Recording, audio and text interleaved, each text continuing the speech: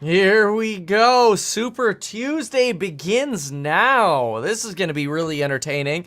I wonder, it's anybody's guess who the candidates might end up being, but it will be entertaining because we will have lots of delegates up for grabs. You've got Republican primaries, Alabama, Arkansas, California, Colorado, Maine, Massachusetts, Minnesota, North Carolina, Oklahoma, Tennessee, Texas, Vermont, Virginia. Republican caucuses, Alaska, Utah, and Democratic primaries, Alabama, Arkansas, California, Colorado, Maine, Massachusetts, Minnesota, North Carolina, Oklahoma, Tennessee, Texas, Vermont, and Virginia. All of them closing at various times today. So this will be quite entertaining. We'll be covering it obviously as the numbers come in, and we'll see what the reporting is on this and what kind of coverage we get from politicians as well.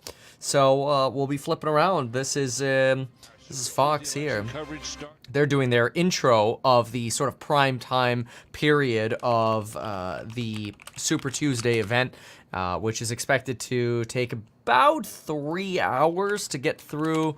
It might even be a little bit more. It might be closer to 4 hours of coverage. So let's listen in to see how it starts. Ooh, next polls close in like now. I guess that's the 10-second delay. 7 p.m. on the East Coast, and the first polls of Super Tuesday are closed. Welcome to the biggest night in the primary campaign in the election season, unlike we have ever seen before. Good evening, everybody. I'm Martha McCallum. And I'm Brett Baer. It is Super Tuesday. The most states, the most delegates, the most votes on the line as both parties march towards a 2020 rematch, it looks like. At this hour, polls are closed in Virginia and Vermont.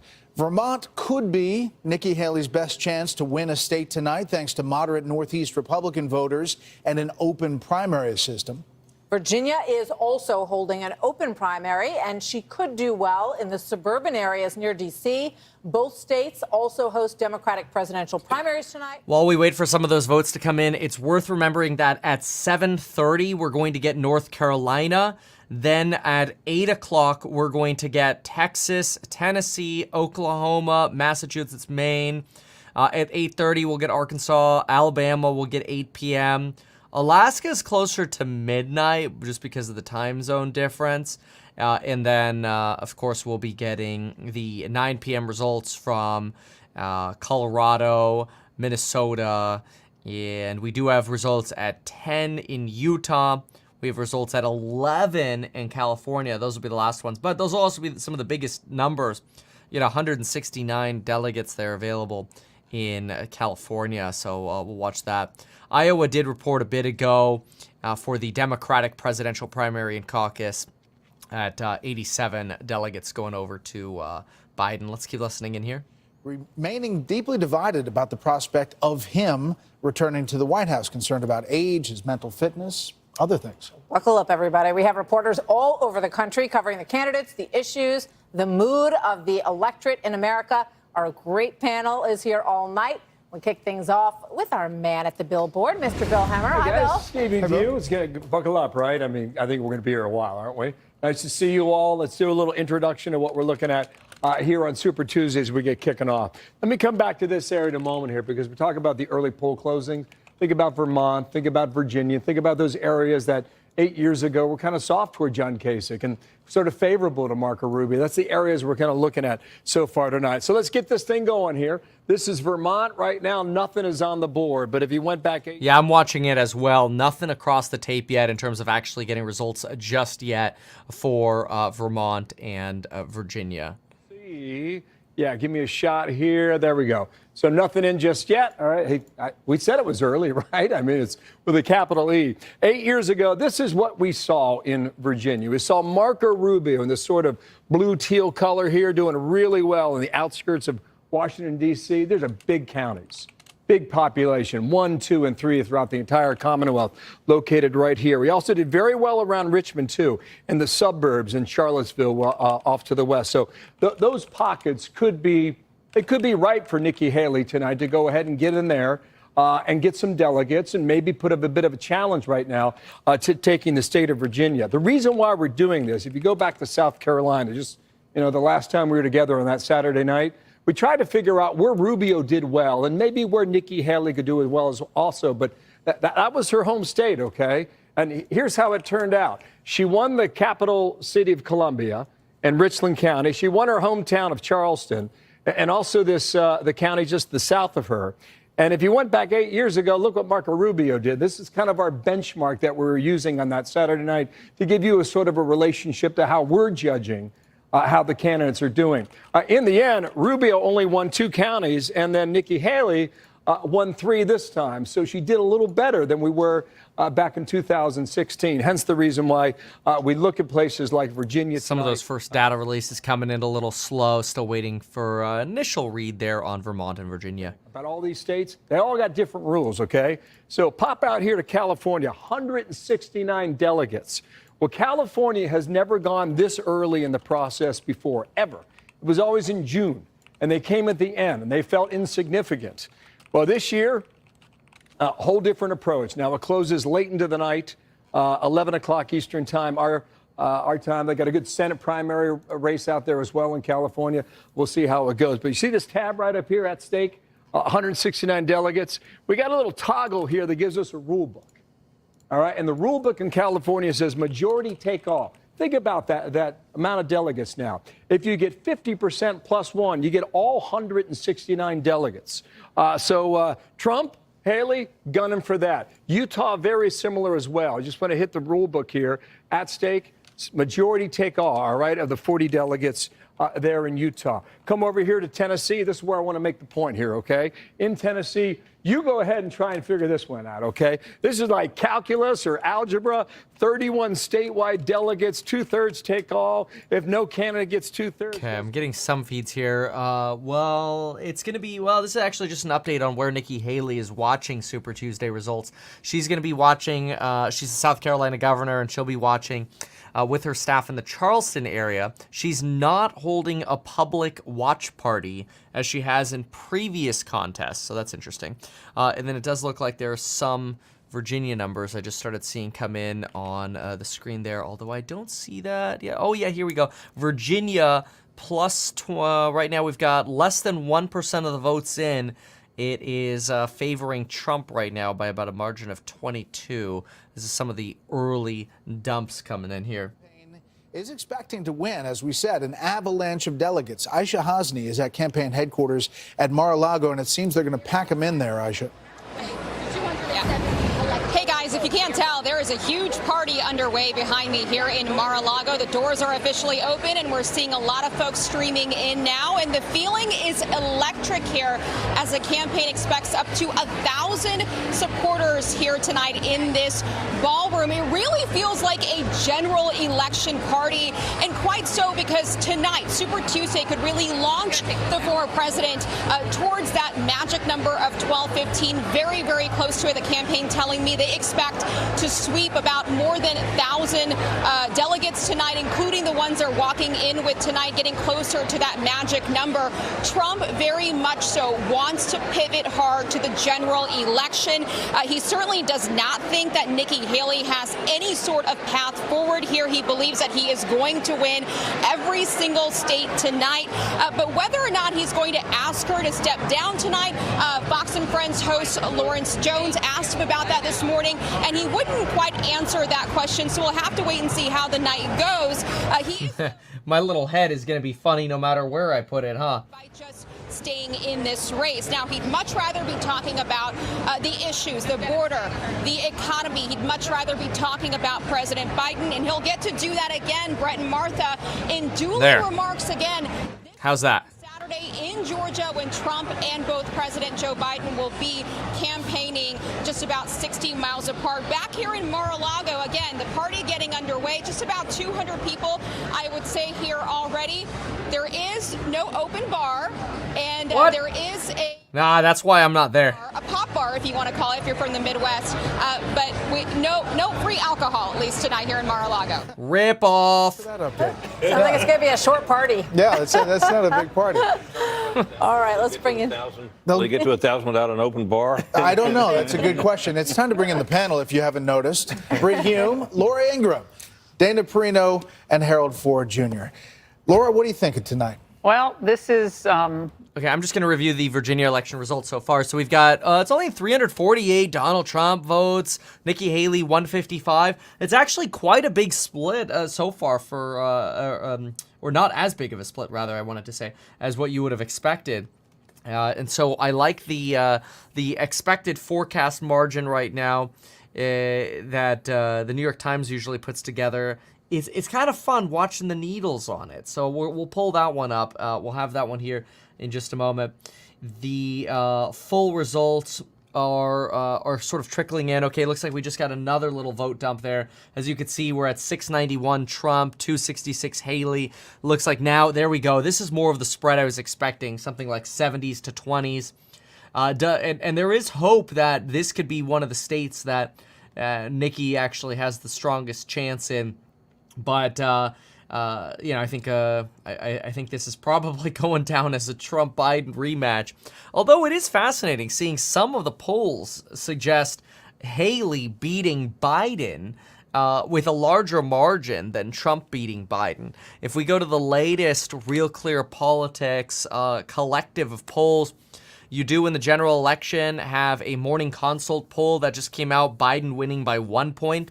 You have an Ipsos tip poll with Biden winning by 1 poll that was out Sunday. Sunday, you have a Fox News poll with Trump leading by 2. Wall Street Journal has Trump leading by 2. Looking for more general election here. Haley versus Biden. Haley winning by 8. Then you've got a New York Times Siena poll, 48 to Trump, 44 Biden. Haley versus Biden again. Haley winning by 9 against Biden.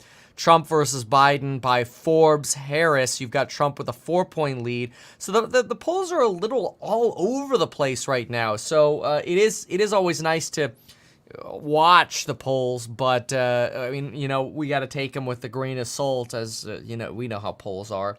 So we're watching. Actually, look at that. Chris Christie got written in as 10 votes. Oh, DeSantis got 7. Vivek got 6 votes. Anyway, still expecting that. That margin there in favor of Trump. Let's go back to listening in here, and we'll jump around. Because now, what has Biden gotten tonight, at the end of tonight, when President Trump is a presumptive nominee, and it won't be too big of a stretch to say that at the end of tonight. Biden got his man. He wants to take on President Trump. He says he wants to go for the jugular. He thinks that he knows President Trump's weak spots. But they can't have the staff deliver the blows. President Biden himself will have to show that he can actually throw a punch and land a punch. And I don't know if we've actually seen him being able to do that in the last several months. Yeah, Harold, that may become the question after tonight. What is ahead? Yeah, we'll see. Okay, some more votes just got dumped in. Now sitting, look at that, 57-40, narrowing there in Virginia. That is, okay, more just came in as well, 56-9 to 47. So watching these figures update live here. And we'll keep watching this. Looks like Haley ahead in Harrisonburg and Fredericksburg. Those are polling in Haley's favor. Russell, Norfolk, Loudon, Madison, Buckingham, Radford, Colonial Heights, and Brunswick. All pretty clearly in Trump's favor here. Looks like you're really getting in that sort of northeast corner that's really starting to favor. Here you go. You can see it up here. That northeast corner that's really favoring Haley when it comes to Virginia. So this is going to be the corner that is right next to Washington, D.C. If you were going to put the White House, you'd put it right outside, probably like right above Alexandria. You'd probably put the White House like right here where my mouse is. So you could really see where that sort of D.C. influence is swaying a little bit of the vote there. Let's jump in here. Okay. We have a call to make here. The Fox News Decision desk can now project the first call of the night that President Biden will win Virginia's Democratic primary. Biden winning one? Hidden in that one. Not a big surprise. It's not even really a competition. It's going to be like Biden and Trump all night, I feel like. It will be interesting, though, to see if Haley can pull off 1 or 2 states. Of people turn out, more than 100,000 in Michigan. you see that he needs 1,967 to clinch the nomination. He will do it. But yet there is still this angst in the Democratic Party about their eventual nominee, President Biden, and whether he's going. Well, yeah, because even Democrats are concerned about Biden's fitness when it comes to November. It's not even just his fitness today. He's got to be strong then. And I mean, that's still we're 8 months away from the election. Roughly 8 months from today away from the election. So, I mean, you're closer to a year than not. The question is, are Wild. people really going to stay home? They're not going to vote for Trump, but are they going to stay home? If they do, and this is a close race, and it might be, that could turn it for Joe Biden. They're certainly not going to. That's true. It's always the middle, too, that makes the votes. Let's take a listen in here just to be a little balanced. And this also goes to what John. Oh, CNN was allowed into Mar-a-Lago? Wow. Trump voters are motivated and they will come out. And if Biden's support is dampened, that there is an opening there for the former president in Virginia. And the other thing to note here is that there is somebody on the campaign who is very interested in the state, and that's the co-campaign manager, Chris LaCivita, who is a Virginia Politico who has run several campaigns in the state and likely someone they would lean heavily on when it comes to Virginia. All right, Kristen Holmes, thanks so much. Dana?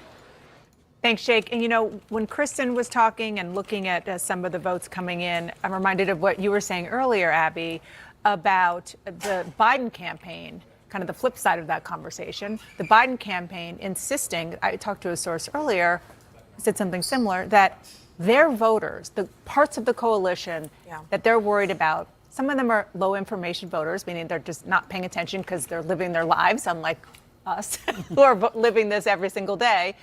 Yeah. And once this becomes more clear that Trump really is going to be the nominee, places like Virginia, they hope, they believe, will be less competitive. That's the theory of the case, and they've been saying that for a while. The Trump or the Biden campaign, they know that this is not going to be a cakewalk. Mm-hmm. The biggest challenge Joe Biden faces, showed up in the New York Times poll from over the weekend, he actually has to bring back his voters. Some of those people are not jazzed about voting for him. Some of them. That's actually similar to what we just heard over on Fox, which is this idea of like, is Trump actually going to be able to is Biden actually going to be able to turn out his fans? Whereas clearly Trump voters are very, very passionate. It feels very change you can sort of believe in 2008 style pitch.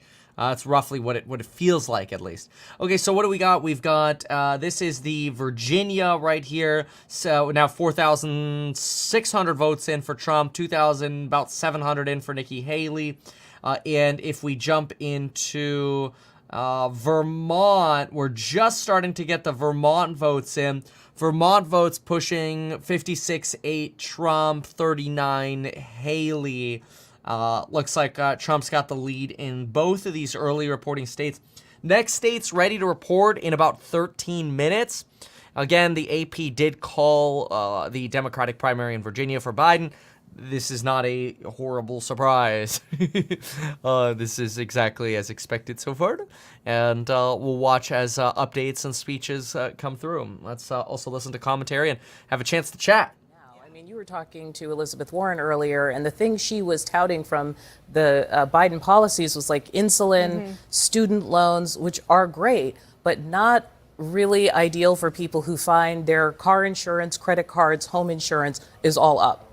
Because the can't buy a house. Yeah, because the one tool you have to fight inflation is the one tool that makes interest rates high. And I think that's a good point. And I think when Abby's talking about amnesia that these voters have, or maybe they don't remember because there's not the Trump tweets coming out every day. He's not from the White House every single day. You know, he was just in Richmond a few days ago, and I was looking at his remarks. And, you know, sometimes we see what former President Trump says yesterday after the Supreme Court ruling comes out. And instead of touting his victory, he's talking about his immunity claim and saying that he has broad immunity. When he's in Richmond at this rally, he's not talking about that. If you look at his remarks, he's talking about immigration and crime. That's what he's leaning into. And that may be appealing to those voters. And so I think you also have to think of what Trump they are seeing. It may not be the same kind of Trump. And it's a very pithy argument. It's richer, safer, more confident. That's what he's saying. But the question remains, are voters even seeing it yet? I think you could safely argue right at this moment, they're still not there yet. We still have so much time And what to does go. Glenn Young can do? You know, that's someone that Trump didn't even mention mentioned, he is not someone who's endorsed Trump yet. He's not on the Republicans, the dozens Yeah. that Trump has rolled out.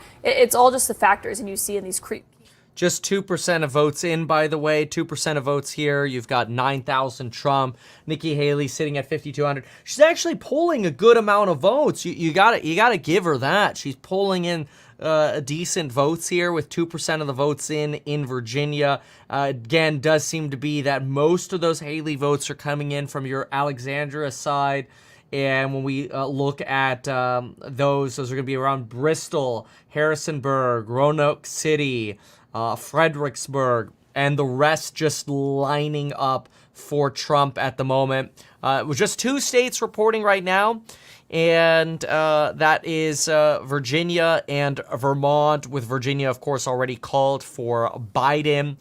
Biden did win Virginia over Donald Trump in 2020, but in the last couple years with other elections throughout the state, whether they're state elections or congressional elections, you've actually seen Republicans control quite a bit of GOP dominance in Virginia. So Virginia is going to be interesting. Can Virginia get flipped to Donnie T?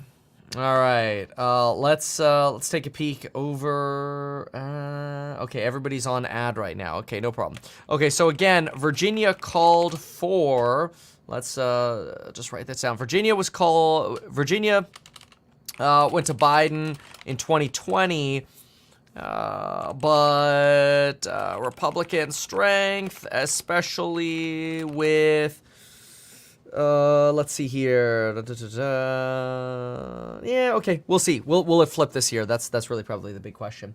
Okay, so I think all of these folks are wanting to go on a commercial break before we get the 7:30 results. 7:30 results coming out soon, and that'll give us another state as well as more data on these two. Let's listen in here for a moment. He's always pretty animated. Burlington metro area. It's about 17% of the votes in the Republican primary is going to come from Burlington, South Burlington, Colchester, that part of Vermont. There is also a population center around Rutland, so in Montpelier too. These should be Haley-friendly areas, but a lot of very small towns that add up that have Trump-friendly demographics. All right, Steve, well, we'll keep an eye on those Vermont returns as they... North Carolina, remember, will be 7:30. So far, Trump leading Virginia and Vermont. The next state where polls are closing is North Carolina. The governor of North Carolina, Roy Cooper, is going to join us this hour. Our coverage continues as the Super Tuesday vote starts coming in. We've got more results just ahead and a poll closing just moments away. Stay with us. We'll be right back. And by moments away, they mean 9 minutes away. Anyway, I guess while we wait for the results to come in, we can also look at the entertainment that is Bitcoin. Just briefly, if you haven't seen it yet, it basically perfectly got rejected at 30 or 69,000 and rejected all the way down to 59,000 there for some strong volatility. Now sitting at about 64,000. So some folks went straight in to buy the dip on Bitcoin when it dropped to 59K there. Waiting now for more of these results from Vermont and Virginia. Virginia now with 6% of the votes in. We just got a big vote dump. Is it evil to say suitcases of votes? Yeah, you shouldn't do that, Kevin. It's got to be unbiased. Anyway, 64.8% Donald Trump, 33% Nikki Haley. It's pretty clear here that we're leaning Trump on the Virginia results. And I guess we may as well pull up the Vermont results side by side. We've got 2% of votes in. Trump at 60, 35 Nikki Haley. Looks like a pretty dang slam dunk so far as we get updates here from Virginia and Vermont, both updated within this minute here. Waiting now 8 minutes for North Carolina data to come in. Some Brandon Jones here in the comments says Virginia was just called for Trump. That is true. I have Refinitiv. Trump wins Virginia. So they have called Virginia for Trump. That's this one. We've got just 6% of the vote in, and Virginia has already been called. Yeah, you've got Edison Research Projects called them now. Decision Desk Headquarters called it. You've got quite a few of them coming in here now, seeing a knockout for Haley in Virginia. Okay, let's go back here for a moment. This graphic right here. This is a map of where Nikki Haley has been in the last week or so. She's been crisscrossing the country, 15 different rallies in all these different states. Some of the states you probably want to keep an eye on tonight are Virginia, Vermont, and Minnesota when it comes to her chances. But we are going to be in touch with the campaign. We'll be watching some of these early returns coming in, and we'll keep you guys posted based off what we hear. We'll send it back to you. Hey, Bill, do you know if there's an open bar there?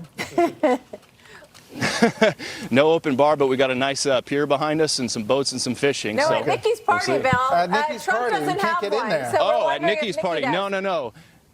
I don't know. We'll Can put you in a find request out? and find out. We'll Yeah. see. We'll see if it's like Aisha's event. Investigative Important reporting. data point for That's the good. evening. Bill, Thank you, thank you. Let's bring back our panel, Laura Ingraham, Britt Hume, Dana Perino, and Harold Ford Jr. Harold, what do you think President Biden is looking at tonight? Obviously, he's going to tick through and get these wins. There will be some protest vote out there. And he's getting ready for the State of the Union on Thursday.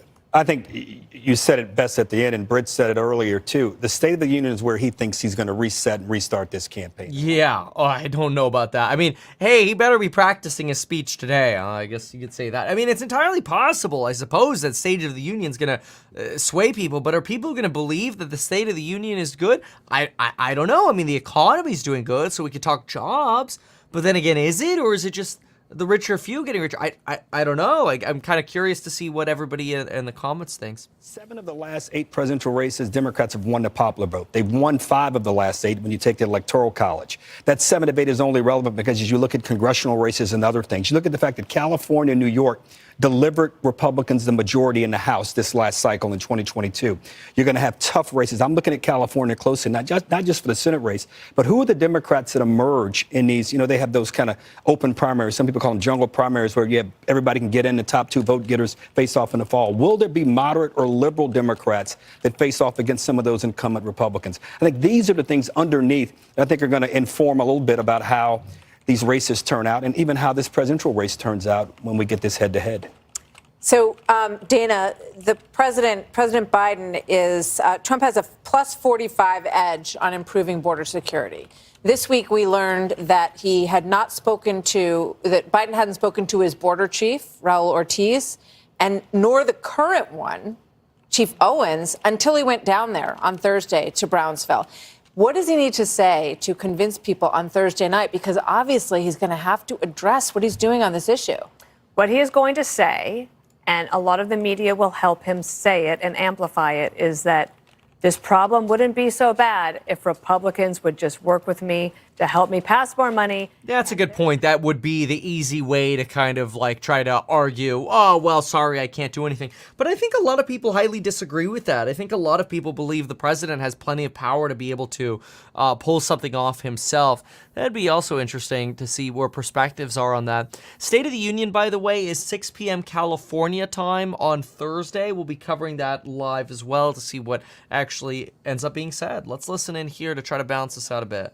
The other person looking at them, Joe Biden. Absolutely. The Joe Biden campaign. How can we get those Republican voters? Probably not as difficult in Arlington County, but outside Roanoke, outside Richmond, Charlottesville. Right here. This is one of the biggest swing counties. Yeah. When Glenn Youngkin won the governorship, it's because of his strength in the Richmond suburbs. So he took it back to the Democrats. So down here in Henrico County, again, yes. So you're asking these people right here. If Nikki Haley wins this tonight, Donald Trump's campaign will be fine. They will find them. They're smart. You run a data operation. You find them and say, please come home. Yeah. They're not going to say that tonight. They just voted for the opposition. Look, it just switched. While we're here, this is why I love this on election. Yeah. It just switched. But again, she's still getting 40% in a key swing county. So whether it's 40% at the end of the night, whether it's 38% at the end of the night, Haley voters will be the aggressive target of both campaigns. Joe Biden has other issues with his own base. But if you can get, Nikki Haley's getting 25%, 30%, 40% or higher in some of these states. It'll be fascinating to watch if that continues as we move west, as the polls continue to close. You see all these lighter gray states? That's all the counting we have left to do tonight. So it's pretty clear Donald Trump's going to be the Republican nominee. Let's keep an open mind, but the map doesn't lie. The question is, if her numbers continue to be, whether it's a third or whether it's 40% or more. Right, that is a big deal. Is how much, by how much is Trump going to win? Look at the Virginia Republican primary here. Trump's cleaning up by about 62%, so he's getting about 2 votes for every one that Nikki Haley is getting, 62,000 to 34,000. pretty big difference here. Pretty big difference. Now with Vermont, I mean, but I will say it's not like, yeah, I mean, there clearly is a protest against Trump amongst the Republicans to where there are enough Republicans who are still voting for someone else, right? If you put 3 Republicans in a room, one of them is going Haley, 2 of them are going Trump right now. So that is interesting. And keep in mind, I see somebody here in the comments says, all Democrats voting for Haley tonight. Democrats don't vote in the Republican primaries, right? That's why people pay attention to the primaries and the caucuses. By the way, a difference between a Republican, or rather a primary and a caucus, each of them has slightly different rules. I always just like to think of, when you think of caucus, think of committee, people getting together, debating, standing in groups, and then getting counted. Primaries are more sort of anonymous kind of ballots, and every state has slightly different rules and practices for what they end up doing. So that's something to watch for. Someone here says, Kevin, I have a question. When Biden has as many votes as supporters when he runs for president, I'm not really sure what your question is, but yeah, I mean, we'll see how many people are still enthused by voting for Biden in this election. That as opposed to people who are maybe more like, have people been swayed to go towards Biden or away from Biden? If we have a rematch here, that'll be the really big question. So so we'll see that. So let's see here. Okay, here.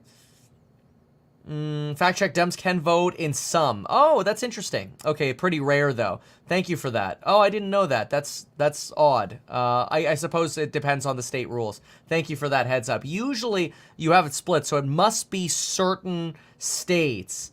And so that is interesting. Okay, that would be very interesting. Anyway, let's see the call here, and I'll get a fact check on that. Hold on. Republican presidential primary in North Carolina, defeating Nikki Haley in a potentially crucial battleground in the November race for the White House. And on that matter, we can also project that President Biden will win North Carolina's Democratic presidential primary. We can make these early projections based on exit polls and that CNN and other news organizations conducted with voters. Yeah, it does. So it depends on, it does depend on whether you have the closed, open, or semi-closed primaries versus caucuses. That's very interesting. So maybe I've been stuck in sort of the states that I've lived in. That's interesting. So like Virginia actually does have an open primary system. I grew up in Florida. And so that's, for example, where I had my my government classes in school and used to do congressional debate. And Florida is a closed primary state where only voters that are registered with the party can actually vote. Let's see here. The open ones, 2 examples of them would be Virginia and Michigan. And that's quite fascinating. All right, good to know. Let's keep listening here. Problem for Donald Trump is with educated voters. I want to read you this statistic here because we know that that's a problem for Donald Trump already. The percentage of the population with an undergraduate degree or higher is growing faster in North Carolina than in any other state. So that could be a problem for him. The other piece that they're watching is how do those suburban voters, particularly the suburbs of Charlotte and Raleigh, how do they turn out? How do they vote? Where are they headed? Where are their heads out? Because that is what they're going to try to see. If that area, those areas are where they should be pouring more resources into. Because as John said, they believe they're going to win the rural areas. They believe they'll win the rural areas in November. They're winning them now. But what about those suburban areas? Where is he with that? All right. That excitement back there. Thank you so much. Really appreciate it. Kristen Holmes in Palm Beach, Florida. And you have to give the devil his due. Donald Trump having the night that he wanted to have, an early projection of Virginia. Bad news for Nikki Haley, who thought maybe that was a Commonwealth she could wrest away from Donald Trump. Dan. Yeah, I mean, Jake. Yeah, thank you, Chris, for the $10. I just fact-checked each of those so I can make sure we're right about that, given my little oopsies there. But it is true. Alabama, Arkansas, Minnesota, Texas, Virginia, and Vermont tonight are all open. That is very interesting. So good to know. So yes, theoretically, you can then vote in both. All right, we're going to keep bouncing around. Let's grab a quick Vermont update here. Only 3% of the vote in Vermont.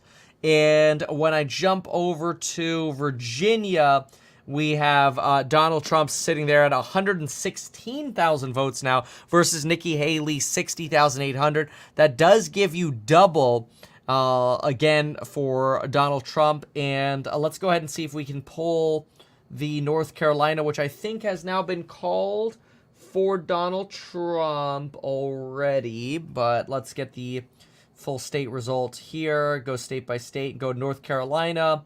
North Carolina, no, I actually don't see the results yet, but it does say NBC and CNN are calling North Carolina for Trump already. So we're going to write that down. Trump wins North Carolina per CNN and NBC. I'm throwing these, if you see me typing, I'm throwing some of these notes up on ehack.com just so you can get a little bit of a summary as we go through some of the results here. It looks like we got TV commercial over here. So let's pop around.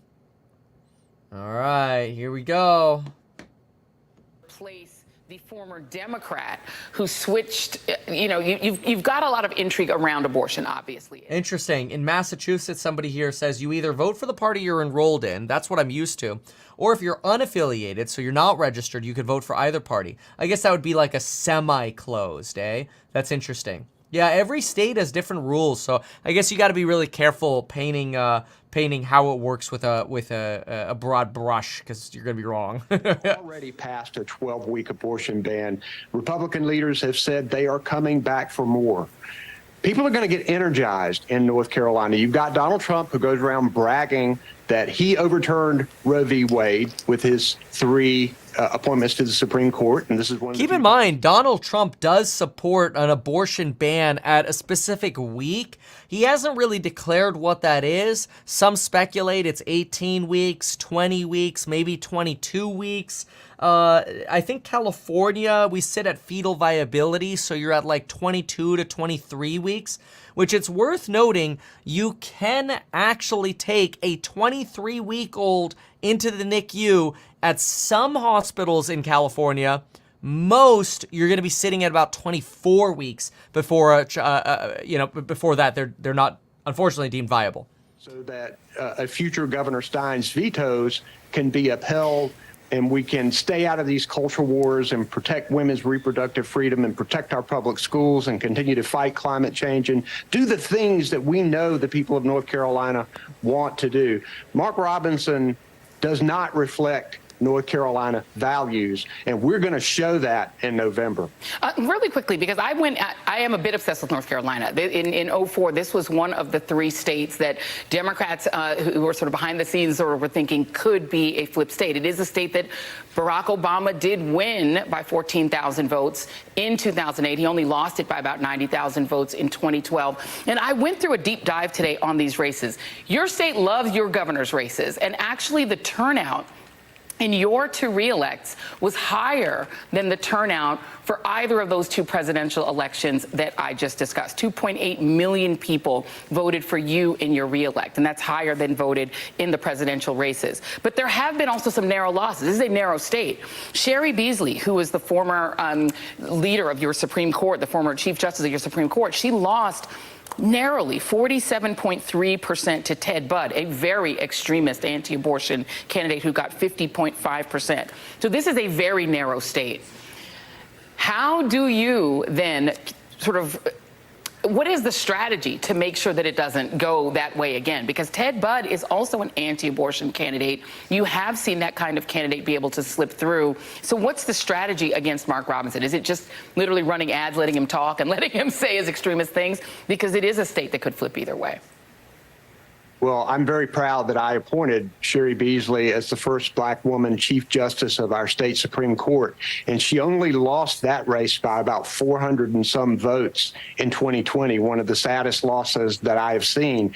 But the National Party did not support her in 2022 when she ran, and there was a difference. Donald Trump serving empanadas and pigs in a blanket. I want some pigs in a blanket. That supported him spent in this race and what she spent.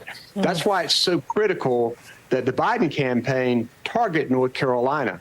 We can win the state for him, and we can win with our slate of statewide Democratic candidates as well. And we've got to get them energized. This is going to be a choice here. And I think people are slowly wrapping their minds around the fact that this is going to be a Trump-Biden rematch. I think. Well, yeah, that's going to be clear after today. That's for sure. Let's jump on for a moment back over this way. As the polls are closed, we're waiting for more results there, but he's on the ground. 22 minutes for more polls. Martha, good evening to you. We are watching two major contests here in North Carolina. The first, the one that you and Bill were just talking about, the presidential primary, Nikki Haley and Donald Trump both making stops in the Tar Heel state, trying to get out the vote in these final days. But the second race, and one the entire country is going to be talking about by November, the race to be North Carolina's next governor. Whoa, Nikki Haley just got a suitcase of votes over here. Vermont suitcase dumping in about 7% of votes in. You've got 2,200 votes. Nikki Haley, 1942 for Donnie T. And, yeah, wow. Wow. We're going to watch this one closely. Okay. So we'll keep listening here for a moment. And gay rights. And Democrats in the state will try to weaponize those words against him if he proves to be victorious tonight. Democrats also having a number of different candidates to choose from for governor. Their incumbent Democratic governor, he is term limited. He threw his support behind the Attorney General Josh Stein, a 57-year-old vowing to campaign on climate change as well as the economy. But North Carolina, Martha, certainly a state a lot of people are going to be talking about between now and November. Martha? Thank you very much. Meanwhile, we've been talking about immigration, but also crime is a top concern for voters all across the country. Alexis McAdams has a closer look at that. Good evening, Alexis. Hey, Brett. Well, when you're out on the campaign trails, you know, you talk to people and they speak about everything from violent crime to migrant crime. It's incidents like this on your screen that have people all across the country on edge, from smash and grab robberies in Virginia to brutal beatdowns out in California. These crimes that you're looking at there on the screen, you can see the guy waving a gun and the beatdown there in the corner. Those are just in the 16 Super Tuesday states, although the FBI says crime. Hey, look, California's on there. Has gone down across the country. In 2023, what do those stats really mean to people who have been victims? Not much, right? And this election, migrant crime is sitting in the national spotlight here. You can check out these mugshots with recent cases of migrants accused of committing violent crimes, including the tragic case of Laken Riley, which we've been talking about. The 22-year-old nursing student was murdered while out on a run in Georgia. Now, Jose Antonio. So scary, you know, you go out on a run and usually you go run, you want to be in nature, but then you go into sus areas. You know, I'm not saying she was necessarily in a sus area. I'm just saying, like, sometimes I go on a run and I'm like, you know what, I'm going to cut my run short and not go over this way. It's just, it sucks that you even have to think like that, you know? It's like, we pay enough in taxes to have a safe society. I don't know. Sometimes I get just really bothered by that. We can now project that President Joe Biden will win the North Carolina Democratic primary. Again, no big surprise on that front. Let's bring back in our panel and Harold Ford, obviously. Good to win. No doubt the president's happy with how this is going, but there's not a lot of surprises in there. No, I don't think anyone's going to be surprised at any of these numbers. I think some Democrats will look to some of the battleground states and see what the uncommitted number is, if indeed Marianne Williamson and Dean Phillips, what they're adding up to. But it doesn't look like they're adding up to more than 10 points combined. You look back historically when Democrats or an incumbent has had a little bit of a challenge, these numbers are consistent there. The real issue. All right, we're going to pull off here. We're going to just check on this NYT again. Haley's still kicking butt here in Vermont. We can see that flip as it kind of faded in there. That's kind of cool. Let's see here. Virginia, as the rest of the polls come in, we're at 134 to Nikki Haley's 71, narrowing the gap a little bit. And again, what you're really looking for is seeing how strong can Trump be here, because the more strength Trump has here, the more, street credit really gives them going into the election versus Biden. I know a lot of people are going to say he doesn't need more street cred. I get it. But the point is, like, you want to really show strength as much as you can in these primaries, even if you're the designated sort of winner. As much strength as you can show, great, because it just lets you get more fundraising. Politics, folks, is all about fundraising. Remember, I ran for governor. We got about 1 vote per dollar that we raised, which is really, really good. I was surprised you could buy votes that cheap. I mean, I'm surprised you could run a campaign that effectively. And, Gavin Newsom, he has to spend like $4 or $5 per vote. But then again, he sucks. So anyway, where were we? Per pound, what it costs now versus what it cost 3 or 4 years ago, it is staggering. 21% increase is an enormous amount for an American family of the things they buy every week. That makes a big difference. So when they say, oh, well, things are better, well, they're better for maybe the top income earners, but it is not better for the middle class, and for good reason. That's also true. We are definitely, the wealth gap is going to get worse in America. There's zero doubt in my mind about that. The wealth gap over the next 10 years will get substantially worse. Certainly, if you're having children today, it's going to be even harder for them. It's already harder for Gen Z, I think, than it was for millennials, and it's just going to continuously get harder. And that's not to downplay hard work of older generations. It's just to say, the getting started, what it takes to really get the wealth accrual going continues to get further and further out of reach. I don't think we're going to change. Today, the president blamed greedy corporations for giving CEOs big bonuses, and that's the problem. That's why you have so much inflation. Yeah. You're going to see a lot of that in the State of the Union address. Junk fees. So remember last year we were there? Yes, it's not at all the money printing or the supply chain shortages. It's greedy corporations, which, keep in mind, those same greedy corporations are now basically desperate to reduce prices because they want more revenues. Costco's dropping prices, McDonald's, Pepsi, none of these companies are bragging about raising prices anymore because they can't. People have stopped paying. Which that's very normal in a capitalistic economy. When people are willing to pay more, prices go up. Imagine that. When there are shortages, people are willing to pay more. Why do you think an NVIDIA H100 chip, which is already old school, we're on to H200s and the B100s coming out at the end of the year. Why do you think we're seeing these AI chips that cost $3,500 to manufacture are selling for $35,000?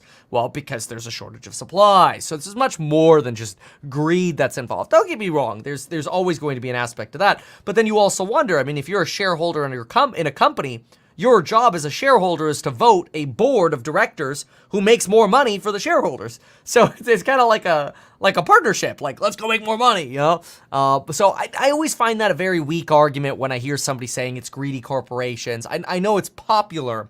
But it's certainly not the sole fact. It's hitting a lot more people than we think. That number just one thing, the emergency fund that people have, regular people have emergency funds, they don't have an emergency fund. It's 50% of the country can't afford a $1,000 unexpected bill. But that's also always been the case. Even before COVID, we were sitting at 60 to 70%, no $1,000 lying around. Tackles that, plus more results from across. Gotta wait for payday, bro. All right, let's listen over here. And rebuild support to 2020 levels with black voters. Obviously, if he can do that, that helps him tremendously in a state like North Carolina, which is a more diverse electorate. And then the other thing to remember is at the end of the day, presidential campaigns are about how you expend resources and how you force your opponent to expend resources. So somebody here says on Tesla, the board of directors is definitely not working for investors' interest. You lost me at working. Campaign to play in North Carolina when they otherwise might not have. Well, that's a good thing for Biden, and that's forcing the Trump campaign to spend down resources when, as we heard earlier, Biden. Good point. Crackle Fat. That's an interesting name. Crackle Fat here says $1,000 is worth way less today than in 2019. Yeah, that's true. That's a good point. So that does make it a little more frustrating. American nominee for the Republican Party. We've never elected one governor. We had a couple appointed, but again, it shows the commitment of the Republican Party, I think, to have more diverse candidates. He got more votes in 2020 in his race than Donald Trump got for president. He got almost the same number of votes as the current governor Cooper, the Democrats are nominating a very boring person. Ooh, Vermont flips back to Donald Trump. Vermont's a hot one. Oh, we just had Haley in the lead over here. Now Donald Trump gained the lead.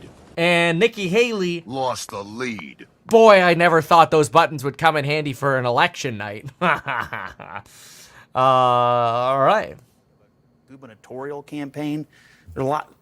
That's a total bank shot strategy. Well, two things can be true. It may be, generally these things run downstream, not upstream. So the presidential race has a lot of influence downstream. But I would say this, Mark Robinson is the profile of the kind of candidate that went down for Republicans in 2022 because the things that allowed candidates to win the Republican Party made them unacceptable to a broader electorate. So, you can celebrate and stuff. There is talk here that Donald Trump and Elon Musk met as Donald Trump is seeking to woo donors to fund his cash-strapped political operation, according to people familiar with the matter.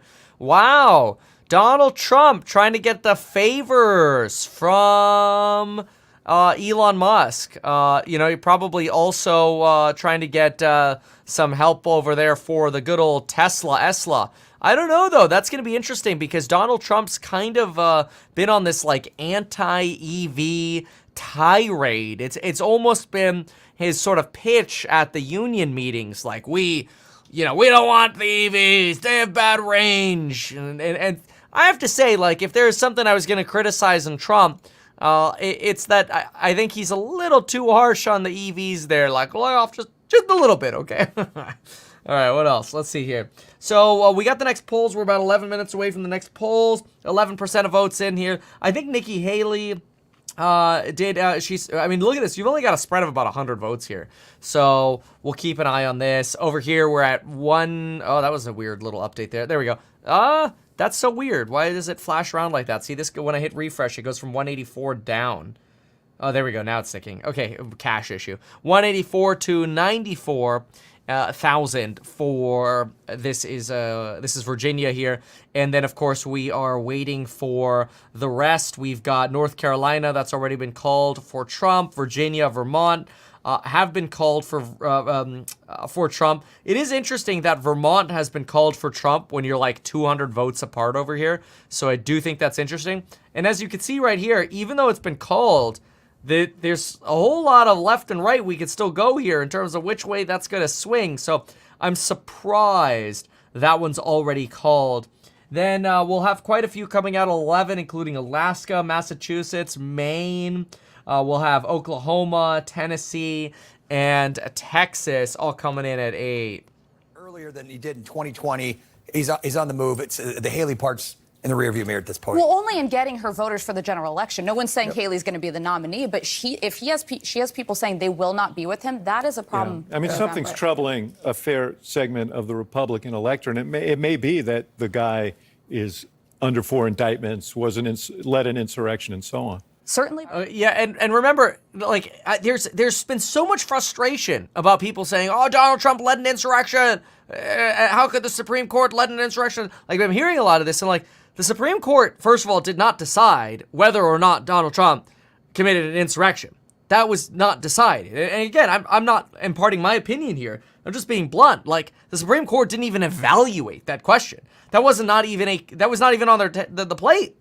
Now, maybe it will be when they discuss presidential immunity, but honestly, they'll probably find a way to skirt deciding that as well in a presidential immunity case, because you could just decide, for what actions is a president immune and for what not. That's going to be an interesting one. We'll see. But certainly not in these last this last Supreme Court case. The last Supreme Court case was a slam dunk, as we said on this channel, and my videos are still posted, so you can see me saying this. I'm like, Trump's going to win that case. That was a very weak case against him, whether or not he could be on the ballot. Even if you just strictly read Section 3 of Article 14, or the 14th Amendment, rather, you'll find that there's really nothing stopping somebody from running as a candidate. sites in East El Paso, where you can see here in Texas you have to stay 100 feet away from the ballot box area where people are standing in line. So this is where you're seeing people campaigning, the volunteers with their campaign. But right now, Jake, what we're going to walk you through is basically a therapy session here with Luis, who is a long time. You've been involved in Democratic politics here in El Paso. A therapy. So CNN is talking to a Democrat for a therapy session. Okay. He's going to vote for, and you've got about an hour left. Yes. You don't know which party primary you're going to vote in. I'm not really sure at this point. I think there's been a lot of confusion in terms of this election, and I can say that because of all the border issues, it's this whole country is divided right now, and we don't know. I mean, there's a lot of voters right now that I think there's a lot of Democrats that are voting Republican this year, and I don't blame them. I think there's definitely an issue with the influx of immigration right now. You voted in 2020 for Joe Biden. I did. And right now, you're just... I'm undecided. I am undecided, just like a lot of these voters are, and I don't know what I'm going to do, but I can tell you that I'm not very happy as how this country is handling the situation with immigration. When you told me you were undecided, I thought you meant you didn't know which candidate. I didn't know you were undecided as to which primary, Republican or Democrat, you were going to vote in. That's another level of undecided. Yeah, that's another level of undecided, and like I said, I don't know which way I'm going to go, but I mean, it's. I guess we'll find out in an hour.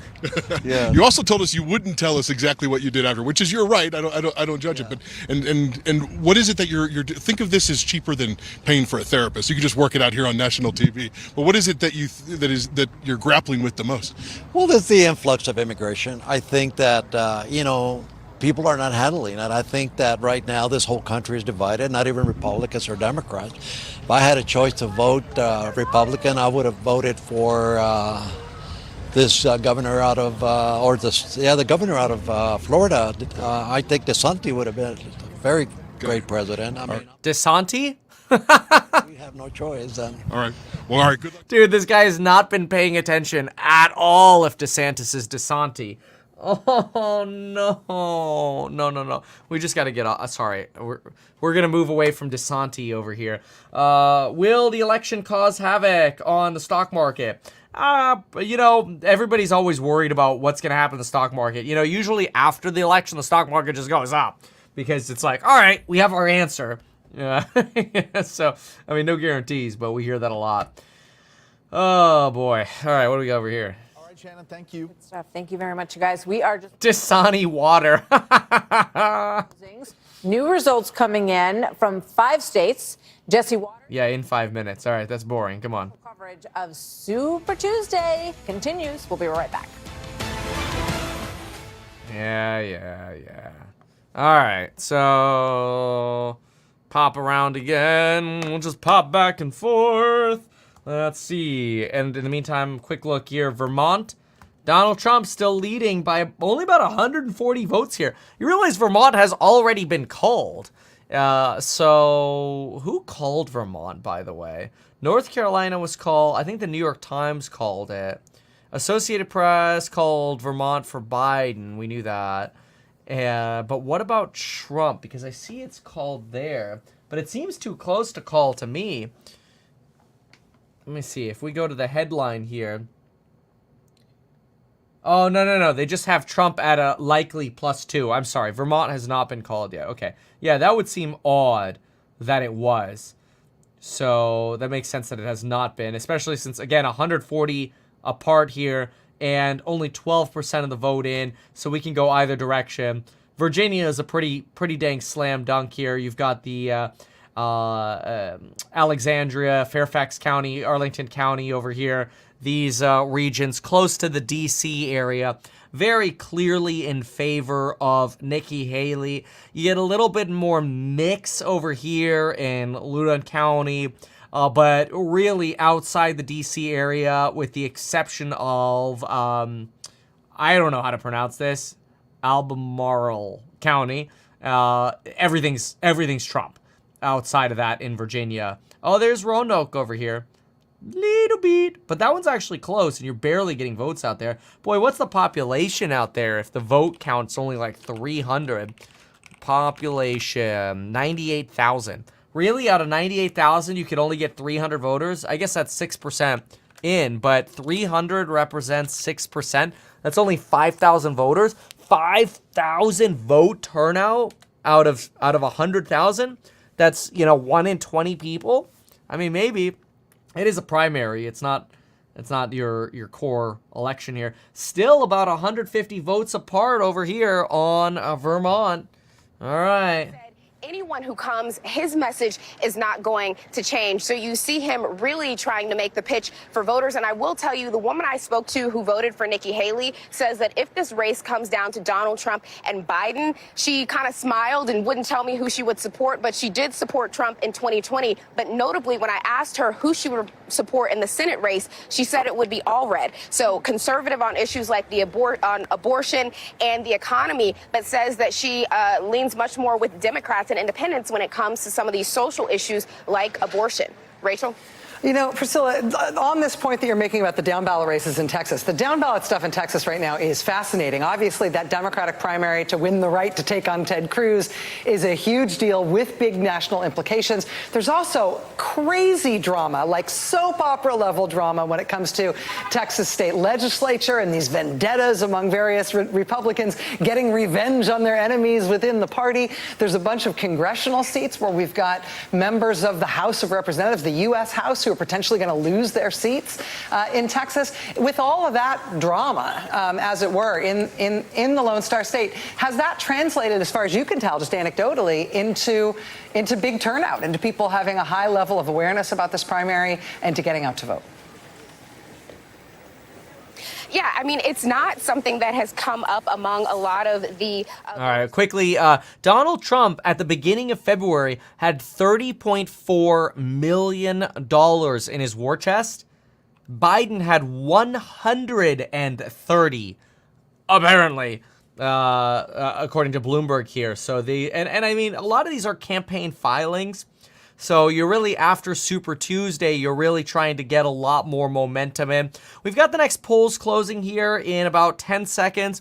If you have not yet set your calendar for June 21st to June 23rd, though, come to the greatest finance, innovation, and real estate event.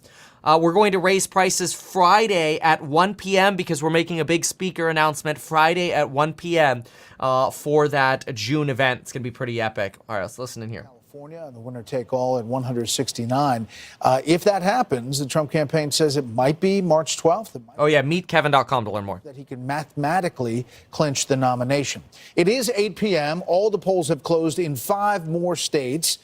Too early to call all of these. Alabama, there you see, Maine, Massachusetts, Oklahoma, and Tennessee. Former President Trump adding Virginia as yeah, none of them have data in just yet off of the tape. I do want to just back up for a moment and reiterate how interesting it is that you have Donald Trump with $30.4 million in February versus 130 Biden.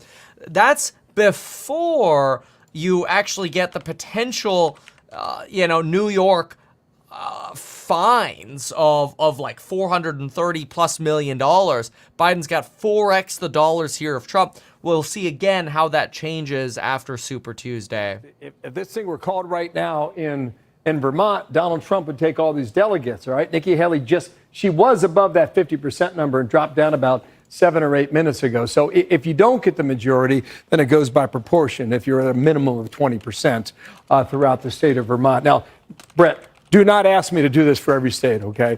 Because I'm going to need an encyclopedia, and I'm going to need a calculator, and I'm going to need AI is what I'm going to need. Can you go to North Carolina real quick? Dial that sucker in, okay? Here you are in North Carolina. We've called this race now, okay? Look, the numbers aren't big, but we called a race with 3% reporting. The reason you do that is because you've been in the field and you know what the voters... Yeah, well, they yap about this. Quickly, in North Carolina... There's a report here. This is actually a CNN exit poll, for what it's worth. It's an exit poll, okay? Trump won in North Carolina 49% of independents versus 45% for Haley. That's a big deal because Haley really needed to win amongst those independents to really show that her campaign was going to be able to be successful against potentially a Biden to swing those potentially middle moderate voters. That does not look like it happened based on the CNN exit poll amongst independents. Again, they're just exit polls. They're based on, who you walk up to, so they're not the best, but they are a tool. Okay. Let me try and check this in North Carolina and just see if he's getting some of the numbers that I talked about there along this Virginia border. Yeah, I don't think you could say Trump is underperforming on all of these. Biden hitting 88 to 90%. Well, Trump is hitting in the 56 to 75 range. I don't know if that is really a fair characterization because Biden basically doesn't have competition, right? Like with Trump, you actually have two choices who are polling at a national level. Like people are pitting Haley against Biden and Trump against Biden, right? You don't really have that for Biden. This is basically a Biden sweep night. So I don't know that we could really argue that, some of the smaller names that have been trying to challenge Biden who haven't gotten traction really make a difference here. Okay, we are starting to get projections from the good old NY Tizzles. NY Tizzle, across the board, Donnie T leading in with 5% of votes in. We've got Trump leading in Texas, Oklahoma with 2% of the votes in. We have the Virginia, North Carolina, Vermont. We've been watching. Alabama just comes in with less than 1% of the votes in, looking at a plus 66% chance on Trump. Texas, that's reporting so far. Looks like we've got the Dallas-Fort Worth, Houston area. We're coming in at about 74% Trump, 19% Haley. That's pretty low right now for Haley out there in Texas. You've got Chris Christie in Oklahoma coming out of nowhere, actually beating everyone in Oklahoma right now. And then you've got Alabama with a pretty clear Trump slammed up. But then again, we've only got about 110 votes in here, so not much here to see. Okay, keep listening in here. But he's given it right back to him. So his strength has been impressive. Number two, Donald Trump is running against Joe Biden, the oldest, probably the most unpopular president that we've ever seen. And he needs to get it together. And that's not a book plug, although you can pre-order it on Amazon if you wish. But he's now experiencing the worst stretch of his presidency since Afghanistan. You've had his own Justice Department say he's too senile to stand trial. Immigration's been dominant. You have Biden migrants now murdering American women. The stench of his son is wafting into the West Wing. I get it. I get the anger, but it's a little...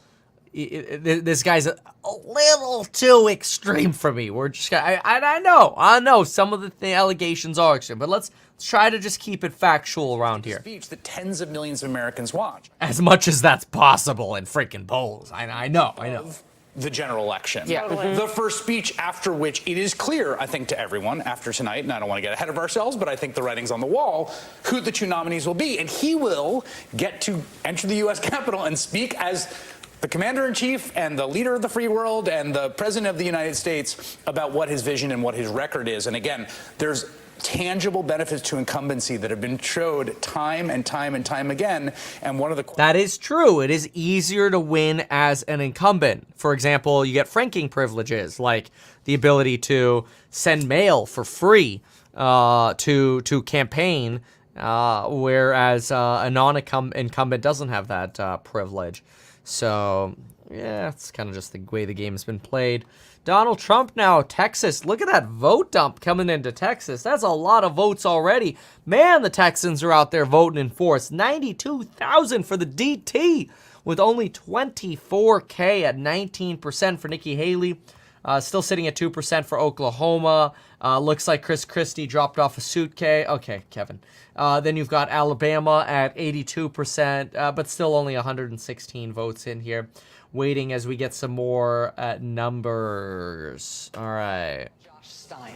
So with Josh Stein as the projected nominee of the Democratic Party and Mark... That would be the first Jewish governor of North Carolina versus potentially the first black governor of North Carolina. You've got Josh Stein winning over there.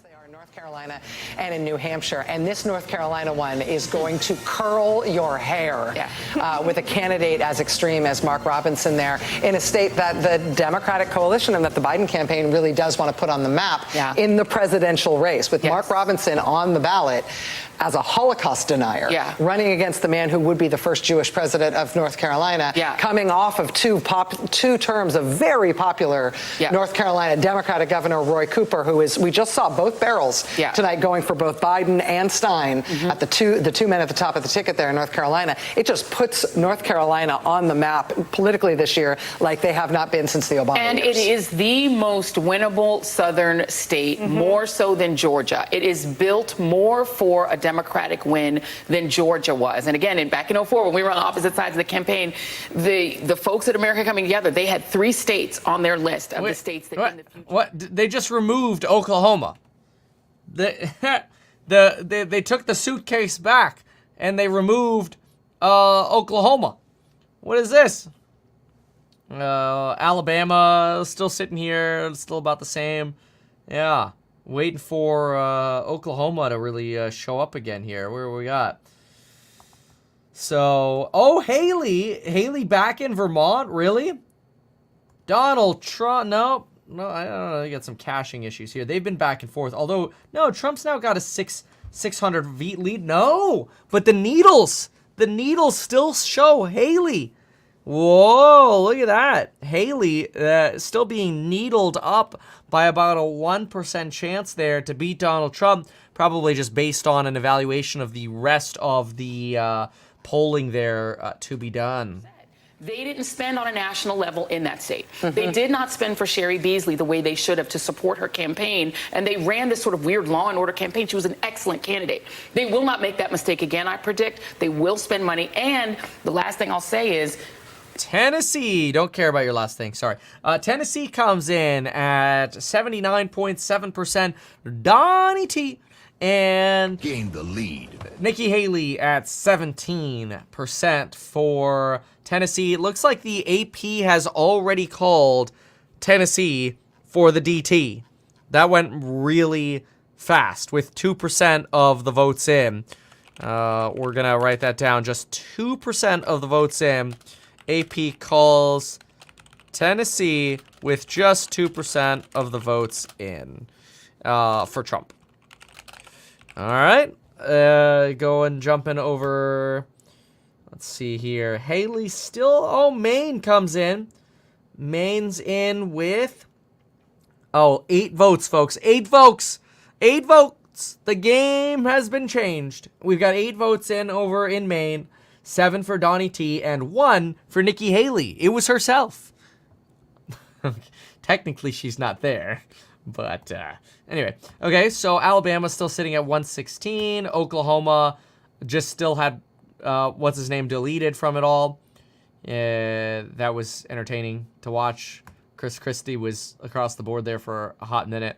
161,000 votes in for Trump at 73.8%. Donnie T for Texas. Nikki Haley, 21%. Still got Vermont. Slight potential lead there for Haley, even though she's about 600 votes behind. And the Virginia polls starting to really stabilize there around 2-1 for Trump. Trump-friendly, where you can expect him, and especially in the Northeast Kingdom that we talked about earlier, you can expect a lot of big Trump results there. But Haley has some potential to offset it here. Haley, if she can get 50% plus 1, she would get all 17 delegates in Vermont. It is a very competitive race there right now. Take a look in Massachusetts, where the polls just closed. Only one town, Norton, has reporting results right now. You see Haley winning the town of Norton. That's basically so far. Well, that's basically what that reflects. Look, Massachusetts, you think of it as, a very, very blue state, and it is.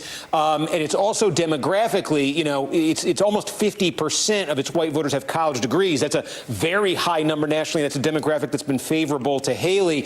The thing in Massachusetts is there's a real split. There is a very small number of actual registered Republicans in Massachusetts. They make up 9% of the entire electorate in Massachusetts. That 9%, though, I think defies what a lot of people think of when they think of Massachusetts. Okay, in addition to pigs in a blanket at Donald Trump's Mar-a-Lago, we're now getting mini beef Wellingtons.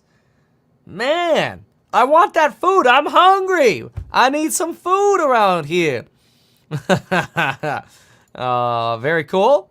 We're going to have food, by the way, at our event, June 21 to June 23. Learn more at meetkevin.com. It's going to be the greatest event of the year from YouTube.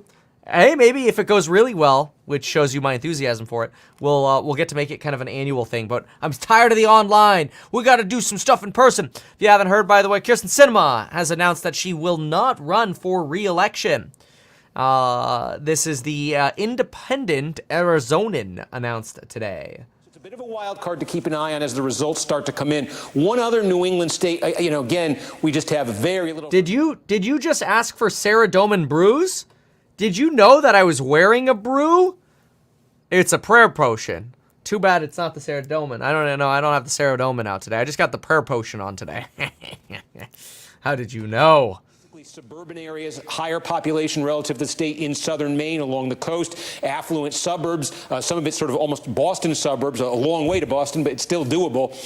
Haley can rack up votes there, but overall, the votes here really shift more towards that blue-collar, white voter without college degree demographic than in other New England states. So that looks like an uphill climb for Haley. Steve, let me interrupt you just for one moment. I'm sorry, but we do have a call to make. In the great state of Oklahoma, over to the decision desk, NBC News can project winners in both the Republican and Democratic races for president in Oklahoma. The projected winner of the Republican presidential contest is Donald Trump, and the projected winner of the Democratic contest is Joe Biden. We also... Yeah, I mean, not a surprise over here in Oklahoma. We just all of a sudden got 4% of votes, and they call them so early, but I mean, the spread is just massive. I mean, 76% to 20% for Trump versus Haley. You got a hard time over here. You got Alabama is at 100 votes, Donald Trump, 15 to Nikki Haley. You know, at this point, with 120 votes in, I'm surprised it's not called yet. I mean, just stop the count. This has been getting called so fast. It's all the AI, folks. The AI. I mean, you may as well call Maine as well. You've got 7 votes in, 1 for Nikki Haley. Just call it. Then we've got 15 minutes to go, I believe, for our 8:30 releases of data. 8:30 would just be Arkansas, Maine, Massachusetts. These are all Trump. We've got Alabama, still stuck at 120. 402,000 votes in over at Texas. That's a whole lot of votes. That's a lot of votes over in Texas. And 300,000 of them, so 3 out of every 4 in Texas, going for the Donnie T. In Vermont, where Nikki Haley still has a needle of a chance, there is still a spread of about 700 votes favoring Donald Trump here. So not sure what they're waiting for. Counties, and I think that what you see in the votes that have come in Texas so far, I'll show you 2 counties. Fort Bend County, this is just outside Houston, Sugar Land, Texas. Yeah. Very fast-growing suburbia here. And you see they're doing a lot of new construction out there in Sugar Land right now. The vote in that county, we've already got reported out. And then go to the Metroplex here, around Dallas, Rockwall County, again, about 3/4 of the vote in here. The key here is what I just showed you are 2 of the wealthiest suburban counties in Texas. And I think this is a twist to keep in mind here, because we've talked about how well Haley has done in New Hampshire, in South Carolina, in Virginia tonight outside Washington, D.C., it looks like, in affluent suburbs. But there are affluent suburbs on the map in this country that are not politically as moderate or liberal as some of, especially within Republican politics, as some of those places Haley's done well. These are 2 very big examples. Trump is getting 75% of the vote in what I believe is the wealthiest county in Texas. Trump is getting 74% in what I believe is the 2nd or 3rd wealthiest county in Texas tonight. And again, these are suburbs, immediate suburbs of some major cities here. Dallas, Fort Worth, in the case of Rockwall, and the Fort Bend, Houston. So a little difference here in Texas. And again, that's why Texas, while it is an open primary, and while they do give out most of their delegates by congressional district, on paper, these are the kinds of locations where Haley, if you had just looked at the demographics and you looked at the previous results, you'd say, all right, some ripe areas for her. The ripe areas in Texas aren't doing for her so far what they've done in some of the other states. Yeah, take a peek at just the wealthiest counties in Texas in order. Collin with 42,000 per cap income, Borden 41,000, King, 39.5. Loving, 37.3. Kendall, 36.4. Rockwall, 33.2. Denton, 32. Fort Bend, 32. Those are the per cap incomes. Remember, when I say per cap, it means per person. So that would include a child. Like a house of 4 would be 4 times that, right? Household of 4. Anyway, okay. All right. Let's pop on over for a moment. It's been a minute since we've popped, so let's listen in over here. Let's listen if they got anything to talk about regarding ripe areas. Bipartisan border deal is going to be a big deal at the State of the Union and other non-traditional democratic issues. But I think coming home is really the question. Yes. Yes. Or staying home. But Will they come I want to home or bring stay Trey home? in here because you're from South Carolina. Nikki Haley's going to have decisions to make. She could. Somebody says, Kevin, I fixed my tenant's toilet today. Does that make me a slumlord? No, that makes you handy. You know, it's all, you're only a slumlord if you'd fix it and you fail at fixing it. That's the quality. If it works, you're good. The speed with which she drops out determines what kind of conversation the former president would have with her. I mean, the talk has been pretty vitriolic, even by political standards. I mean, comments about dresses and your supporters need not apply. When you called Alabama, Brett, the first thing I thought of all the things in the world to think about, was Jeff Sessions. So if your first major cabinet position, you would tell us, you would admit you botched. So if we are moving to the general election, to your point, what do we do to get people who are apprehensive about President Trump to come home? So, you know, when you're winning, act like you're... Wow, that's interesting. 9 in 10 voters. This is according to the Washington Post, this is exit polling here. Okay, let me try to reconcile this here. So this is Virginia and North Carolina. And we're going to say this is per WAPO. 9 in 10 voters in Virginia and North Carolina, Republican primaries on Tuesday, were white. That's based on preliminary exit poll. Are they just not walking up to people who are non-white? Or who's doing the exit polling? Okay. And then we have, in North Carolina, Trump had support from almost 7 in 10 white voters and about half of non-white voters. That's some of their preliminary exit poll figures. So Trump had support from 7 in 10 white, and this was in North Carolina. So they must have done 2 exit polls there. Anyway, we keep listening in. According to the Times Siena poll. So I would suggest that Mr. Biden has a bigger problem unifying his party than Mr. Trump does. And as Trump goes into this working class coalition, which is African Americans, Hispanics, Asians, even women, even young people now, I think he's the one that's encroaching into Democratic territory. 10% of that Biden vote said they want to support Trump. Yes, 10% of them. Well, we're going to make some calls. The Fox News decision desk can now project that former President Trump will win the Oklahoma Republican primary. And the Fox News... Oh, yeah, that's old news. And Tennessee. ...will win the Oklahoma Democratic primary. There we go. And also, President Biden wins Maine. This is a theme here. We're just going to keep turning. President Biden wins Massachusetts. And we are counting down to a new set of poll closings that are coming up, including several states hit hard by the migrant crisis, how that issue could impact the vote. Sean Hannity. I think some of the extra sort of data is very interesting. So I kind of like looking at what some of these other little exit polls are. Obviously, we're going to keep watching Vermont here. Vermont still looks like Donald Trump's about 600 ahead. Pretty clear lead there. Still Virginia. This isn't changing much. Texas still 74-20. Oklahoma 77-20. This is like a trouncing, honestly. It's pretty clear. Maine's a little tight, but only 286 votes actually in. So we got a little more work to do there. Okay, what do we have here? TV commercial? No, thank you. Okay, flip around. I'll do the flipping for you. Lots of states where we've had poll closings, but no projections yet. Looking ahead, one of the poll closings we're anticipating the top of this hour is Minnesota, which is hosting an open primary, meaning that Nikki Haley has to look forward to the prospect of not only Republicans, but potentially independents and Democrats crossing over and being able to vote for her in the Republican primary there. Standing by for us in Minnesota is Jesse Kirsch, who's in Minneapolis. Jesse, what have you been seeing?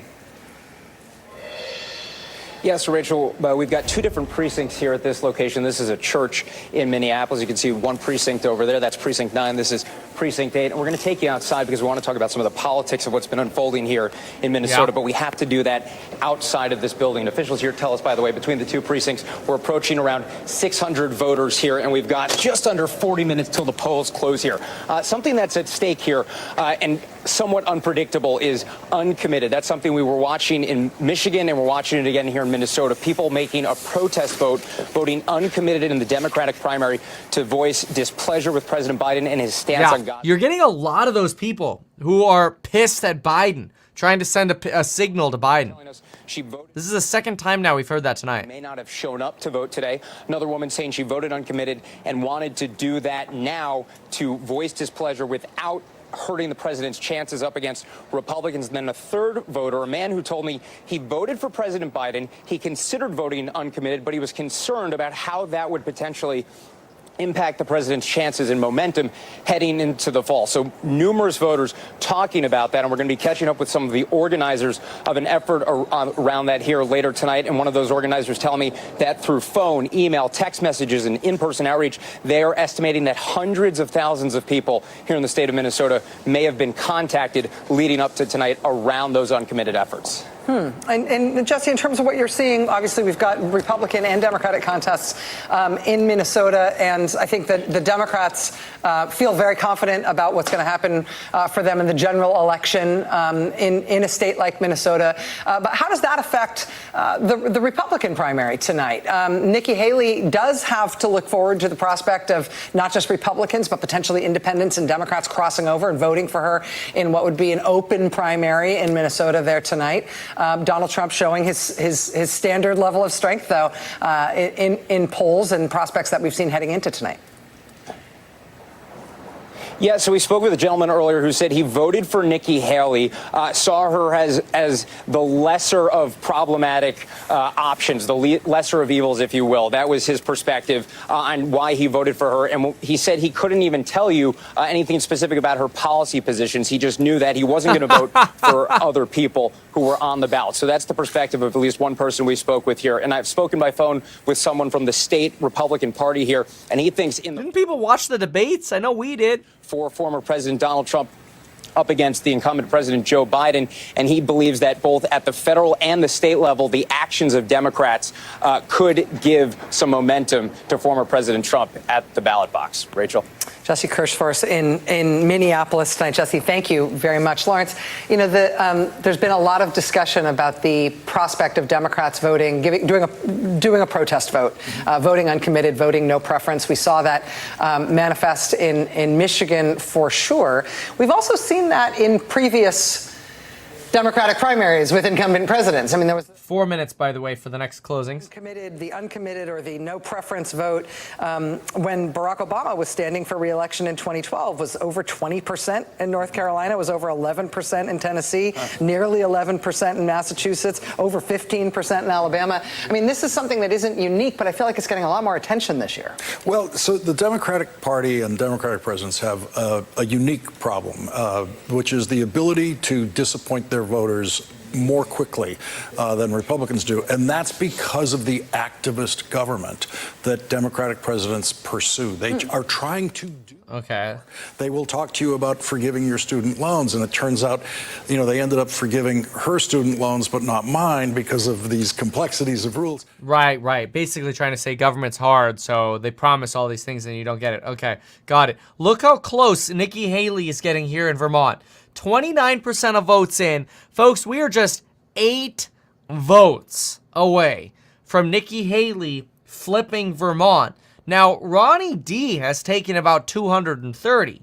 So it'd be interesting to see where the Ronnie D votes would have gone if people had picked between Haley and Trump, but that's okay, you know? everybody's free to vote for whomever they want, of course. So we'll see. Now, let's take a look at a refresh here at some of the others. Here's the full list.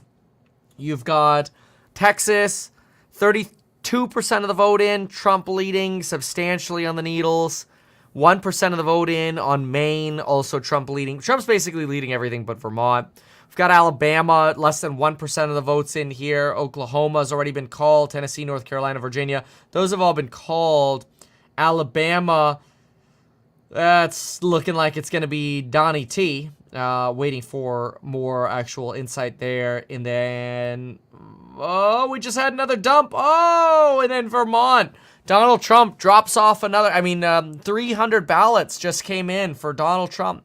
And so you're at 49% versus 47%. So never mind on that 8 votes there. That was, that did not last long. Donald Trump just absolutely destroying Nikki Haley in Texas, by the way. Not even a chance out here. Before we do that, Steve, can I check in with you briefly again about what's going on in Vermont on the Republican side with as the vote comes in there? I know you said it's been coming in quite slow. Yeah, we are starting to, it's picking up. And if you're looking for any outcome suspense in the Republican side tonight, it is in Vermont. Right now, Haley has just taken the lead in the statewide tally. She leads Trump by 3 votes statewide right now. 3. And and that is, we're more than a quarter of the vote is in. You see, it's about less than 20,000. I think we got the next dump after that already. How Haley was going to need to start getting a pad in the Burlington area here. And yeah, we have the latest number already, which is a little bit more updated than this. And that's when Donald Trump got his extra 200 votes or whatever. So what's on screen here is a little bit outdated. By Vermont standards, Haley winning that. You still have the city of Burlington itself right there. You have South Burlington. Again, you combine those two, that's going to be the biggest single kind of vote center tonight. It's not huge, but it's going to be, you expect it to be Haley, and it's a question of how much. She's still waiting on Montpelier as well. She's still waiting on Rutland. Those are going to be her big opportunities to pad the lead. But the other thing to note too, this is a winnable state for Haley right now. Maybe the only winnable one for her on the map tonight, although we'll see what happens in Mass, Colorado, maybe Minnesota. But the other thing is, we said this is winner take all. They just called Trump for Maine. Candidates finish under 50% of the vote. And I wasn't sure that would come into play tonight, but if we start having a race as more votes come in that looks like this, because like Marco Rubio's name's still on the ballot getting a few votes, other names getting a scattering of votes, if they both land under 50, then these are divvied up proportionally. So in that case, it could go from 9 to 8 to, you got a call here, it looks like. Vermont voters, this is your moment in the sun. And we've got a poll closing as of right now in the great state of Arkansas. Let's go over to the decision desk to see what they can tell us about the Arkansas race at poll closing on the Republican side, I believe, where we are starting in the presidential contest in the Republican side in Arkansas. It is too early to call. On the Democratic side in the presidential contest in Arkansas, it is too early to call. No duh. Let's switch out of there. Thank you, Jonathan, for gifting 10 Meet Kevin memberships. Ooh. Sometime down the road, I'm sure. But when I look at Nikki, the more she's attacked Trump personally, the more her unfavorables have climbed. She's somebody who is seen as middle-of-the-road unifier. Women are often seen as consensus builders, great negotiators, generally interested in what the other side thinks and how to come to a deal. And I feel like the Nikki I know has been going in the opposite direction. So I'm hoping very soon she'll come back. I'd love to see her at Mar-a-Lago talking to President Trump, figure out a way to bring some of those voters back in the fold. But if you're a close personal friend of the First Order and her husband, I would think that you're not too far afield from coming back into the Trump orbit. And for the former president, you both worked with him. Is he in that mindset, do you think? Bring her back in? I wonder where Vivek's been. Will be. He's a very smart guy. He's a very good negotiator. Oh, Vivek's on X saying Joe Biden will not be the Democratic nominee. Okay. All right. So who's it going to be then? They're blaming the Republican Party. She's now running against the Republican Party. The Republican Party is Donald Trump's party. As I said earlier, it's not the party of college professors and elites and Silicon Valley billionaires. It's the party of working folks. And he's building this broad-based coalition around that theme. And they want to have a better economy, they want to have safer streets, and they want to have a safer border and restore America overseas. She can't just run against the entire Republican Party and then hope to be welcomed. Okay, Donald Trump just called for Arkansas. That was really fast. Also very fast. I don't even have the data yet, but I'm just getting it across the tape. It says here, Reuters, Trump wins Arkansas, Biden wins Arkansas. So that's decided. Even weirder things in the Republican Party. Ronald Reagan and George H.W. Bush Yeah, as well. That's Our Fox thought. Decision Desk getting ready to make some new race calls as the Super Tuesday polls close. Our special coverage continues. Live from New York. Next. Boring. Ads. Switch. Go to a different one. Legitimately, like, keeping trusted Republican voices about Donald Trump in the mix while Donald Trump runs for the presidency. I always think about this moment in the Dick Cheney biography, where it just... A Trump campaign advisor just said there is no path forward for Nikki Haley. Well, yeah, I do think that's probably quite obvious at this point. All the Nixon people, you know, they get raptured, they get thrown in jail, and then all of a sudden you got a government to run, and you need Republicans, and you need Republicans to run that government who aren't Nixon people, because all the Nixon people are gone and discredited, and so a very young Dick Cheney and Donald Rumsfeld and a whole bunch of people come into this government and get their start in Republican politics then, and Cheney they have very powerful jobs above what they would normally have because of that, and I do wonder, like, there's always some possibility of the rapture with Donald Trump, of the thing just imploding. It never does happen. There's expectations for it happening. But there is some... That's always like the fear factor is, oh, everything's going to collapse with Trump. What? That's been the fear factor since like 2016. Purge it from the party in some way, or there is some power vacuum that then the people standing around, it's like, well, Nikki Haley's standing around. Yes. Right? Because I'm the one who got the most votes next to him. I'm the familiar face. I raised all of my name recognition and my profile and my donor list and all this stuff. And if the rapture happens, like I'm there. And I have to... All right, I don't know why we're listening to this, so we're going to get off that for a moment. We've got Virginia Republican primary. Donald Trump still with 65.2% of the vote. 2-1 on Haley. Oh, Haley gained the lead. Haley gains the lead in Vermont. She's about 30-something votes ahead of Donald Trump here. Donnie, it's getting close. Another 35 votes apart now. We just had another vote dump coming in. 35 vote difference between Nikki Haley and Trump. Donald Trump has, in Vermont, lost the lead. Then we're looking at, obviously, everything else so far being called for Trump. Virginia, North Carolina, Tennessee, Oklahoma, Maine. Then Arkansas has already been called, but I don't even have the numbers yet.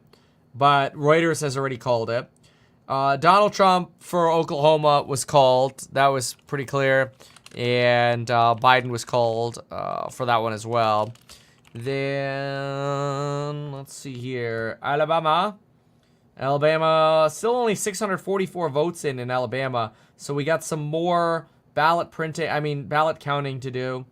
And then Tennessee was called for Trump as well as Maine. Let's keep listening. It's interesting to see that Donald Trump continues to march toward the Republican nomination. He is a clear and present danger to our democracy, to our way of life, to everyday Americans. And I think on a night like this, the stakes continue to be crystallized, that this is going to be a matchup in all likelihood between the former president and President Joe Biden. And I think that's a matchup, once it's completely crystallized, the American people will understand that we can either move the country forward under the leadership of Joe Biden or risk turning back the clock under Donald Trump in a very dangerous way.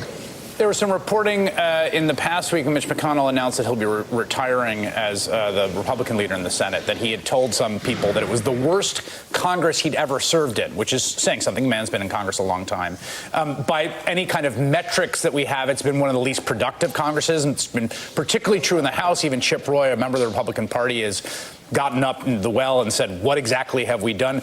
Do you think the historically unproductive nature of this Congress has any political effect outside of what it does to governing? Yes. Absolutely. But I think Donald Trump is also promoting that because the less gets done now, the easier it is for Trump, most likely. Yeah, I do think it'll be an important part of this campaign because you can establish a clear contrast. You have a do-nothing Republican Congress that has delivered no meaningful progress for the American people. Instead, it's been chaos and dysfunction and extremism. And that compares to the track record of accomplishment under the leadership of President Biden, a historic Congress in the previous 2 years prior to this Congress starting, where we got things done like clean water in every community, bringing domestic manufacturing jobs back home to the United States of America, lowering the high cost of life-saving prescription drugs, including taking the price of insulin to $35 a month for millions of Americans. It's an extraordinary track record of accomplishment.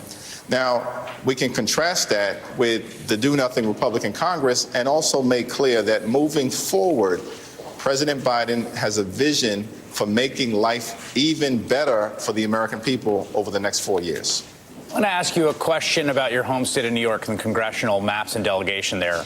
The fate of who controls the House this fall hinges probably on no state more than it does on New York, where five seats flipped. One just got flipped back with Tom Suozzi. There are a number of high-level targets. There's been rounds of endless litigation about congressional maps. Finally, after a complicated set of plot twists, the Democrats have drawn a new map. Critics of it say it is that basically they flinched, that it's nowhere near as aggressive as it should be, and that it risks essentially preserving a Republican majority. And I'm curious, as a New York Democrat, to get your response to that critique.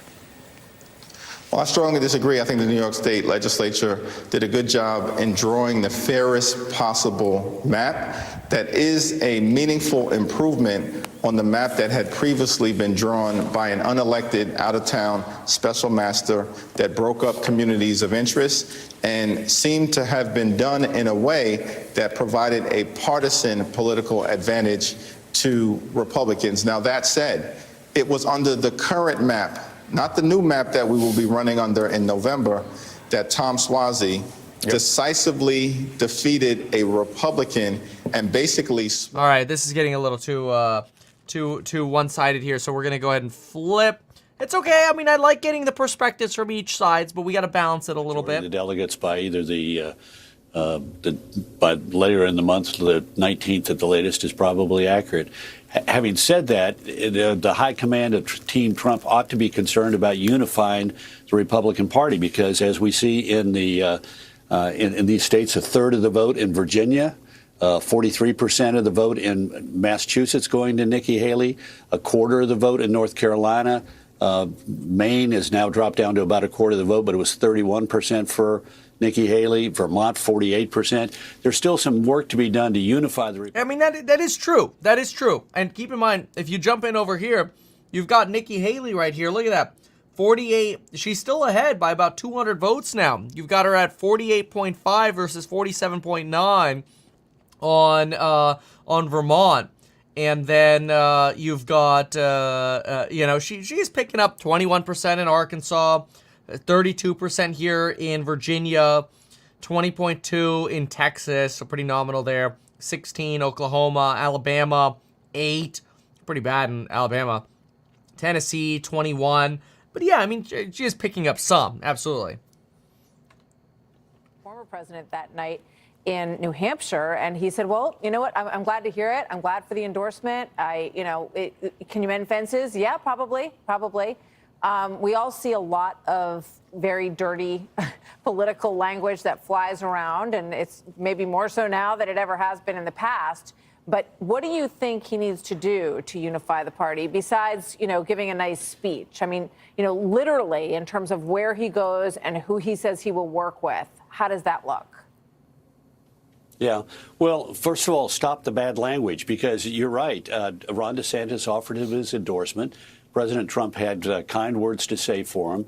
Then there was a leaked report of supposedly DeSantis off the record saying things in a private meeting that were disparaging of the former president. And the president's co-campaign manager, a terrific guy, A personal friend of mine went out and said, all we're going to remember about Governor DeSantis is chicken fingers and pudding lips. And that's just not the way to go about doing it. J.D. Vance, one of the former president's big surrogates, put out a statement saying, if you are not being supportive of Trump and the candidates he endorses, don't bother showing up on my doorstep and asking me to help you on legislation. I have a long memory. All right. 48.2% of the vote. He's one vote ahead. When I was talking about the lead he maintained, I'm referring to this one vote. Donald Trump has 10,992 votes. Nikki Haley has 10,991 votes. That's about a third of Vermont's vote is in, a third estimated vote. Donald Trump has one more vote than Nikki Haley. In Texas, in the Republican primary, 161 delegates at stake. Donald Trump far in the lead, 74.9%. Yeah, that's a good, fair question. I'll just throw in a quick interjection here as we're waiting for some more numbers to flow in. I think this is a fair question by Ben Affleck. What's up, Ben? I love your movies. How does an election year impact the stock market, especially with such a bullish start? Well, ordinarily, what I say is the uncertainty going into an election ends up getting rewarded really quickly after the election. So I usually like buying election dips. But I will say the market is somewhat irrational in parts of the stock market right now. Some valuations have gone stupid. Costco, Wingstop, ARM, and to some extent, depending on how you value NVIDIA, it could be trading at like an 8 peg. If you look at the January 2025 numbers going forward, you're only looking at 4% average annual growth, putting its 37 PE ratio over 4, putting it, between a 7 and 8 peg. Pretty nasty. So I think you've definitely got some overvaluation and froth going into the election. And so it's something that makes me tempted to pick up a little bit of cash between now and then, especially since we're not on the clear-cut rate cut cycle just yet. Let's keep listening in. In Sandy, Utah, that's in the general vicinity of Salt Lake City.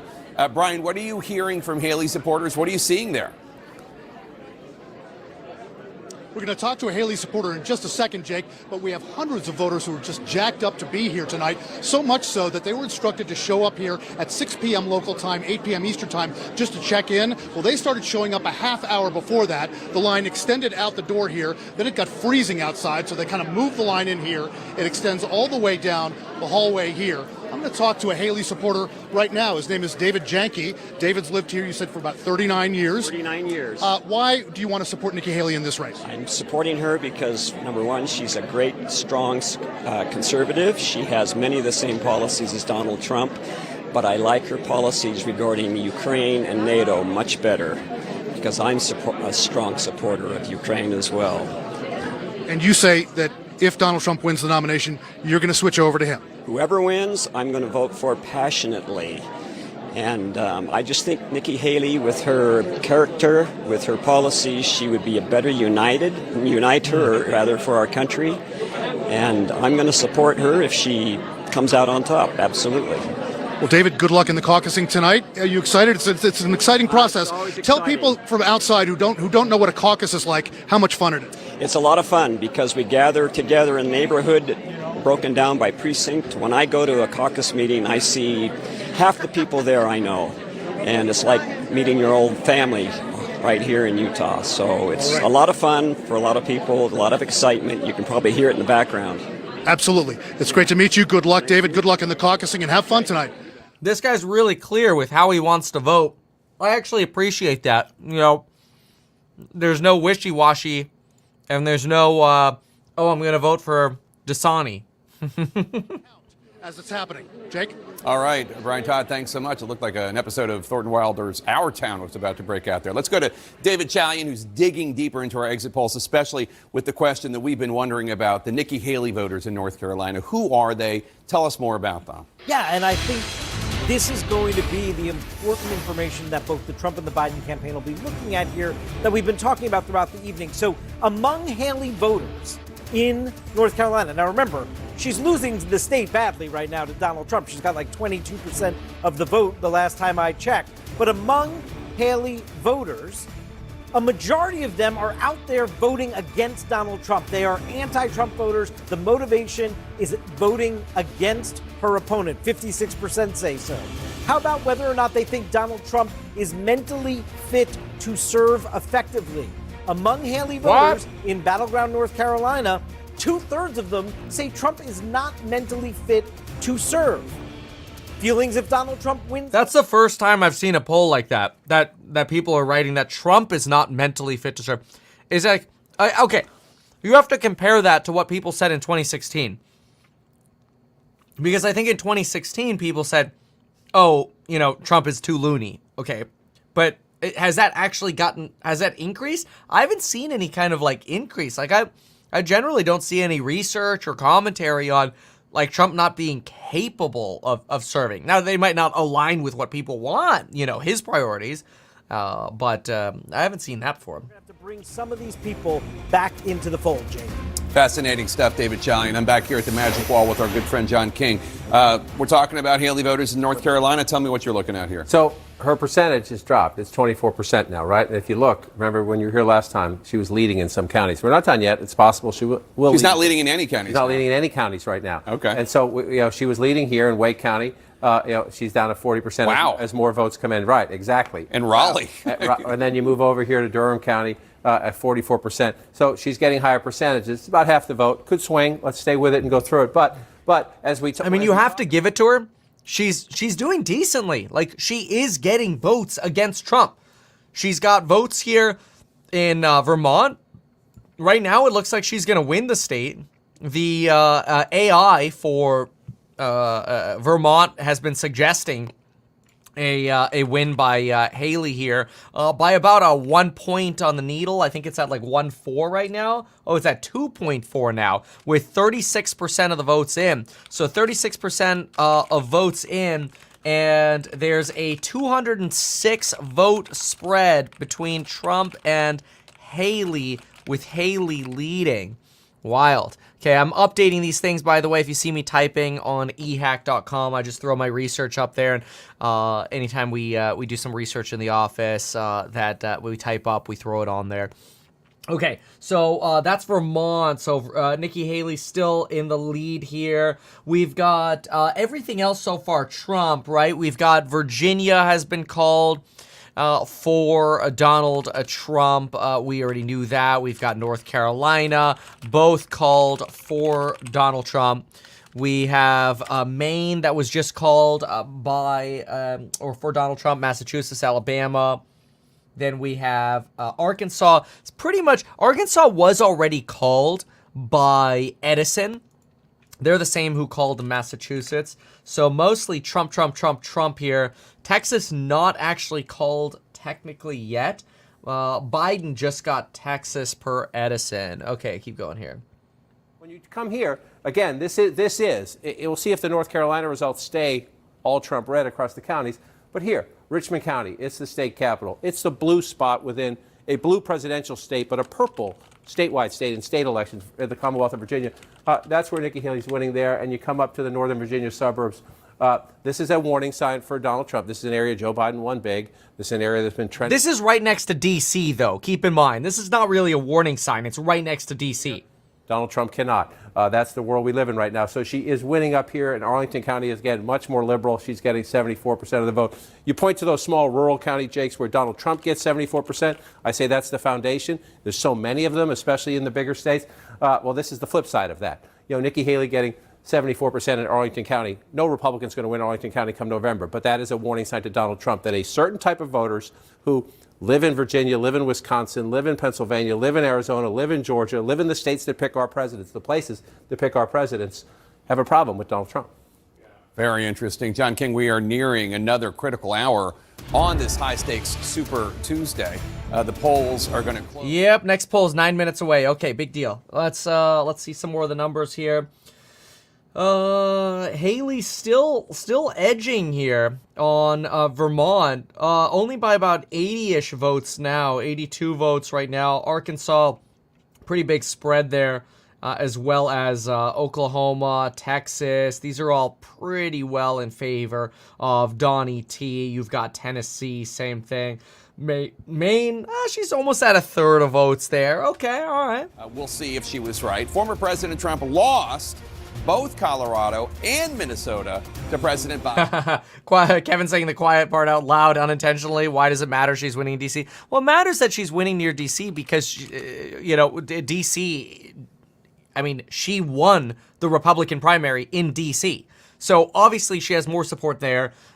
Some argue that D.C. is going to lean more left anyway. And so which of the Nikki Haley versus Trump is going to lean more left? Probably Haley is sort of the idea. So remember, Haley won D.C., so it's not surprising that her influence kind of spreads out. I don't think there's anything quiet about that. I think that's just blunt. Anyway, all right. Oh, we got someone to talk to. I'm an attorney and I'm supporting the judges. I support Laida Inez Garcia, Marlene Gonzalez, Linda Perez here, Selena Saenz, and that's who I voted for. And it's very important for El Paso to be out here early voting. So you've been involved in the local races. How about at the presidential level? Who did you vote for? I can't disclose that. You're gonna hold out on me now. All right. Well, let me ask you this way: Joe Biden, this is obviously El Paso, very democratic, right? Is there enthusiasm for Joe Biden out there, from what you're sensing? I don't think so. And why do you think that is? Just the way he's been running the country lately. But yeah, I don't think he's our. I mean, if we had a better choice. Right. So, are you worried about what this portends for November? I am. Yeah, I don't. I mean, if I could have a ballot with Democrats and Republicans, I think that'd be a better choice. But unfortunately, El Paso is very Democrat. Right. So in order to help my colleagues and the judges here, I have to vote Democrat. Right. As things are shaping out right now, we probably are seeing Joe Biden and Donald Trump on the ballot come November. What do you do then? I don't know. That's a good question. All right, these are boring when they do this. Just give us you see a suspicion, though, in that Joe Biden. I think it's very interesting when you get that sort of suspicion coming in. Oh, yeah, I'm here to vote Democrat to help my friends out. Oh, well, what do I think about Biden? I don't really want to talk about it. That's interesting. Okay. It became unaffordable for us to do it this year, and I'm not complaining. We do well, and I can luckily afford to keep renting in the city, but that's astronomical because of an inventory problem, and this is real life to people who support Republicans and who support Democrats and who are independents. But it definitely has to be messaged better, and that's something that I've been really concerned with because I feel like the messaging has only been tailored to a certain group of people who agree with you on everything, not people who might be open to somebody else or someone who's hanging in the middle saying, like, really make your case to me. But I do think that there is something important going on tonight, and obviously the story is more interesting on the Republican side because there's a real challenger in that. But Joe Biden is cruising through this thing tonight. I mean, Trump just called for Massachusetts, and Joe Biden is cruising through this because there's no competition. How many uncommitted voters you have.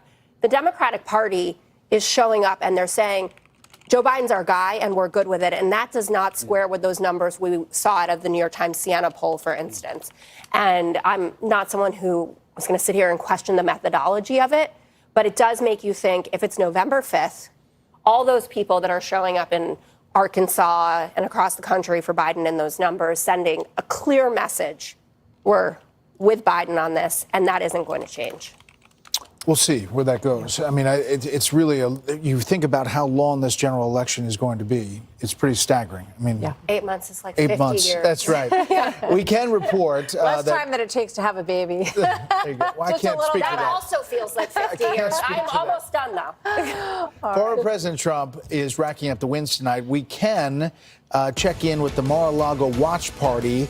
We can report that he is going to speak. We don't know exactly when, but we do know that Sean Hannity is here, and he's going to speak as our special coverage of Super Tuesday. You've got Dean Phillips apparently saying he's assessing the results, and he's going to make a decision in the coming days about what to do.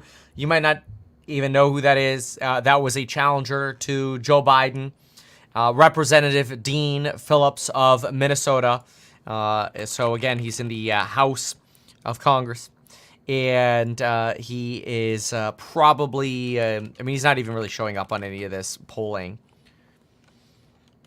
Again, that's a Democrat from Minnesota, and you probably see him drop out here soon. Maybe try to get, who knows, a seat there with Biden or something. Who knows? Okay, all right. So let's see here. Okay, Maine, 71%. Okay. What's going on? Okay, jeez. Always something crazy going on.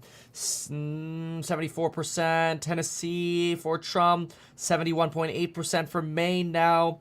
Pretty clear spread there. Nikki Haley really getting about 1 in 5, 1 in 4 votes in Tennessee and Maine.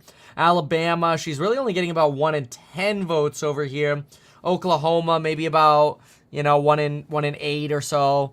1 in 9 to 1 in 8. You've got Texas getting about 1 in 5 votes. Arkansas about 1 in 4 and a bit. You've got Nikki Haley in Vermont Lost the lead. and Donald Trump Gained the lead. 218 vote difference between the two now. 41% of the vote in again. Another flip in Vermont. It's starting to feel like, who remembers when we were covering the Atlanta election there for a while? Well, it was the Georgia election. We were watching Atlanta for some of the results. That's sort of back and forth. I remember that. That was a couple years ago. That was, I think that was January 5th of 2021, if I remember correctly. Yeah, it was the day before J6. That was some crazy times. Keep in mind, as we watch, we've got 1 minute to go before the next poll results come in, so 1 minute to go for that. That'll be pretty exciting. Worth also just knowing that the over at meetkevin.com, you could learn about the Millionaire Symposium. We're doing a 3-day event. It's sort of like a mixer and intro on a Friday night, Saturday and Sunday event. It'll be hosted in Las Vegas. The price for these tickets will be going up as we announce more speakers. We've got a lot of speakers lined up. It's going to be real estate. We're going to have innovation, finance, you name it. So as we announce speakers for this event, we want it to be the biggest event of the year. We are going to raise the price for those tickets. So do consider that if you could be there in Vegas. Okay, so let's jump in here. We are looking for, I'm going to go to Fox for that 6 p.m., 9 p.m. Eastern call. They're also on commercial. I guess I'm stuck with CNN then. Let's listen in as we cross in 20 seconds to the next results, although we might not have them right away. Noticing earlier, I just want to check. Only 20 votes. It's hard for me to fathom, it's my home city, that a city reports votes and they only report 20. It has to be the tiniest of precincts that the city of Boston has reported the votes right there. But we'll watch as that one plays out. But if you look at the map, the margins in New England are a bit smaller, although that's an early one in Maine. It's still a big one. Vermont is a small margin. You come down to Massachusetts, inside, I'm saying 20 points as a small margin.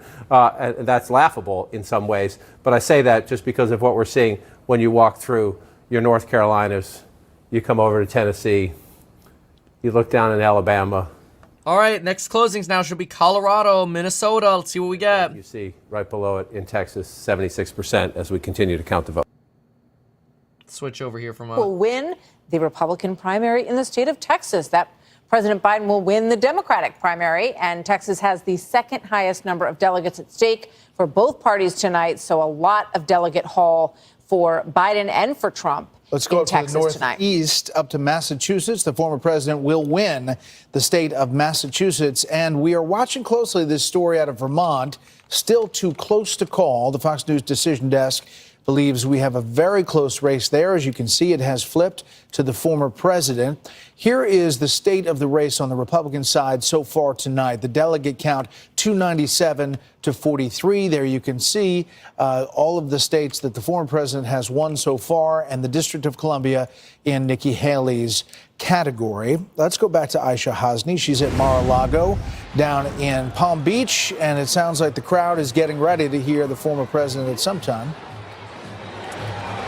Yes, they are. Good evening to you, Brett. And I was just about to turn around and look because the crowd was cheering very loudly because you just announced another state taken by the former president. And so every single time we see that, the crowd goes wild. And it's the room has filled up quite nicely. Not the 1,000 people that we kept hearing throughout the day, but definitely several hundred are here tonight. I've seen Congressman Byron Donalds, Florida. I've seen Congresswoman Marjorie Taylor Greene here. Pam Bondi is here. Some folks, staffers from the state legislature are here. Moms for Liberty. A lot of different types of Trump supporters are here, really supporting the president. The crowd is jubilant. There they go again. Very excited. Now they're cheering for us, I guess. I was able to ask if there is alcohol here, and there is. There is a cash bar, though. That's a cash bar. I love it. And I was able to ask the campaign if they're going to maybe pop some champagne later tonight. They said they'd get back to me. Back to you guys. That's good. Well, at least they're watching the right channel. Well, yeah, and they obviously have a lot to celebrate even so far tonight as we wait for some more states to come in. Let's bring in Sean Hannity. Sean, good to have you with us. You know, it is remarkable, Sean, on this Super Tuesday, when you look back over the last several years and all of the times that many, many people looked at this situation and did not see the... Ooh, Colorado coming in Haley right here. Look at this. Gained the lead. Gained the lead on Haley. 17,000 votes dropped versus the 13,900. Virginia did just narrow a little bit in favor of Haley. We already know Trump's called out there. Big spread all of a sudden just came in of about 400 votes in favor of Trump. Trump pulling Gained the lead on Vermont. You've got, let's drag this one over here. I don't really need that. There we go. Arkansas, we've got a little bit more for Nikki Haley and Hutchinson coming in with 3.7% out of nowhere at Arkansas. You've got Nikki Haley at 19.4 on Texas. Texas pretty clearly made up its mind. Alabama as well. Tennessee as well. Maine as well. Oh, Nikki Haley, Colorado. Lost the lead. And Donald Trump just dumped 13,000 more votes on Nikki Haley's lap. And okay, Reuters decision desk calls it already. After that flip, it's been called. Colorado has been called for Donnie T. Donnie T called right now. This is per the decision desk HQ. Calls Colorado. Again, if you hear me typing, I'm just throwing up the summary over at ehack.com. Let's keep listening. In election years, what drives elections? What drives people to the polls?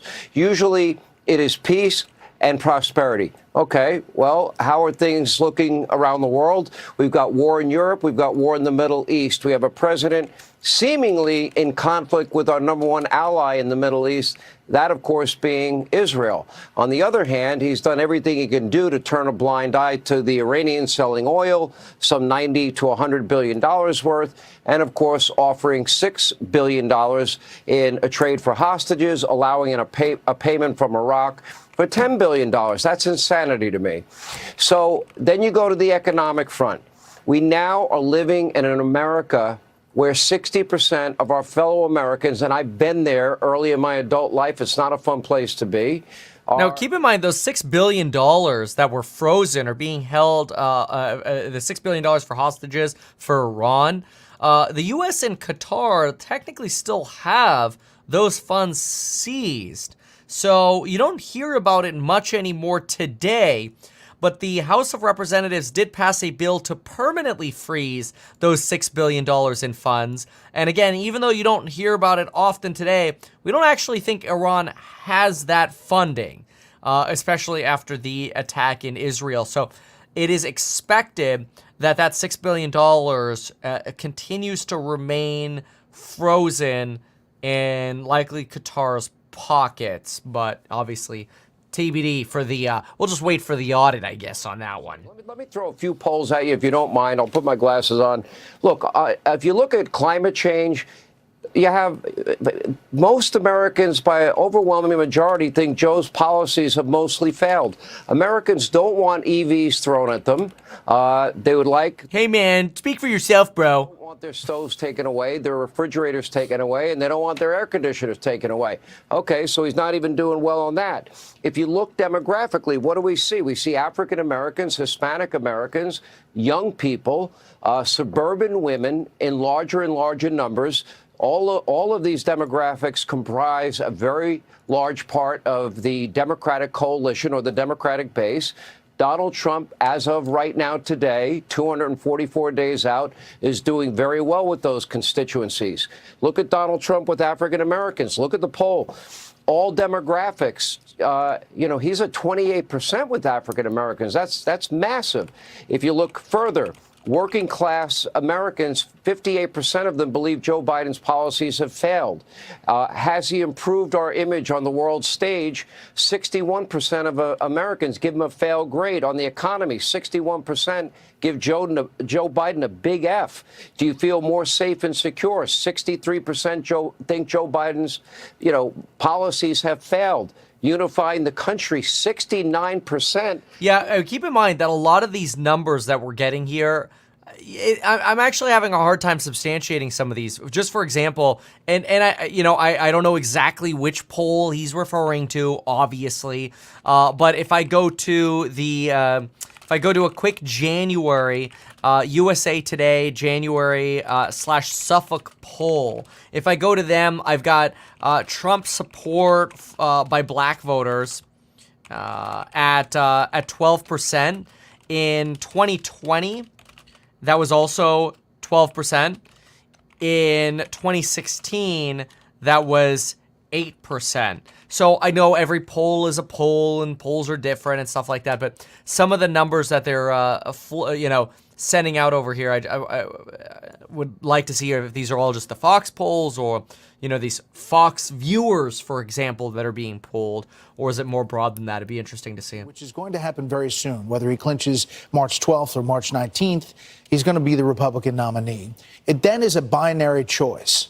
And so to your point, how people felt in the Trump administration about the economy, about the border, about world affairs. Do you think that those people voting for Nikki Haley, Republicans, will come home in a general election when it is a binary choice? I think most of them will, not all of them. But let's go back to one number that really popped to me, and that was 10% of 2020 Joe Biden voters. They are saying publicly to pollsters they're going to vote for Donald Trump in 2024. That's how dissatisfied they are. Now, that presents a challenge to the president.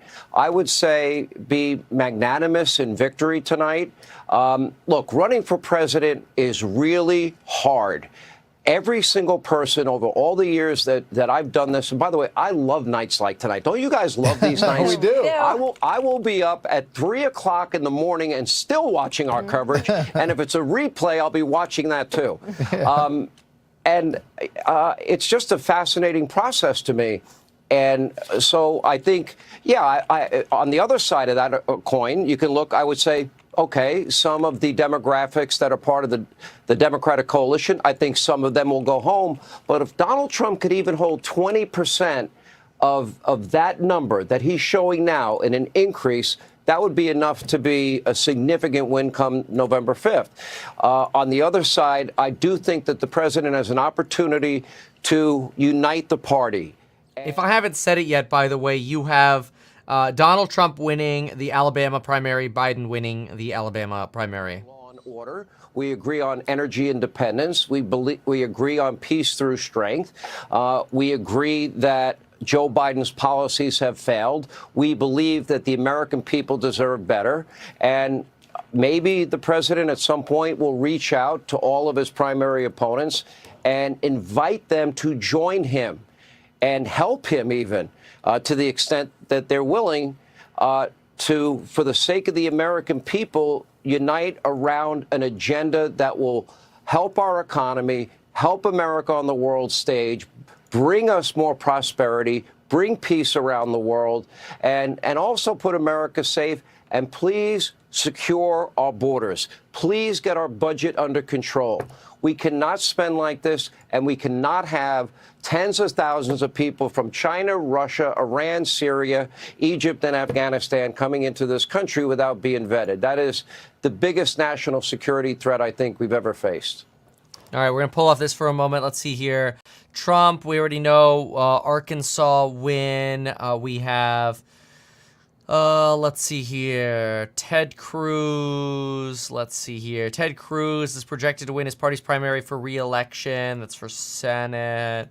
Cruz is facing some pretty much unknowns. Looking for other news here. Biden to win Texas. Already had that projection. Looking for China's BYD lowers starting prices of more EVs by 5.4%. Oh, the EV price war continues. I don't know why that just came out of nowhere. Sorry. It did. That's the way it is. That's the way the news works. Big Dave. Okay, what do we have here? This is nonsense. Donald Trump now still holding a slight lead in Vermont. That is true. It's gotten bigger. That lead has definitely grown. He's up about 780-ish votes right now. Obviously waiting for Trump to speak here. I think it'll be a bit before we see Trump. My guess would be another 45 minutes at least. But we'll see. Biden sweeps Texas for Dems. Not a surprise. Let's see here. Josh Stein is giving a victory speech that for his party nomination for governor in North Carolina. Let's see. That's against Mark Robinson, the Republican. And Mark Robinson, I kind of love the slams at each other already. So Robinson says that Stein, quote, doesn't understand what it's like to be at work. Okay, that's Robinson's slam against Stein. And that's an NYT quote. They quoted that. Then you've got Stein, I think, just threw out saying that Robinson is disturbing. Stein calls Robinson disturbing. Okay, very interesting. Keep listening over here. Because he's not strong enough physically to get up the big boy stairs. We've got a real problem. China's watching, Russia's watching, Iran is watching, North Korea's watching. This world is a dangerous place, and I think things will get really out of control if we don't change course in November. Sean, last thing, ahead of the midterms, we looked at polls and we thought this is going to be potentially a blowout for Republicans as you looked at the issue of immigration, as you looked at crime, as you looked at the economy. But then the Democrats went with a threat to democracy and obviously played on the issue of abortion very heavily. Let's go ahead and flip over for a moment just to get a little bit more balance. Donald Trump will be the winner of the Republican primary. Yeah, we covered that. At stake, Donald Trump is projected to be the winner of the Alabama Republican primary this evening. On the Democratic side, we can also make a projection. CNN can project that incumbent President Joe Biden will be the winner of the Democratic primary in Alabama. 52 delegates at stake, portending perhaps of the showdown that we knew was coming. Joe Biden versus Donald Trump. They are the victors in the Alabama Republican and Democratic primaries, respectively. Let me bring you a key race alert now. Let's take a look at the vote as it's coming in Vermont. Donald Trump maintaining his lead. 17 delegates at stake, 49.8% of the vote. That is 18,627 votes, 1,274 votes more than Nikki Haley, who has 46.4% of the vote. That is with more than half of the vote in from Vermont, 53% of the estimated vote. In the Commonwealth of Massachusetts, 40 delegates at stake. Donald Trump, again, maintaining a healthy lead, 59.9% of the vote, 36,807 votes. That is 14,352 more than Nikki Haley, who has 36.5% of the vote. That's still with only an estimated 10% of the vote in. But at this early hour, Donald Trump with a dominant lead in Massachusetts. In Colorado, where the polls just closed. Yeah, let's go look at the polls ourselves really quickly. So here's Virginia, 407 versus 224, so 63% Trump. Vermont, Trump's still in the lead by about 800 votes, 800 minus about 9. You've got Arkansas, Donald Trump at 72.9%. That just ticked up a little bit. We've got Texas also ticked up at 75.9. You've got 82.7 for Trump in Oklahoma, 83.3 for Alabama. More results here. All of these poll numbers are going up here. Donald Trump just pushed up another, a few thousand there to get to 76.1% in Tennessee. In Maine, Trump's percentage goes down a bit to 71.6. And in Colorado, scrolls right up, taking directly from Nikki Haley, 2.7% to 61%. Minnesota, Trump's coming in all the way at 75%. Waiting now for more data. Next data release. Let me see here. Let's pull it. Next data release, we have 7. So Utah in about 43 minutes, and obviously we'll keep seeing more data coming in. Let's listen in to what we got here. That looks like a TV commercial. So in that case, we will go to Foxy Doodlaw. How do we get to Family Feud? I mean, I thought it was a commercial for Family Feud because I was pretty sure I switched to MSNBC, but oh well. What's happening? Just hanging out over here. Sean Hannity's your PR agent. My name was invoked, yeah. I'm going to give you a quick spin here, and I'm going to just give you some perspective in the end on all this, okay? Let's start up in Vermont because this race has not been called here. We talk about the 50% mark. Earlier, Nikki Haley had a slight lead. Donald Trump has pulled out at an advantage of about 800 raw votes, computes to about 2.5 percentage points. So he's doing better than the last time we checked in the state of Vermont. And that was seen by a lot of people as like the state that Nikki Haley could win tonight. Let me come out here to Colorado because this was just called a moment ago with Donald Trump picking up a victory in Colorado. Let me go to Minnesota just to see what's happening right now. Too early to call, just 1% of the vote being reported. We'll see how this changes. Now I want to come down to Texas. I want to show you what Trump has done now in 8 years, okay? The state's been called in Texas. I want to show you where the party was 8 years ago. And as I go back in time here, everything you see that's blue is a county that Ted Cruz won. Granted, it was his home state, but nonetheless, very impressive 8 years ago for Ted Cruz. And frankly, kind of impressive for what Trump has done now 8 years later. And Oklahoma, right? Border state to the north. This is where it was 8 years ago. It was all blue. It was Ted Cruz. And now this is Donald Trump's party. It's his nomination. The question is, when does he get there? Let me try and just get you here to a delegate tracker here. Now, some of this is behind because it's based on the congressional district, and all the votes haven't been tabulated yet. But this is where we are, just shy of 300 delegates for Donald Trump. It needs to get to 1215. It won't happen tonight. It may happen a week from tonight. If not, it for sure should happen 2 weeks from tonight. So that's where we are, guys. Back over to you. Okay. Thank you, Bill. All right. A live look now at Trump campaign headquarters at Mar-a-Lago, where there is a big crowd. They are excited. Aisha Hasmi is there covering that for us. We do expect that we will hear from former President Donald Trump, who is a big winner tonight, coming up shortly. We'll take you there live. Yeah. Flip. I hope y'all had a good time. Y'all look good on TV. I see what I did wrong. I accidentally went to 9 instead of 49. It was my fault. But hey, a little Family Feud never hurt anyone. It's just the same thing my entire adult life. But the only difference now is they dropped the every 4 years part. And now, I mean, all the programming about cities is the coded threat of crime and well, meanwhile, on Earth One, the FBI reports that violent crime in America is at a 50-year low. And migrant crime is not a thing. And migrant crime is not a thing. And you live on Earth One. Yeah. But this is a very complicated concept, I know, because Fox News is right there.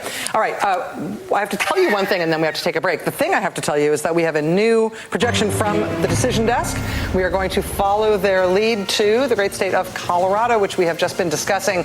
On the Republican side, the presidential contest in Colorado, the projected winner is Donald Trump. I also have to tell you that very shortly we're going to be speaking with the governor of Colorado, who's going to be joining us live. We're also still watching Vermont, where there is not a projected winner at this point between Nikki Haley and Donald Trump. There's lots still to come. Stay with us. We'll be right back. Everybody's just going TV commercial. What is this? No problem. That's fine. Okay, let's see here. God is ready to be president on day one. Does Donald Trump think so too? Well, yeah, I think so. I mean, I'm not, he's the one picking, not me. But I think one of the characteristics of who you want to be on your team is can they be president on day one? And I certainly think Tim can be. But he'll have a lot of good choices. Really, in many ways, this is our election to lose, and policy matters. Senator, thank you so much for being here. Thank you. Appreciate it. And this Super Tuesday is shaping up to be unlike any we've seen in modern presidential politics, with former President Donald Trump scoring 8 wins tonight and counting. We're tracking the uncalled races and any potential bright spots for Nikki Haley at this very critical moment in the fight for the GOP nomination. Stay with us. Much more ahead. Everybody's going to commercial, no problem. California also has a ballot measure. There is a Prop 1 is the statewide ballot measure people are talking about right now. It's basically 2 prongs. The goal is to spend, to basically issue a $6.4 billion bond to build 10,000 treatment units and supportive housing. I always like to, when I see these sort of numbers, just try to relate them into numbers we can understand. So if I divide that out, it always kind of blows my mind when I do this. But 10,000 treatment units works out to $640,000 per treatment unit. So I don't really trust Gavin Newsom to spend $1 because he blatantly sucks at spending money. But whatever. Then they also kind of try to make some adjustments to the Mental Health Services Act, which basically directs more money to their expensive housing. But again, usually the crap that Newsom pulls off sucks. It's sad. But that's why homelessness hasn't been solved yet. But that's okay. I would have solved it in 60 days. But I didn't become governor. All right. So, looking at some of the polls that we have, we are still sitting for Donald Trump at 63.2, 48.5 for Donnie, and that's on Virginia. Vermont, Trump's still ahead at 16.2. You've got more votes coming in there for Trump in Arkansas, 73.1, 76 now in Texas. 82.6 in Oklahoma. It's down a bip. Up a bip in Alabama. 83.5. Up like 5 basis points to 77. 7 basis points up to 77. No, 70. Yeah, 70 bips. Yeah, that's the way. These are all tenths. Sorry. Anyway, 77% here for Tennessee. And then you're at 71.3 in Maine. Colorado sitting at 63, 2 percentage points up. And then 1.1 percentage points up on Minnesota. So just waiting for Utah now coming up. And then we'll start getting some California figures coming in. So let's see what we got over here. Are we getting ready for a speech? It looks like it. And accept what are a number of victories. It may be all of them before the night is through. We're looking at a couple of these races to see if they tighten up. As you look at Vermont, it's the tightest of the tight. But right now, 48% in. The former president leading 48.5 to 47% there. He has won a number of races already this evening. He won Virginia, which was also another area where Nikki Haley felt that she had a chance. She won D.C. the other day, but that one has gone to former President Trump. So also, former President Trump scored a major legal victory in Colorado this week when the Supreme Court 9-0 unanimously rejected the effort to kick him off the state's ballot. Alicia Acuna reporting live from Denver tonight. Hi, Alicia. Hi, Martha. Hi, Brett. Yeah, you have to imagine that for former President Trump, tonight's victory in Colorado must be extra sweet when you consider that early yesterday morning there was still a question of whether or not votes for him would even be counted. Because of printing deadlines, the Colorado Secretary of State had to issue ballots that contained his name. However, they came with a warning saying that if the Supreme Court did not decide his way, that those votes would not be counted. Of course, the Colorado Secretary of State, a Democrat, Democrat Jenna Griswold had expressed deep regret and disappointment at the decision by the unanimous decision by the justices of the U.S. Supreme Court to allow former President Trump on the Colorado ballot. She did, however, have to add that all votes would be counted. And what's interesting is that we've also heard from supporters of Nikki Haley, supporters of President Biden, who also said that they also believe that former President Trump should be on the ballot. Did they support him? No. Yeah, I mean, I don't even know why we're talking about this on Fox. Like, it was so freaking obvious that Trump was going to win this Supreme Court case. We talked about it on ehack.com ad nauseum. You go, to the Trump case and the case below here. Like, I did a summary just a few days ago before this, and I summarized on February 28th the different reasons here, the officer of, the holding office, how could you stop somebody from running from the office? It's not in the actual text that you can do that. Doesn't target president. This has to do with states' rights versus federal rights, which, of course, the 14th Amendment empowers the federal government, not states' governments.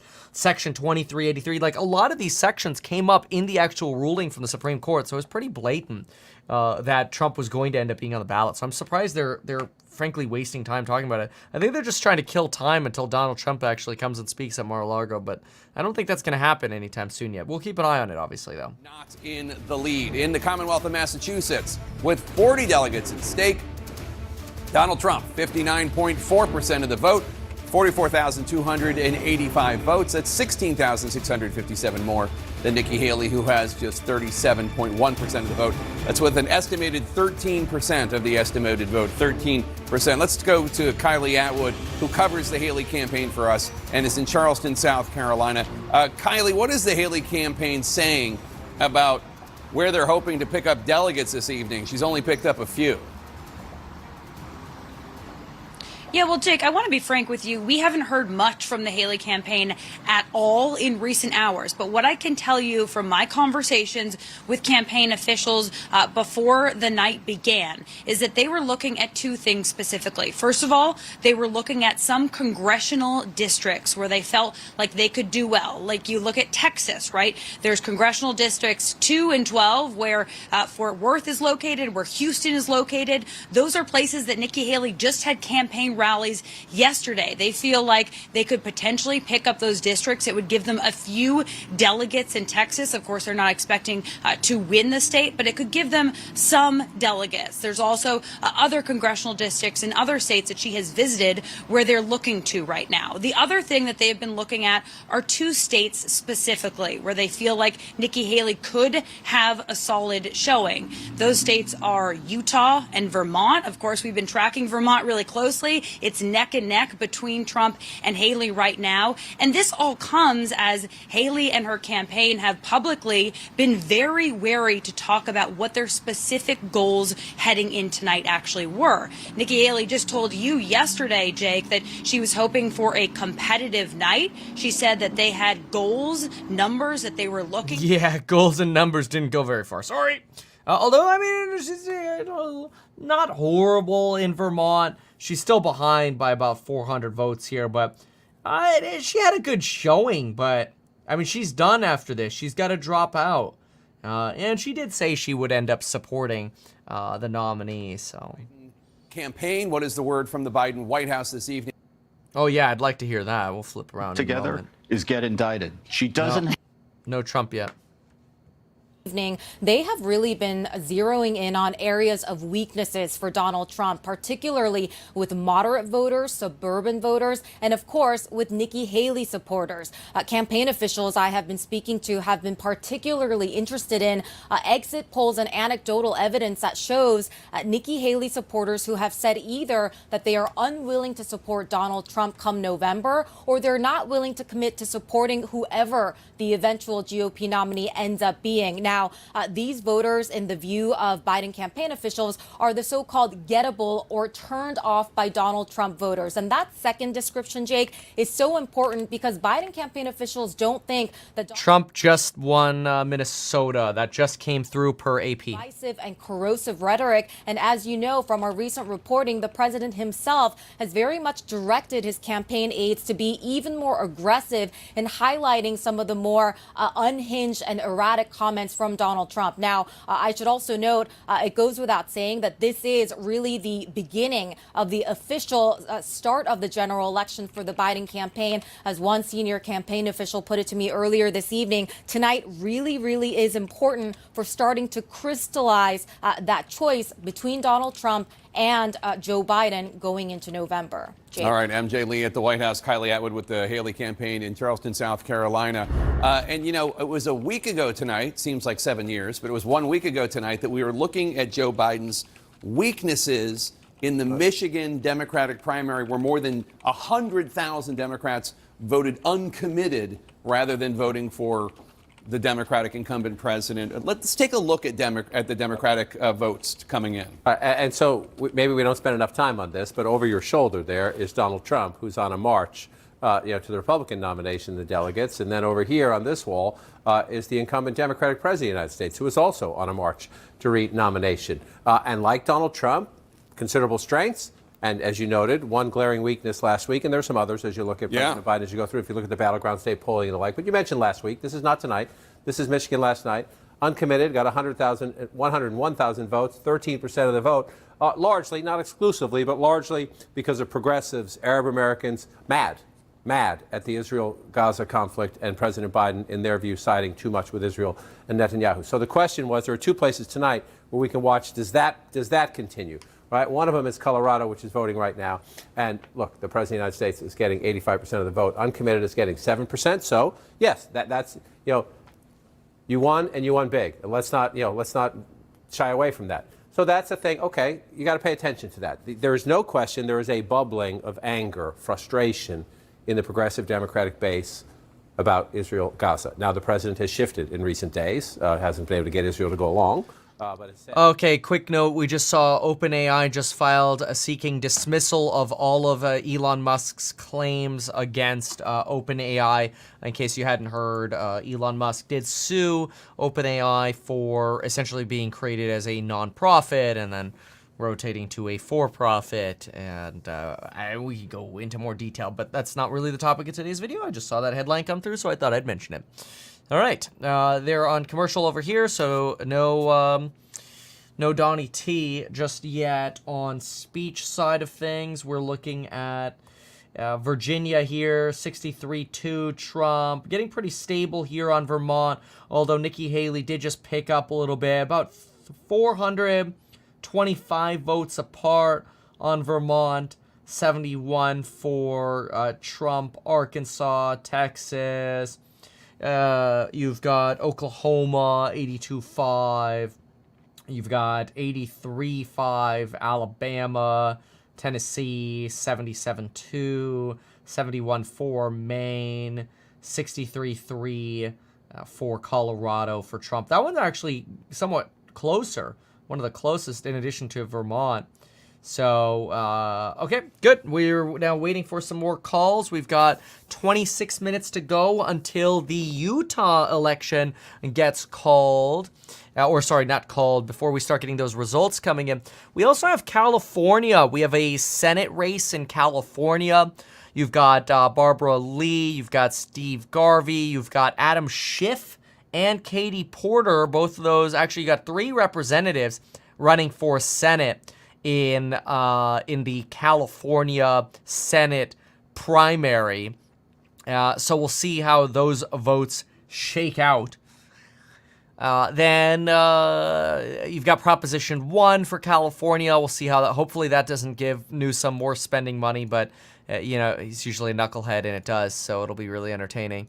And let's see, what else here? Oh yeah, there's that OpenAI.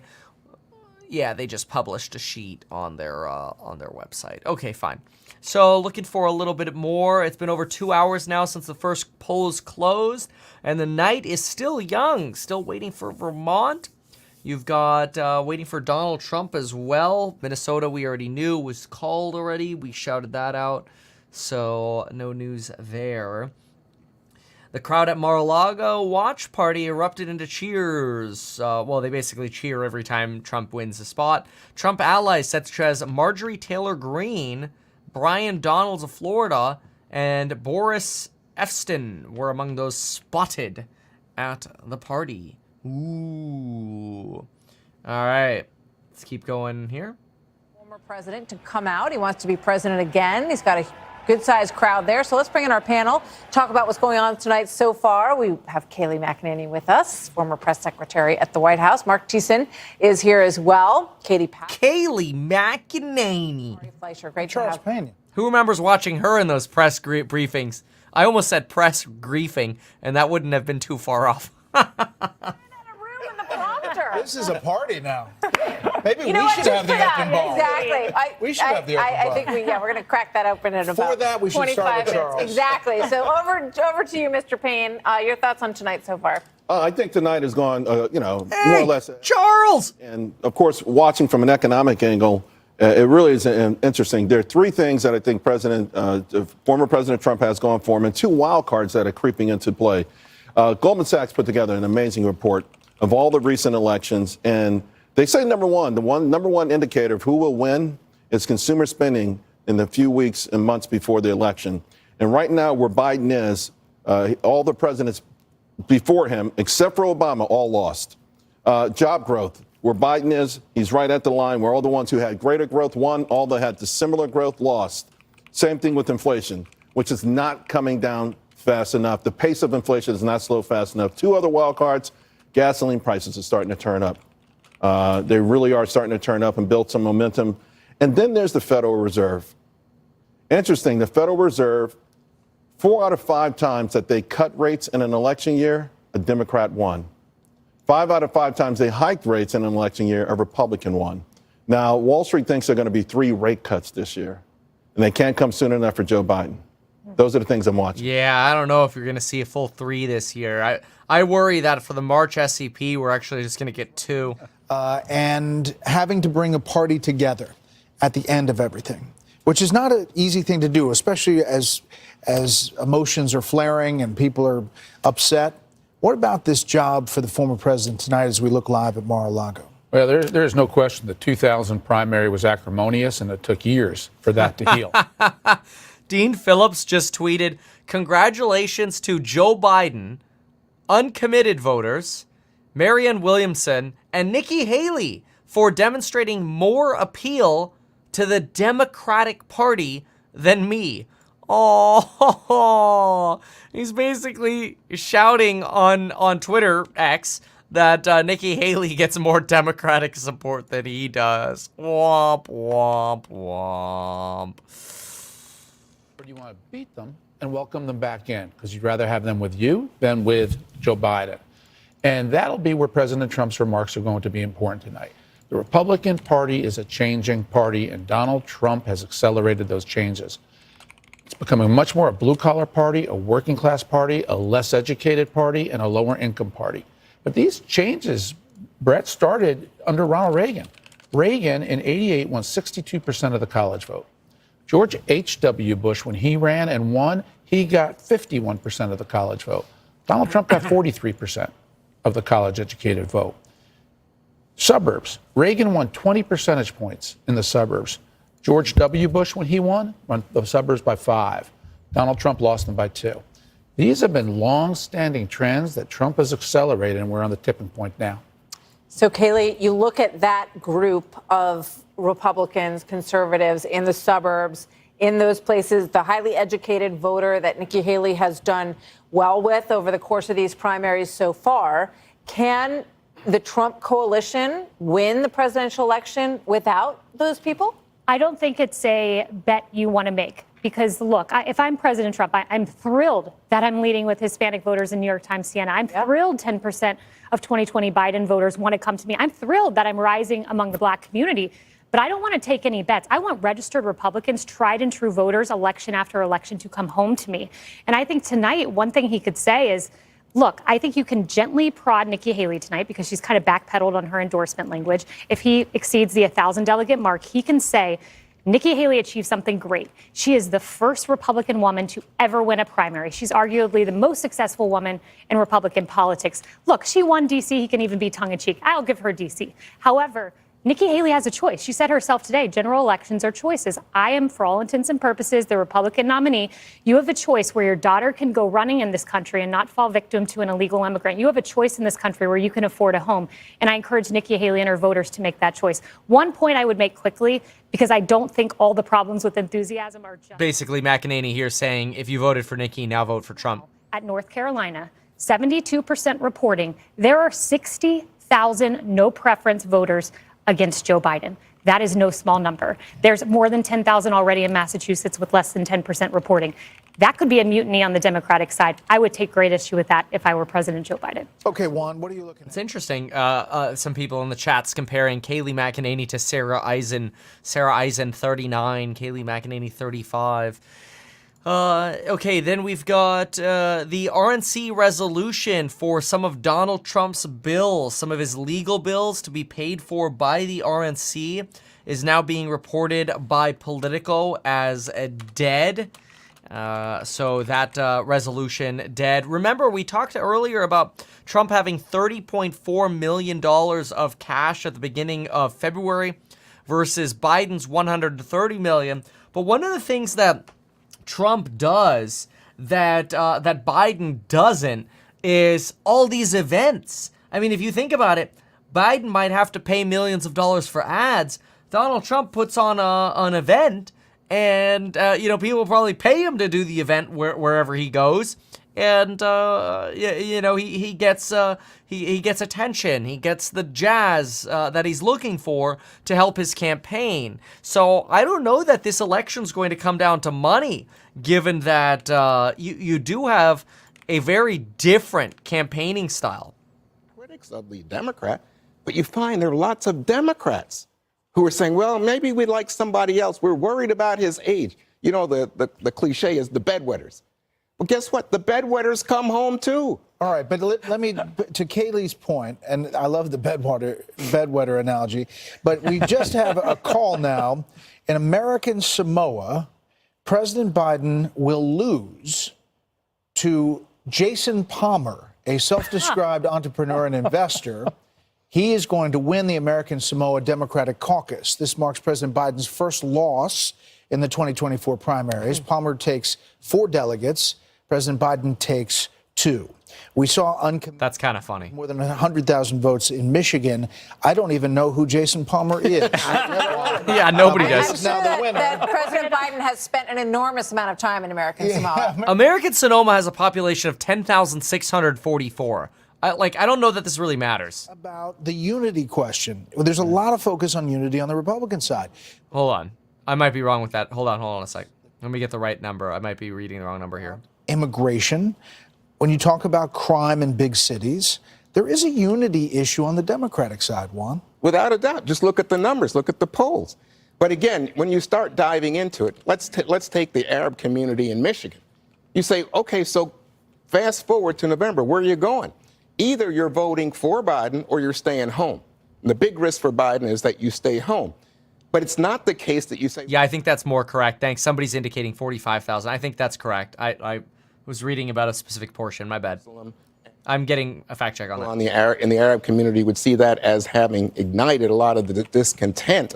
Although he also did the Abraham Accords with Saudi Arabia and others together. You go talk to people in the Arab community, that's not what they're talking about. They had a lot of discontent, and I think that you'll see that, and that's why it's a matter of stay at home or vote for Biden. That's the choice. But I think your point is... Okay, 2023 numbers were actually 44,600. So this is my fault regarding the 10,000. 44,600 as of the 2023 estimate. Okay. Improving economy. And you come back to the idea that people are saying, gosh, chaos. I remember why we didn't vote for Trump in 2020. Well, no doubt that's going to be hammered home by the Biden team. And we've known for a long time that there are a lot of people who don't want the matchup to be what it clearly is, but that both of these individuals, who essentially is a quasi-incumbent and an incumbent, so not a big surprise that they're winning their party's nomination. But what comes after that when it starts to play out? We'll continue this conversation. We'll get to Mark and Katie as soon as we get back. And we are awaiting the comments, I should say, from former President Trump, who's having a huge night and a big celebration about to be had in Mar-a-Lago. We'll take you there live next.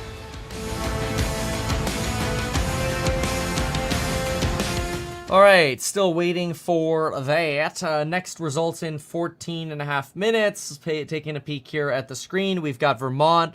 Donald Trump still about 400 votes in the lead. Looking at Virginia, Trump's at 417, so 63.6.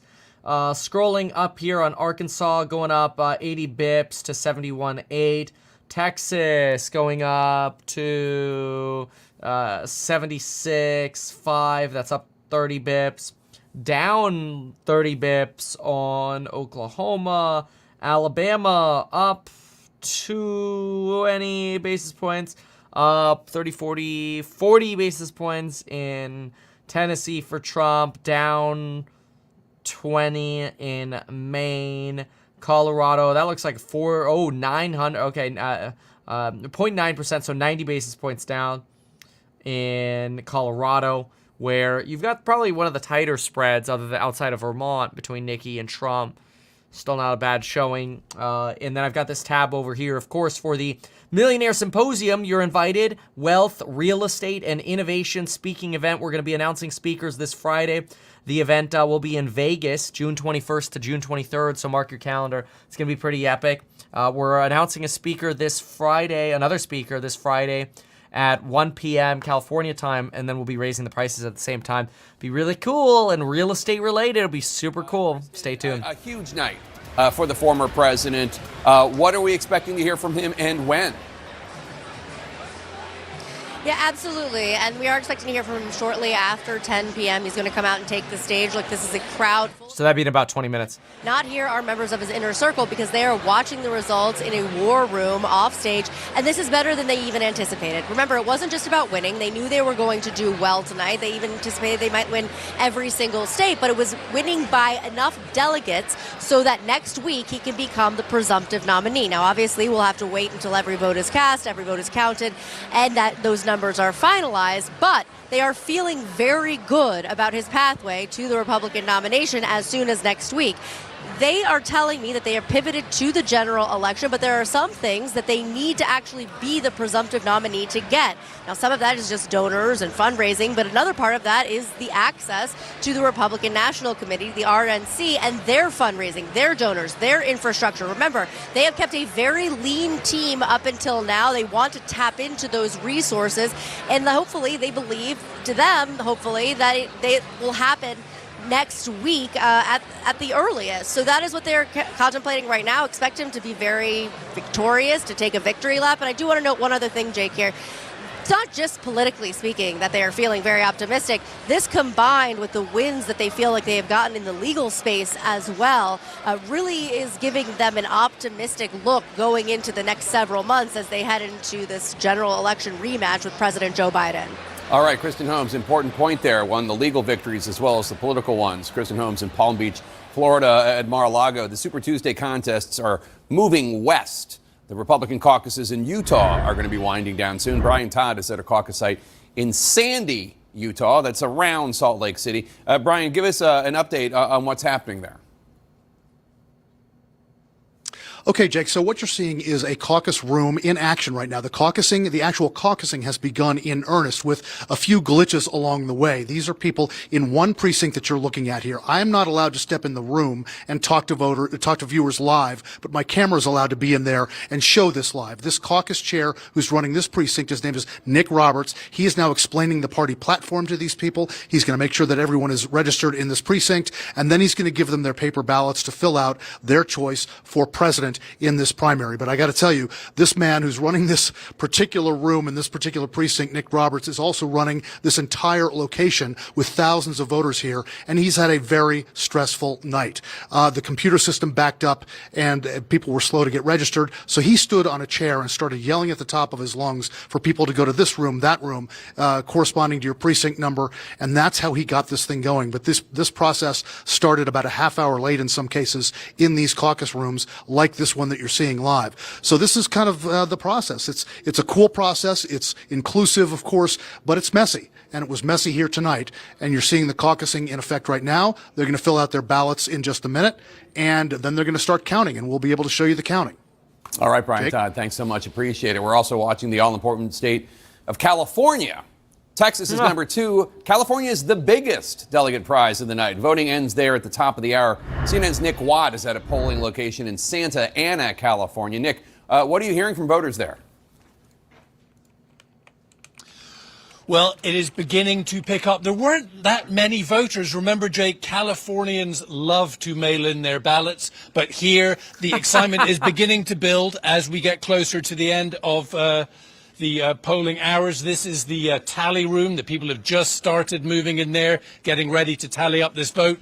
And where we are, Jake, in Orange County is actually a fascinating little county. Between 1936 and 2012, Orange County voted Republican in every single presidential election. Then in 2016, they went Hillary Clinton. In 2020, they went Joe Biden. You know, Ronald Reagan once said of Orange County back in 1988, he said, this is where good Republicans go to go before they die.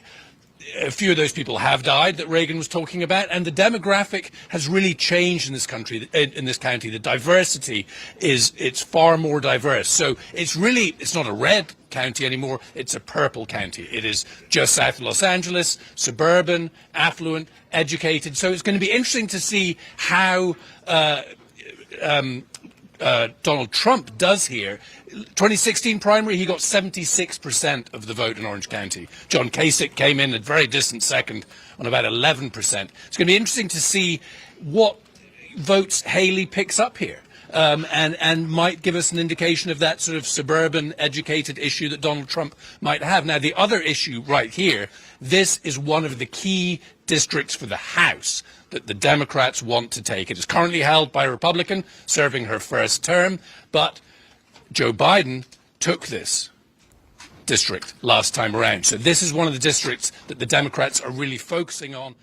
A quick note, Lindsey Graham, we briefly saw him on CNN. Some quotes that came out of it indicated that Lindsey Graham, Republican from South Carolina, obviously, he's pretty confident that Nikki Haley is going to ultimately back Donald Trump for president.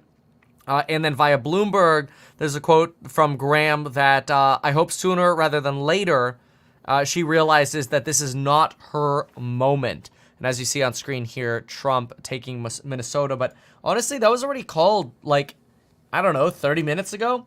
But anyway, William Ferguson writes, that time Meet Kevin won San Francisco. Good times. Let's go. That's awesome. Yeah, San Francisco needs a little love. I have faith that San Francisco will turn around one day. They just need the right leadership. They don't got it right now. But don't count California out. For that state, 17 delegates, 48.3% of the vote. That's 23,721 votes. 147 votes more than Nikki. Oh, only 200 apart there. This is her strongest state yet in this Super Tuesday contest, but she's still pulling up the rear. 48% of the vote. That's with an estimated 70% of the vote in. In the Commonwealth of Massachusetts, with 40 delegates at stake, Donald Trump has 61.4% of the vote. Very dominant. 86,387 votes. That's 36,807 more than Nikki Haley, who is 35.2% of the vote. That's about a quarter of the vote is in there, about 23% of the estimated vote in Massachusetts. What do you got for me, John? Looking at the Haley vote, looking at the Trump vote? But if you look at the Trump vote, I'm going to just quickly check to make sure there's no speech, because CNN would probably skip it. Oh, well, actually, let's listen here. To be the Big Tent, the party I know it to be, and you want to expand, Nikki Haley has a bright future, because either one of the two men who are up for the nomination this time to win can only serve one term. So I think she has a very bright future, and I would hope she'd be part of the future administration. She did a tremendous job at the UN. She's very capable of her job as governor. She has a great force across this nation, and she can help unite this party. And I think it would be upon her to find the way where you can find common ground. Look, I watched Bernie Sanders sit down with Biden. I watched... Hey, write some comments. Who would unite the party more? Vivek with Trump or Nikki with Trump? This is an opportunity to put the country before yourself. And also, when I look at President Trump, open this up even further, this party. And I watched when he picked Mike Pence to be his VP nominee. Mike Pence had endorsed again. Everybody says Vivek. Wow. Wow, that was a slam dunk. Wow. I got one Nikki out of like maybe 2 or 3 Nikkis here out of like 50 Viveks. Wow. We will bring you there live as our Super Tuesday coverage continues after this. Tulsi. Kate made progress. Somebody says Nikki won't be allowed within 20 miles of the White House. Oh, Rami Swami. Wow. Okay. All right. All right. Okay. That's pretty good. I don't even think I need to put up a poll on that one. That's like 20%. That's like, I was going to say, that's like a 90%er over there. Okay, Donald Trump is expected to speak at 7:15. Nobody knows 7:15 better than Donald. That is 7:15 California time. So that would be 10:15 p.m. New York time. Jess. Okay. So let's see what else we got to cover. Getting tired sitting over here. It's 3 hours. And it is. Right. It is. He is dominating. 7:40 Trump time. That's probably true, honestly. In the key battleground states, even in these states here or places like them that matter come November. So there's a fascinating case study. Even as she is losing and being overwhelmed in losing, there are some very important lessons in there. Yeah, it seems as though this is also just looking at the fact, look, Donald... You see, she has, sorry to interrupt you, but she has pulled ahead narrowly. She's pulled ahead? 97 votes ahead with 74%. This could end up in the W column for Nikki Haley. We don't know. It's so close. But in any case, the point you were making, Joe Biden won the 2020 election, and despite what some people out there might think, that is a fact. Joe Biden won the 2020 election, and one of the ways he won was a lot of people who would like to vote for Nikki Haley for president voted for him. Like right here. That's what I just circled, right? Yeah. So she's winning there tonight. Joe Biden won Virginia by 10 points. I mean, it was considered a close battleground state again since 2008. It's been Democrats, so I'm going to say it at least leans blue until somebody convinces me otherwise. I would call, but yes, so you have to. But the point is more who those women and men in the suburbs are. Right, and so Joe Biden won New Hampshire. Where was I just a minute ago? Right here, and right here, and right here. Right, and so if you're a Republican, so you say, well, she's just getting Democrats, or she's just getting Democratic-leaning independents. No, she's also getting independents who lean Republican. And some Republicans. Yeah, keep in mind, one of the things that's really, really cool is that you're actually going to see, if Donald Trump wins, what'll be really cool for Trump is that he'll have dodged all the inflation, right? I've always kind of joked about this, how wild it would be. And I joked about this 5 years ago. I'm like, if we have a bunch of inflation, maybe 4 years ago. Imagine we have a bunch of inflation. And then Biden wins, has to basically spend his term dealing with all the inflation. The inflation goes away, and then Trump wins again. It's kind of like he got the best of both, right? He got the money printing, at least a chunk of it. We know Biden printed more. And then he comes back and doesn't have to deal with the inflation because, it's already been somewhat removed. That's not to say prices are back to 2019, but... as Elon Musk says, fate loves irony. It could happen. Vote's going to be in Minnesota by the end of the night, but it could be more than 44,000. Right. So she wins, 44,000 points there. Joe Biden stretches it out much more. So again, this is because of the suburbs. This is because of the suburbs and younger voters as well. And so then now you come forward to where we are now, and you want to look at the Democratic primary. Yes, in a state that you don't think it's going to be in play, but just might be in play, or voters like that here who might live somewhere else, who are just mad, and they're looking for something to do. So you watch that number. It's 16% if you round that up in Minnesota right now. I just want to check on the totals in Colorado. It's just 7%. It's a smaller number, but still, those are your voters. Those are your voters who are saying on this night, even as you run away with things, that they're mad at you. And this was the high point. We expect this to be the high point because of the Arab American, Muslim American, and the college-age population in Michigan, 13%, more than 100,000 votes a week ago. But yes, just as Donald Trump is marching to nomination, he's not an incumbent. Joe Biden is marching to renomination, Jake, and Donald Trump has some serious things to deal with to try to heal if he wants to be a stronger candidate in November. So too does the president. All right. As Donald Trump scores win after win this Super Tuesday, the biggest prize on the Super Tuesday is still ahead. It's now 10 p.m. Eastern. Yep. All right. We got polls starting to close now. Here we go. The next, I think Utah's next, and then California. So let's see here what they say. For all of those delegates, as he hopes to deliver a knockout blow to Nikki Haley and fully pivot to his long-anticipated second face-off with President Joe Biden. Both Biden and Trump are counting on California wins tonight to catapult them toward the expected rematch. But we can now make an important projection.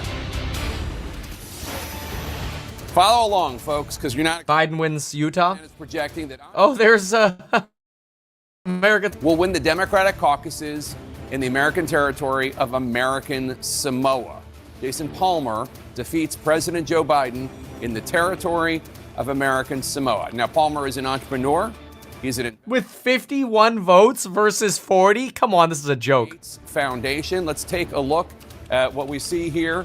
It is with 99% of the estimated vote in, 56%. It's just embarrassing. Went to Jason Palmer. That's 51 votes.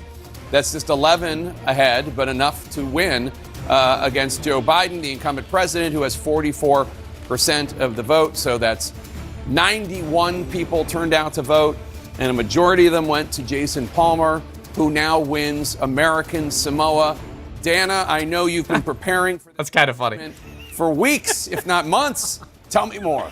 It was totally on my bingo card. I know. Jeff Zeleny, you went to American Samoa. No, I'm kidding. Pego is the dateline, so that is certainly one. But I was just quickly reading the Samoa news and was reminded I'd forgotten that Michael Bloomberg won in 2020. That was the only one he won.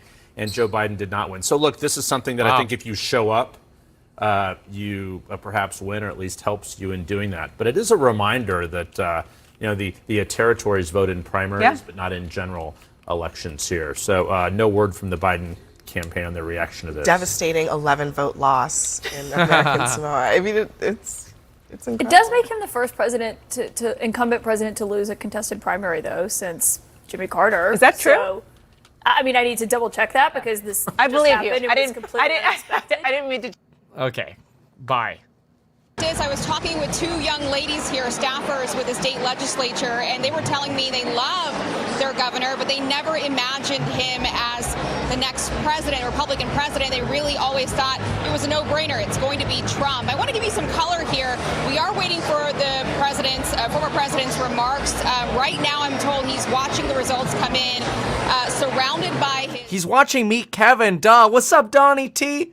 Notable former presidential candidates with him here tonight, or if he's going to bring anyone with him up on the stage. I'm told by the campaign that it's really a game time decision for the former president, that he'll just decide what he feels like before he comes on stage, and then we'll see where he goes from there. But what will be interesting tonight, and the former president really has sort of not given a straight answer as to this, is whether or not he's going to get up on the stage and ask Nikki Haley, call on her to step down tonight, especially if this is a clean sweep, which is really... Yeah, let's see Vermont. What happens in Vermont? So, how's Vermont doing right now? Nikki gained the lead. Nikki gains the lead with about 900 vote dump over there. And you've got Virginia kind of moving down 10 bips for Trump. Oh, that was a big move up over here in Arkansas, 1.2%. You've got 340 bips over here in Texas for Trump up. Lost a few over in Oklahoma. Gained a little bit in Alabama. In Tennessee, dropped 10 bips. In Maine, we got plus 70. Colorado gains 0.3. Gains 0.3 in Minnesota. Oh, and there's that event again. Meet Kevin. Oh, sorry, I didn't mean to do that again. There we go. So Haley now with the sticks at about a 3-2 margin there. Look at that. Probability 84% chance now of Haley on the sticks pulling a Vermont.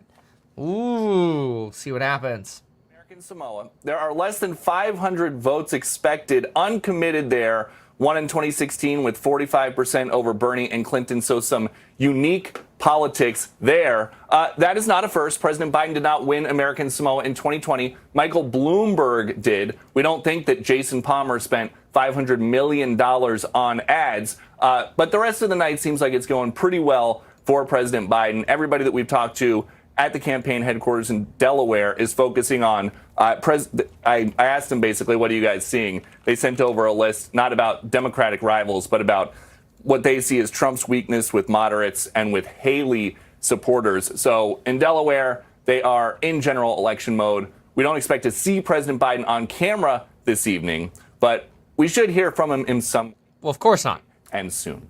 Martha. All right, Peter, thank you very much. We're back with our panel now in studio. Mark Thiessen, if you're the president or his campaign and you see these recent polls, a string of them, including New York Times CNN poll, that has you underwater and all the major issues that you see voters caring about, what are you thinking at this moment, 8 months to the day from the general election? Well, first of all, you and I are the only people in this panel who've been to American Samoa together. That's true. At the Pentagon, so we'll have some searing insights into the politics of American Samoa in a moment. But if you're Joe Biden, he's the most unpopular president in the history of presidential polling. His disapproval right now is double what Donald Trump was at the same time in 2020. So he's incredibly vulnerable. This is the moment for Donald Trump to turn around and pivot to the general election and reach out to those disaffected Democrats and trying to bring them into his coalition. You know, Juan was talking about Michigan and how, well, those Arab American voters are never going to come around to Donald Trump. His problem in Michigan isn't just Arab Americans, it's auto workers who've been hurt by his EV policies. Biden's problem, his EV policies, and he actually just pulled back on his EV mandates because he knows that. Those are people who could vote for Donald Trump. So Trump needs to reach out to disaffected Democrats, and he needs to bring the Haley voters into his coalition. He needs to make a concerted effort. His problem right now is not never Trump voters who never voted for him, didn't vote for him in 2016, didn't vote for him in 2020, never will. So there's actually one president who's worse than Joe Biden in terms of approval rating this far in for post-World War II presidents, and it's Jimmy Carter, with an average approval of 39.8 per Gallup. So again, when I hear these quotes and stuff from the Fox people, I always try to do just a quick little facty checkly doodle. That's all. Even a handful of those Haley voters decide they're just staying home. They're not even voting for Joe Biden or even a third-party candidate. That could cost him the election. So he needs to pivot now and do what successful two-term presidents do, which is not just feed their base, expand their base. Katie, what do you say about that? Well, I think it's up to Haley voters as well to come back into the fold. You've had Donald Trump a few times trying to discuss bringing them back, and Nikki Haley continues this effort to try and gain delegates and maybe get some leverage for some kind of position. But he's talked about this a little bit. He's gone back as she has also hurled insults towards him. But when it comes to what we're watching, we are watching a general election. We are seeing tonight this big party at Mar-a-Lago. They're raring to go. The Trump campaign this time around is much more organized than it was last time around. And Americans have a fresh memory in a way that's very unique in this situation because they can remember what their lives were like under Donald Trump. Yeah, I mean, if I was ever going to run a campaign again, having run one once before is actually really useful practice. And when it comes to Joe Biden, he is underwater on every single issue with independents, with his own party. He is losing his coalition. He is in a deep hole, and he doesn't have a ladder yet to try and climb out of it. And I think the question on the uncommitted voters, especially in Michigan, those voters are being driven by Congresswoman Rashida Tlaib. She is leading that. So who is Joe Biden going to have to really cater to bring Michigan into the fold, to bring other states into the fold of people who are upset about his policies, especially when it comes to foreign policy? And finally, I'll say the issues obviously matter here with Joe Biden giving the State of the Union later this week. For Republicans, immigration is number one. For Democrats, it's abortion. The number two issue is the economy. And Americans believe that the costs for them will go up under Biden and down under Trump. So we'll see if they can hone in on that message. Charles, about costs, we are going to hear in the State of the Union a tick-tock of different numbers, and you deal with them on your show all the time. the Biden folks talking about what the good numbers are, but we've been talking about how people feel about things. Right. When you talk about the economy in this environment politically, how do you see it? You know, for me, the election is about big government, big spending, what they call modern monetary theory, that the government, no one should suffer. This is the ideology. No one should suffer if the government prints money. Now, the folks who believe in this modern monetary theory do acknowledge that it creates 87% chance of Haley winning Vermont now. They pour the water is pouring into the sink, and the water that pours over the sink is inflation. They say if you reelect President Biden, we'll do it right this time, because we did the greatest experiment in history of free money. That last $1.9 trillion, you lay on that, don't pay your rent, don't pay your school bills. We had trillions and trillions of dollars cascading into this economy, and it's like going out to the bar. At 10 o'clock at night, it felt great. Midnight, it felt fantastic. This is like 2 days later, and we're still like, what the hell do we drink, right? So they're saying, if you reelect me, we'll take a little bit of this water out via taxes. We'll tax all the rich, and therefore you can have your cake and eat it too. On the other side, of course, is good old-fashioned pull yourself up by the bootstraps. That's why we have two things in economics. Nominal numbers, what they are on the surface. Adjusted numbers, what we call real numbers. And that's what the American public feels. They feel the real numbers. On the surface, it looks fantastic. GDP, fantastic. This looks fantastic. But if you go into the store, if you went to a store with $10 and walked out with 2 bags, and then a year later you went with $10 and walked out 1 bag, or $15 and walked out 1 bag, you're saying, I didn't make it much further. So I can brag and say, listen, I put $15 in your pocket. You look at me, yeah, but I only came out with 1 bag. So that's where the American public is, and that's why it's so intriguing, because President Biden... Charles is 100% right here. I think, yeah, it's just a fact. Prices are higher now. They're a lot higher. It is what it is. Both Republicans and Democrats contributed to that. That you could argue one contributed more than the other, and there's no doubt Democrats were the last to contribute, given that, well, they're the party in power now.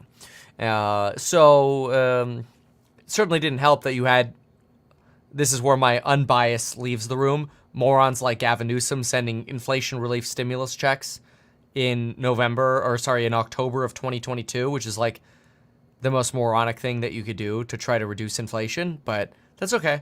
That's what happens when you have a governor who would rather blow money like that to buy votes than to actually fix problems in the state. And oh my gosh, the state's in a budget deficit now? No. Sorry. Wages or whatever. Those voters have been... Okay, Haley just moved up to a 95% certainty of winning in Vermont. Oh, yeah. She just pulled ahead like 1,400 votes. So there we go. All of a sudden, you've got Nikki Haley. Yep, 49.5. It looks like Haley's actually going to pull off Vermont here. Looks like the algos were probably right. We don't have a call yet, but it's going to come here momentarily. I'm sure of it. Yeah, stop the count. There you go. Another suitcase just came in. Took another 0.1 from Trump. Sorry, I didn't say that. Company too. I own a liquor company. They are talking about prosperity. The hottest conversation in Black America right now is generational wealth. Generational wealth. They're saying, you know what? You can't get my vote if you promise me higher minimum wage. No, thank you. You can't get my vote if you promise me nicer public housing. No, thank you. You cannot get my vote anymore. I want an economic backdrop where if I pull myself up by the bootstraps, maybe one day I'll have a private jet and I'll have generational wealth. That's I think there are people Hell yeah. that, Charles. I just don't think that's what private jets for everyone. Where's Oprah? The black vote in America. When we talk about increases for Trump, you may be talking about some people like that who love his gangster style and his. I'm talking about prosperity. Prosperity. Because if you're talking, hang on, Charles. Hold on a second. You can't promise them higher, more welfare and get their vote. Charles, nobody's promising that. Instead, I mean, if you're watching the State of the Union later this week, you'll hear that we didn't have a recession, and there was a lot of talk among the experts that you consult that this was going to be a recession. We did have a recession. We did not have a recession. Yeah, but how much does that have to do with just the president versus, an economy that did grow? Mar-a-Lago. This is the Democrat. That's an interesting question. I mean, fiscal spending didn't hurt. I'm sure the CHIPS Act didn't hurt. It's interesting, though. It looks like Trump's getting ready to walk out, by the way. Committed is in double digits at 12%, all right? So that's North Carolina. That's a swing state, all right? I'm watching another feed of him here. He's shaking hands right now. Yeah, he should be showing up on screen here in just a moment. Some of the vote counted. You're just shy of 10% for uncommitted in Massachusetts as well. And then pop over here to Minnesota. Some people think they could be a battleground state, and we'll see. But you're at 22% reporting. You're just shy of 15% for uncommitted. So this goes into the conversation that you guys were having a short time ago. And if I can, let me go back to the state of Vermont here. Just want to make a point here, okay? Nikki Haley has taken a lead over Donald Trump in Vermont. So when he made the prediction earlier today at 8 a.m. Eastern time on our air that he would go 15 for 15 or had a chance to do that, right now Vermont is standing in his way. All right. Former President Trump at Mar-a-Lago choosing the blue striped tie tonight in the ballroom at Mar-a-Lago. Several hundred people there. And if I had to bet, proud to be an American? Yeah, well, probably going to get canned here. Let's go ahead and wait to see when he gets to speaking. So I'm going to go ahead and hit another angle as well so I can see. Let's see here. Yeah, here we go. I've got footage. I've got another angle of the event. But that's going to take a second to pull. That's fine. He's not speaking yet, so we're getting ready for that. Okay. Okay, we'll listen in here more. Materialize on them. Absolutely. Let's go to Mar-a-Lago and listen in. I think the president is about to begin speaking. Thank you very much. They call it Super Tuesday for a reason. This is a big one. And they tell me, the pundits and otherwise, that there's never been one like this. There's never been anything so conclusive. This was an amazing night, an amazing day. It's been an incredible period of time in our country's history. It's been sad in so many ways, but I think it's going to be inspiring because we're going to do something that, frankly, nobody's been able to do for a long time.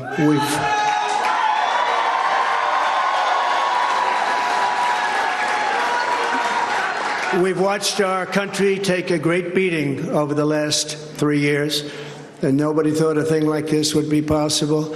We wouldn't have Russia attacking Ukraine. We wouldn't have Israel being attacked. Iran, as you know, was broke. When I was running things, they were broke. They didn't have money for Hamas. They didn't have money for Hezbollah.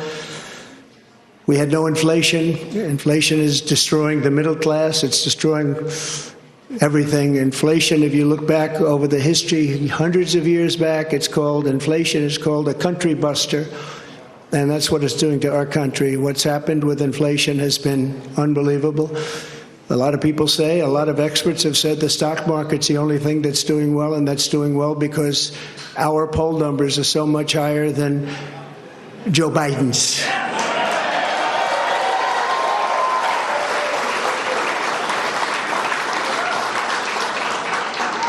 He's the worst president in the history of our country.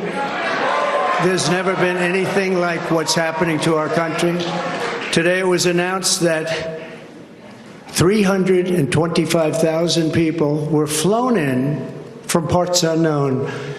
Migrants were flown in airplane, not going through borders, not going through that great Texas barrier that I was with the governor of Texas, Greg Abbott, the other day, and we were looking at the job they're doing. But in the meantime, they're pouring into California and they're pouring into Arizona because those governors aren't doing anything. They're doing nothing.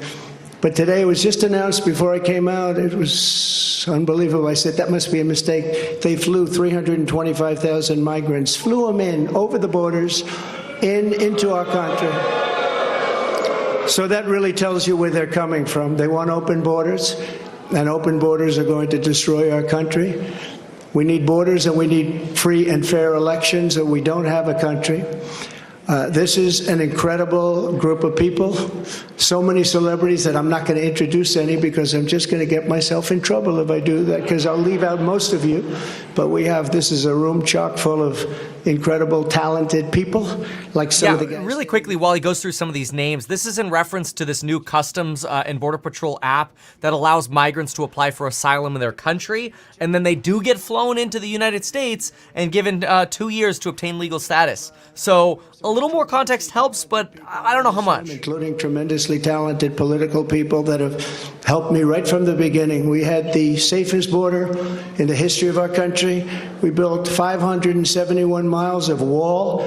We had Mexico supply us with 28,000 soldiers because we wanted them, that's why. And they said, we won't do that. I said, yes, you will, you will. And in the end, they did. It was an easy negotiation, but we had the safest border, the best numbers we've ever had, and now we have the worst numbers probably in the history of the world. It's sad to see what's happening to our cities. Our cities are being overrun with migrant crime, and that's Biden migrant crime. But it's a new category of crime, and it's violent, where they'll stand in the middle of a street and have fistfights with police officers, and if they did that in their countries from where they came, they'd be killed instantly. They wouldn't do that. So the world is laughing at us. The world is taking advantage of us. 3 years ago, we were at a level, we were energy independent. We were going to be very shortly energy dominant, and today we're getting oil from Venezuela. Can you believe it? And we're doing numbers on that oil. You know what we're doing? We're refining the oil. We have our refinery for that oil. It's really, I call it tar. It's not oil. It's terrible. We have real stuff. But we're refining it in Houston. So for all of the environmentalists, you ought to look at that, because all of that tar is going right up into the atmosphere. You just ought to take a look. It's the only plant that can do it. We have the only plants that can take tar and make it into oil, and that's what it is. It's a shame. But we were energy independent. We were going to be energy dominant. We were going to be supplying oil to Europe, all over the world. And then a tragic thing happened during the election. It was a tragedy, because you wouldn't have, think of it, all of the problems that you have today, I don't think you would have had any of them. You'd only have success. And that's what's ultimately going to unify this country and unify this party. We have a great Republican Party with tremendous talent. And we want to have unity, and we're going to have unity, and it's going to happen very quickly. And I have been saying lately, success will bring unity to our country, and it happened before. We had the best economy our country's ever had, and people were calling me that I would have said will never happen. It'll never happen. They wanted to get together African American, Asian American, Hispanic American. Really quickly on Venezuela, it is true. Importing oil from Venezuela, the sanctions were lifted in October for 6 months by the Biden administration. Every single group was doing better than ever before, and it was a beautiful thing. Our country was coming together. Our country was coming together. It is true, in 2019, before COVID, every single group, like Black, Hispanic, whatever, were doing better coming out of the 2008 recession. Weaponization against his political opponent never happened here. It happens in other countries, but they're third world countries. And in some ways, we're a third world country. We're a third world country at our borders, and we're a third world country at our elections. And we have to stop that. We need a fair and free press. The press has not been fair, nor has it been free, but maybe someday they will be. They're being beaten up pretty badly. People aren't trusting them. They're not believing them. And really, it's a very important factor. The press used to be the policeman. It used to police our country. Now nobody has confidence in them, and we have to get that confidence back. It's so important for the success of our country. So important.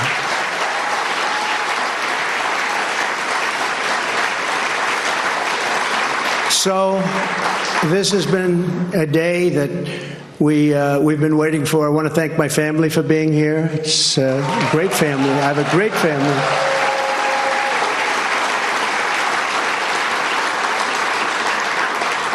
They've had it very easy since I decided to run for politics. They say, thanks a lot, Dad. We appreciate it.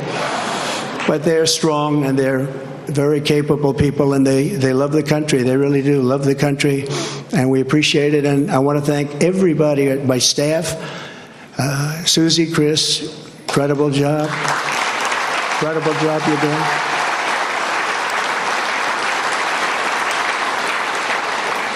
Nikki Haley wins Vermont. This is one of the finest run campaigns that anybody has ever seen. That's pretty good, right? That's pretty good. That's really a statement. And we have no choice because November 5th, it's right around the corner, November 5th is going to go down as the single most important day in the history of our country.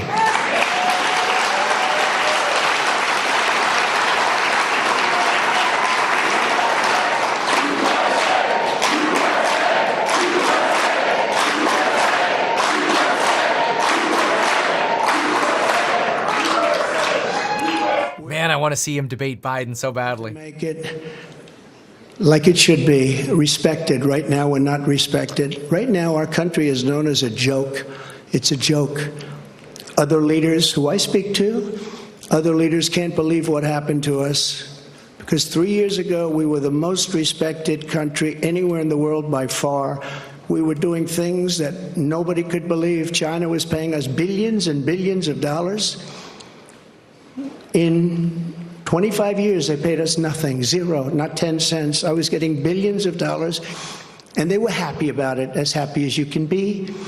Of course, maybe there's reasons for things having happened, but they were not so happy with certain things, I guess, based on things that took place. But we were getting along with everybody. We were getting along, and we were respected by everybody. We had no wars. Remember when I had the debate with Hillary Clinton? She said, look at him, look at that personality. He's going to cause wars. I said, no, my personality is going to keep us out of wars, and that's what happened.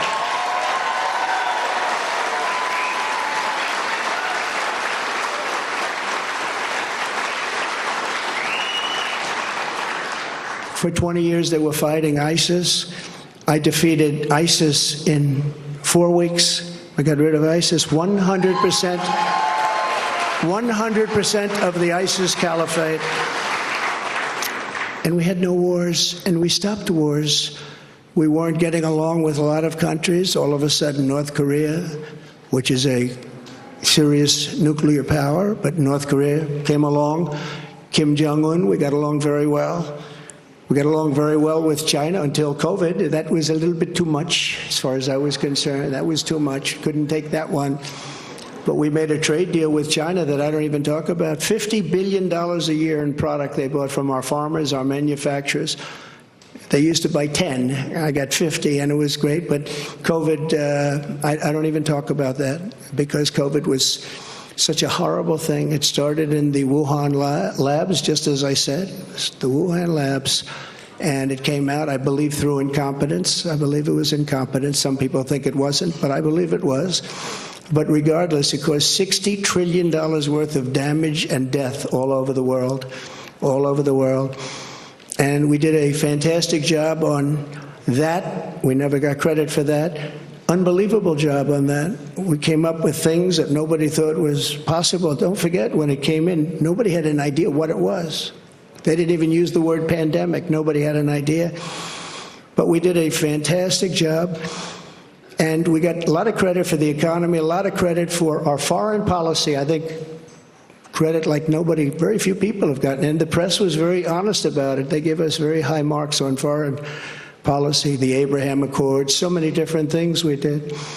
But we never got the kind of due that we should have for the COVID, or as I call it affectionately, the Chinese virus, the China virus, which is a much more accurate term. And despite that, the stock market, when we turned it over, the stock market was higher than it was prior to COVID coming in. It was an amazing thing. We did an amazing job, and we have so many people that worked on that, so many of the doctors, so many of the scientists that worked with us on that. It was really, really something. But there's never been an administration that had more success in so many different elements. We got the largest tax cuts in history. We have the largest regulation cuts in history. We rebuilt our military. And what happened We rebuilt our entire military, and beautiful. We had jet fighters that were 53 years old, and we had all brand new jet fighters. And then after this other group of people that didn't know what they were doing, they took over, and we had that horrible surrender in Afghanistan. I call it a surrender. We took the soldiers out first. You know, I dealt with the leaders of the Taliban in Afghanistan. They were the ones that were causing the trouble. The press was very angry because they said, "Why are you calling them?" I said, "Because that's where the problem is." I say oftentimes, they asked Jesse James, "Jesse, why do you rob banks?" He said, "Because that's where the money is." And I said, that's where the problem is with the Taliban. And I spoke to Abdul. He's still the leader. Believe it or not, he's really the leader of Afghanistan, but he's the leader of the Taliban, a rough group. I say, don't ever shoot our soldiers again. Don't ever do it. Very interesting. What happened is that, we were having, during the Obama administration, previously, they were shooting a lot of our soldiers, and I let them know. I said, don't ever, ever let that happen. I said in a rather nasty fashion. We don't have to go into it tonight. For 18 months, we lost nobody in Afghanistan, and then we had that horrible, horrible withdrawal where we lost 13 soldiers, 38 horribly wounded, left Americans behind. You know, you have Americans right now still behind. Call them hostages if you like. It was a terrible moment. We left $85 billion worth of brand new, beautiful equipment behind, jets and tanks and everything you could think of, goggles, night goggles. They didn't used to fight. They're good fighters. They didn't used to fight at night. But now they do because they have goggles. They have better goggles than we have. So I just want to tell you that led to a lot of bad things. And now the worst things are happening. The things that are happening now are unthinkable, and they're unthinkable at the border. We have millions of people invading our country. This is an invasion. This is the worst invasion probably. We've never had anything like it. No country has ever had anything like it. The number today could be 15 million people, and they're coming from rough places and dangerous places. And we had that shut down. We had everything going so beautifully. When Joe Biden goes to the beach, because somebody on his staff thinks he looks very good in a bathing suit, until he can't get his feet out of the sand or lift the chair, which weighs about 9 ounces.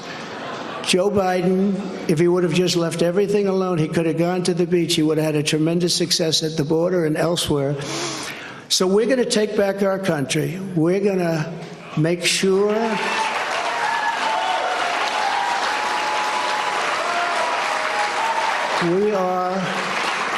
we are going to do it right. We're going to have the greatest economy ever in the history of our country. We're going to top what we did. We're going to become an energy center of the world. We were ready to become energy dominant, and they stopped that. They stopped that. But we're going to become energy dominant. We're going to pay off debt. We're going to do things that nobody thought was possible. You know, we hadn't done our second phase of the tax cuts. When we did the tax cuts, the Democrats fought us very hard. And now they say, well, I guess that was pretty good because we took in much more revenues after we cut taxes, and then we did all of those regulation cuts, and people were working, and everybody was happy, and we were all proud of our country. But we're going to win this election because we have no choice. If we lose the election, we're not going to have a country left.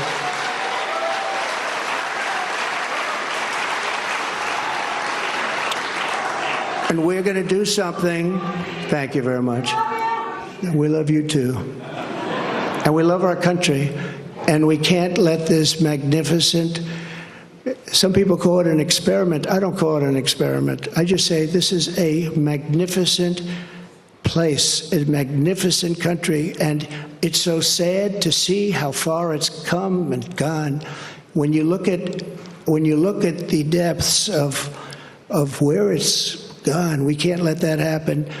We're going to straighten it out. We're going to close our borders. We're going to drill, baby, drill. We're going to get the inflation down. And we are going to make our country greater than ever before, and we're going to do it quickly. We're going to do it quickly. It's going to go fast. We have to get the criminals out. We have many, many criminals that have entered our country. We have people coming in from such bad places, and we're going to have to get them out. We have murderers that are being deposited into our country. We have drug dealers at the biggest and highest levels that are coming into our country. We have people coming into our country that just shouldn't be here, but many, and I say many, large percentages, they come in through the caravans, they come in many different ways. Now we find out again, they come in through airplanes, we send them in. This is crazy. But they come into our country, we're going to stop them. We're going to close our borders. We're going to have to deport a lot of people, a lot of bad people, because our countries can't live like this. Our cities are choking to death. Our states are dying. And frankly, our country is dying. And we're going to make America great again, greater than ever before. Thank you very much. It's been a big night. Thank you very much. Thank you. Remember, shortly we're going to have polling results coming out from California, a couple more states coming out, especially the Senate race in California. If you haven't heard yet, go to meetkevin.com. We've got an event coming up June 21st to the 23rd. It's a Friday, Saturday, Sunday event. It's the Millionaire Symposium, 3 days in Vegas. Which will be really cool. So check that out. Just go to meetkevin.com to learn more about that. And we'll have more speaker announcements coming up soon, including on Friday when we'll have a price increase, and then we'll announce a specific real estate speaker who will be very, very excited to have. To try to bring the country back from this precipice that he believes President Biden and his administration have taken us to. Familiar themes, though. I mean, all things that we have heard before from President Trump, not an overarching message that some people may have anticipated tonight. So let's bring the panel back in and see what they thought of the president's speech. Trey Gowdy, Laura Ingraham, Britt Hume, Dana Perino, Harold Ford Jr., and Sandra Smith. Laura, let me start with you. Was this the message that meets the moment here tonight? Well, I think the moment is the result of tonight, which is overwhelmingly for Trump. I mean, I'm always wanting something that I don't hear from all these candidates. I want it all to be about tomorrow.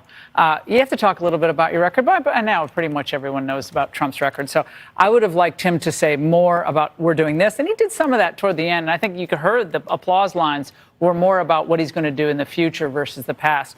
But all in all, this is an overwhelming rebuke of the old establishment. I know a lot of people don't want to hear that, but there's no other conclusion other than maybe Vermont.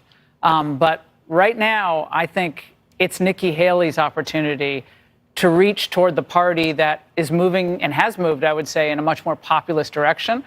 Trump could have kind of reached out to her tonight, but I think at this point, it's probably, if she wants to be in the party, it's her time to reach out to him. Britt, it's interesting that the former president... Yeah, that is true. No mention there of Nikki Haley. Used teleprompter. Or VP. He just goes out and speaks off the cuff. Right. Something that we don't see from President Biden. He is very scripted on a teleprompter. Good for him. Good thing, too. But at this moment, do you think, to Laura's point, that you wanted to hear something different at this moment, or was this the perfect message for this, in his style? Big night, big winner. Obviously, he's going to get the nomination. Everybody probably knew that going into tonight. So what was the opportunity afforded by tonight? It was to make people who might be not prepared to vote for him decide, I can vote for this guy. He's okay. He's a better guy than a lot of people think. What he did was mostly brag about his record, which, he has a case. But I would raise the question, did he add anybody to his column tonight by that talk that wasn't there before? That's the question. Dana? Well, in one way, he wins. Well, I mean, hopefully the Nikki folks for Trump, right? I mean, that's what Nikki would Trump would hope, is that he'd be able to convert some of the Nikki Haley voters, because let's be real, there were quite a few Nikki Haley voters here, and by quite a few, I mean, honestly, go as far as saying quite a lot. You add them all up in all the different areas. Some significant voting numbers, and Nikki Haley has been seen as somebody who could potentially beat Joe Biden herself. Probably not a bad idea to try to build her audience up a little bit. I mean, look at some of the numbers that we have here. You go here to Virginia. She's at, look at this. She's at 34% here, 34.8%. That's pretty impressive. You've got Nikki Haley here at 46%, also pretty impressive. This is Vermont. Nikki Haley at 49.7%, beating Donald Trump in Vermont. Then we go into Arkansas. She's got 20.3%, only 17.4% in Texas, 15.9% in Oklahoma. You've got Alabama sitting at 12.6%, 19.2% for Tennessee, Maine 26.4%, 33.7% in Colorado, 32.6%, gaining 4.2% there in the last drop in Minnesota. So overall, definitely bringing in some votes. So something to be watchful of. Okay, so then we've got, let's see here. Let's find out some more. Okay, so 8 o'clock is just 19 minutes away, and then we're going to get some additional polling. Let's listen in here. If there's anything unique, and otherwise we'll bounce around a bit. Afghanistan, but no mention of Israel-Hamas. It's been since October 7th. Still no funding for Ukraine, no funding for our friends in Israel, and obviously nothing on the border. He mentioned the border, but these breaches are real, and perhaps we'll get to a point where we start talking about these things. But I thought he might have missed a moment tonight. To your point, Brett, the Haley supporters, I think she probably needs to reach out. But if you're the one that wins, you reach out. The independents, if indeed black voters and Hispanic voters are flocking to him like some of the polling data, and I don't disbelieve it, suggests, I'd have reached out to people with a little more. I might have gotten a teleprompter, and might have gotten Dana to write a speech for me. I think it might have gone over a little better. She should. I mean, I don't. He could have. You don't think she should call him and say, "Congratulations, sir," and then they try to move on from there? Yeah, but if I'm trying to heal the breach in my party, and there's a breach, we need to be clear. 30% of Republicans still say that. I don't think Trump is in the position to call Haley. I think that's usually a Haley calling. Usually the loser calls, right? The loser calls and concedes, and then the winner can reply and say, hey, let's, meet for coffee or whatever, and then that's when you can talk about, cabinet stuff or whatever. But for Trump to win and then turn around and go, we're going to call Nikki really quick. No. That's a bizarre expectation of that person. Under prior administrations. It's not a conspiracy. However, one notable thing, and Dana, a hat tip to you for this, Elon Musk has been tweeting about it today. And as Caitlin reported earlier, Trump is trying to woo him in to help fund this campaign. Yep. So this has to do with the 320,000 flight migrants. God bless him. He wants Trump to stay on message, wants him to stay on policy. That would be totally fine if Trump could do so truthfully, but he cannot and did not do that tonight. And that just illustrates, okay, it's Trump, we know he does that, but the Biden campaign is going to then have to take that and on all of these things, on immigration, on the economy, on oil and gas production, you have to correct the record first before you can even tout your own accomplishments. Can I come back to the thing you said about Elon Musk? One of the things I found interesting about that, I think it was you, is he tweeted specifically that the administration was importing voters, which is a real hard nod to replacement theory, which on the hard Christian right, white nationalist right, is the idea that Democrats are bringing in voters of color from around the world to benefit themselves. It's a direct line to those things. And I think over time, as Trump comes out and talks more of that stuff is going to surface,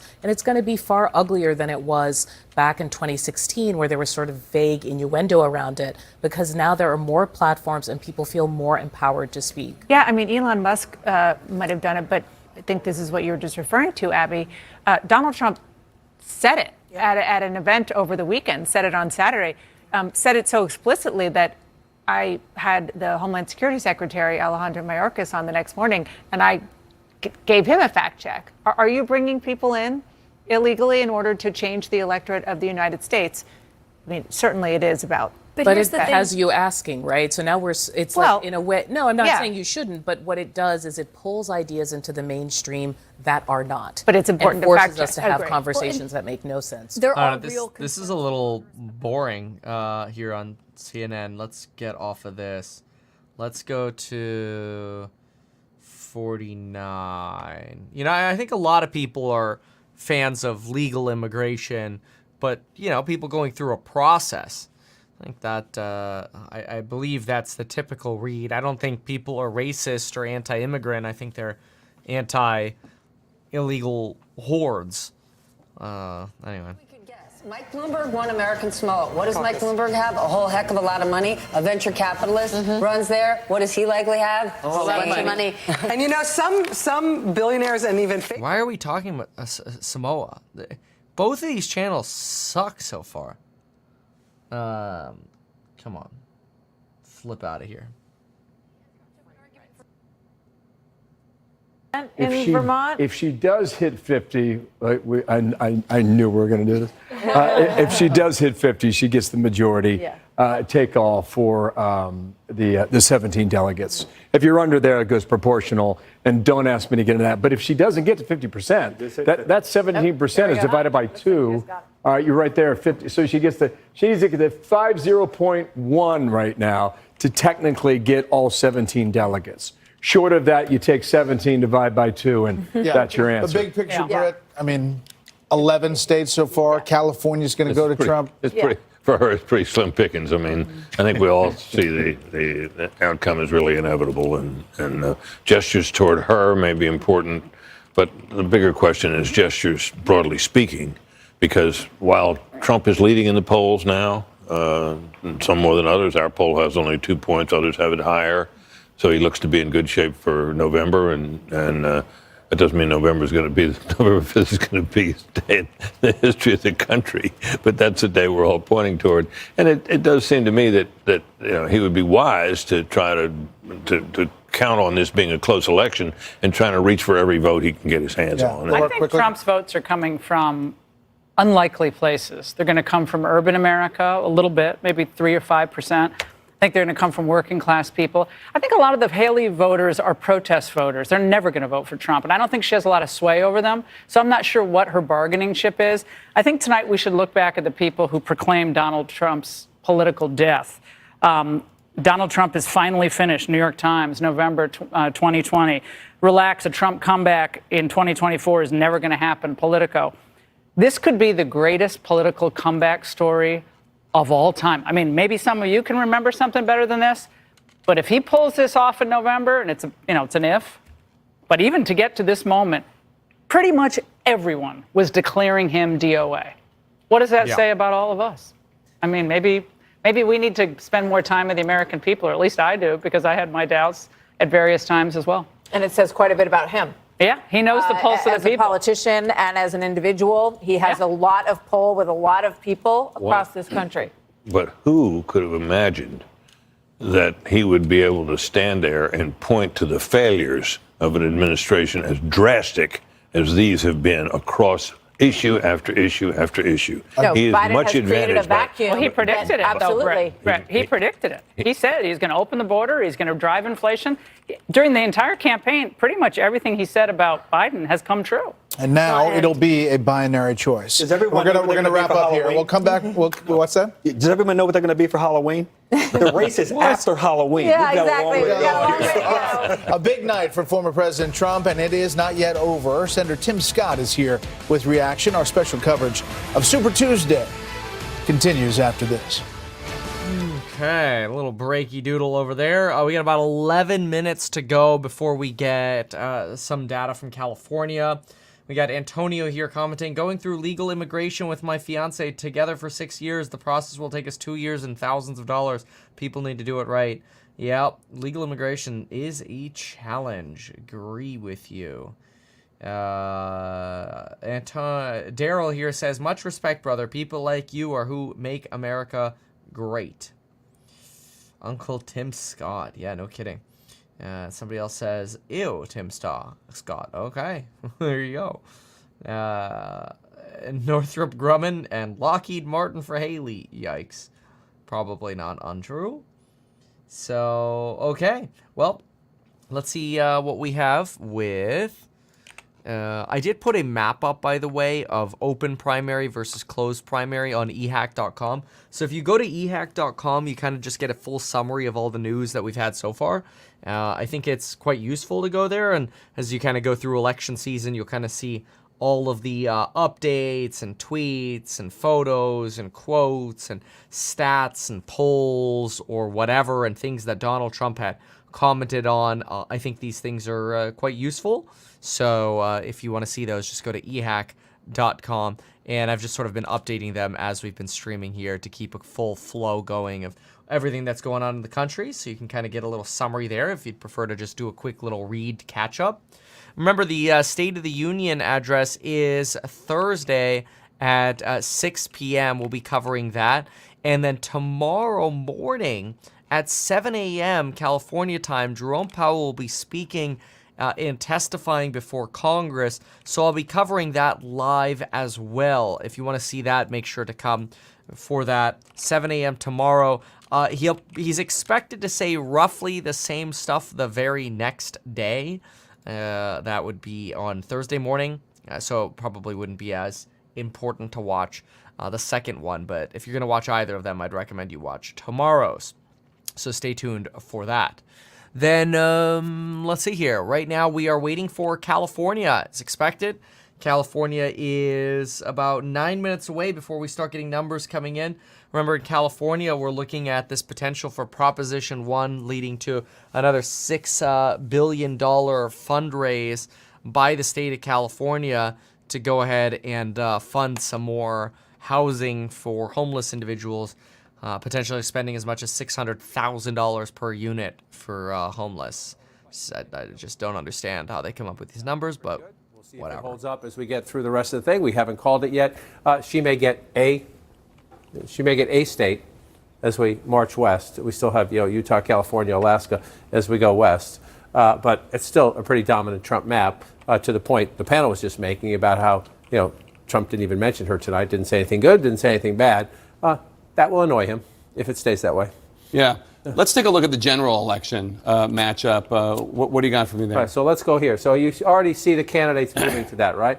The candidates are already moving to the general election. You just listened to President Trump there. This is our projection of the map right now. Let me come back here to this and bring this out. This is here. This is the last election. Let me go all the way back. This is the last election in 2020. Joe Biden won, and for any Republicans who think he didn't, Joe Biden won 306 electoral votes to 232 electoral votes. Because of the census, some electoral votes have been reassigned. So this is the 2020 states.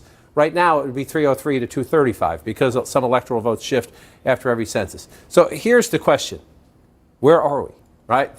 November is 8 months away. However, if you just look at recent polling in battleground states, Donald Trump is leading outside the margin of error in the most recent poll in Michigan. Yeah. Doesn't mean he would win, but he is just, this is a hypothetical. Poll late January in Georgia. Michigan and Georgia flip. Pick one more. Right, pick one more. This is where, again, Nevada. There's 8 months. That's the same one I was going to pick. Having been in Nevada recently, talking to people out there, a lot of people think at this moment, that's it. That's all that has to happen. Remember how close this was. It's not a lot of flipping. Joe Biden won the same, quote-unquote, landslide. Donald Trump called it a landslide in 2016. Joe Biden won the same landslide in 2020. Oh, somebody here writes, thanks for making a YouTube/video editing course. I studied it for weeks, and it really did help. That's awesome. I'm glad to hear that. Yeah, I do have courses on YouTube, entrepreneurship, AI, building your wealth with real estate stocks. Otherwise, see that over at meetkevin.com, right below the Meet Kevin Symposium. That's June 21st to 23rd. Vegas. This is where you were in 2020. It is so easy, meaning it takes so few states. Easy is the wrong word. But Michigan and Georgia, again, public polling in recent weeks outside the margin of error. A lot of people think that. It just underscores the challenge for the President of the United States. Now, to the point we're having earlier, Virginia's still blue, right? I still have Pennsylvania blue on this, I think, because of the suburban issue. So we have... Let's pop over for a moment. President on our border, on our economy, on public safety, against a President Trump who has a great record on the border, on the economy, and on safety. The one thing I can say about tonight is that Nikki ran a spirited race. I actually believe the president spoke to the voters across the country when he talked about the greatest economy in the history of my lifetime. He talked about the next iteration of tax cuts. He's talking about doing things that we know grows the economy without inflation. In 2018 and 2019, we saw revenue to the federal government go up with lower taxes because President Trump cut taxes by more than $2 trillion. We also saw border crossings in December 10 times higher than the last year President Trump was in office, 1,000 a day versus 10,000 a day. Our border was secure. We also saw safety across our country because we were refunding the police, not defunding the police.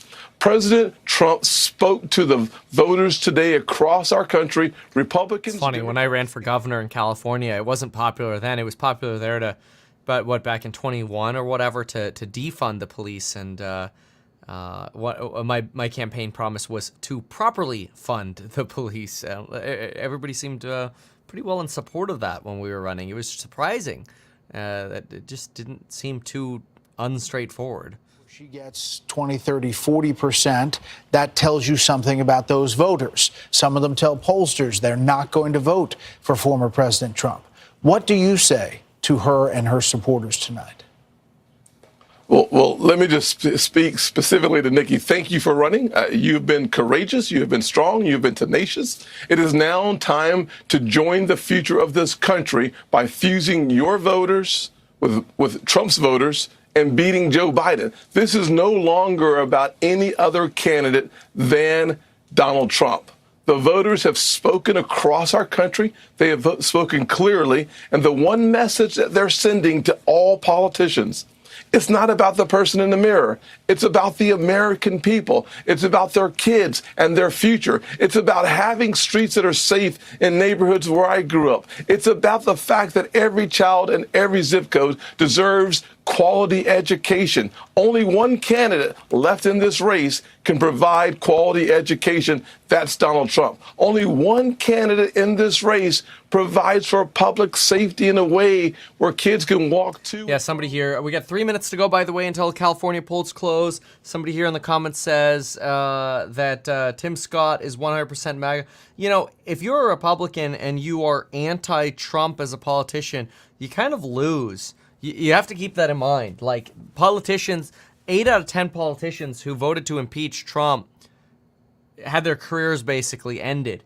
You know, so you kind of just have to adopt the Trump platform if you're a Republican politician, just based on how voters respond.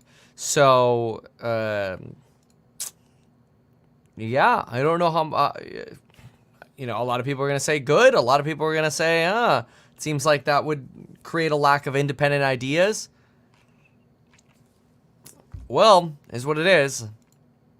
So, okay, Utah is leading for Trump. Let's take here. Let's go to the full results. And we're going to get California in about 2 minutes. We'll start getting some California results. Alaska, less important. They take another hour to come out. I don't think I'm going to make it to that. But I do want to see California numbers faux show come in. Especially I want to see what's going on with the Senate race as well. So we'll watch that. Look at Utah here.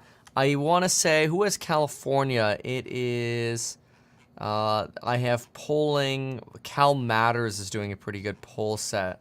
So we'll probably look at Cal Matters for Senate. Cal Matters in California. And so we're about 1 minute away. I would echo what Harold said. I thought Tim Scott's message just went one step further than Trump did, just in being gracious toward Nikki Haley. And of course, he was prompted by questions from you guys, but nonetheless, I mean, look, it isn't so much that he needs Nikki Haley to come around. It isn't so much that he even needs Nikki Haley's voters. But there are countless voters out there around the country who have doubts about Donald Trump because he has this extravagant, overpowering personality, and a lot of people don't like it. And all he needs to do is mellow it out a little bit and make it easy for them. President Biden campaigned in 2020 saying help is on the way. today follows 4 days of polls showing America is like, please stop helping us. And President Trump has an opportunity now to do a 50-state campaign and try to actually bring the help. Okay, here we go. 4 seconds away from potentially results coming in. That does it for us tonight. Thank you all so much. More of this Super Tuesday election night coming up. Polls in California closing in just moments. Our coverage continues with Trace Gallagher. Take it away, Trace.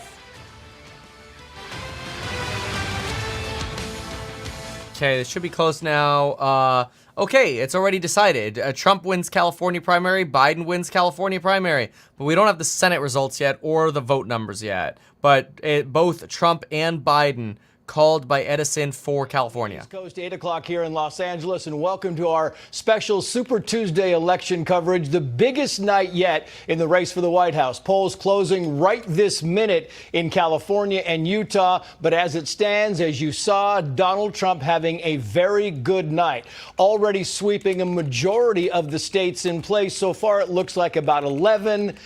We will get to that as the night goes on. And after tonight, winning a windfall of delegates, the former president is expected to be a stone's throw away from clinching the GOP nomination. Meantime, from the Nikki Haley campaign, we are hearing crickets. We're now being told that she will not be making any public remarks tonight. And of course, if that changes. Wow, no remarks from Haley. President also not speaking, but or Biden. Well, Biden wasn't a surprise. 2 hours, we have Team Fox coverage. Aisha Husney is live at the Trump campaign headquarters in West Palm Beach, Florida. Bill Malugin live in Charleston, South Carolina, with how Nikki Haley is handling the results. Rich Edson live in Laredo, Texas, with how the border crisis is impacting the ballot box there. And the White House correspondent Peter Doocy live at the White House with what tonight's primary results could mean for a rematch between Trump and Biden. But first, let's bring in the hosts of the previous show, Brett Baer and Martha McCallum, tracking all your Super Tuesday election results. Brett and Martha, thank you so much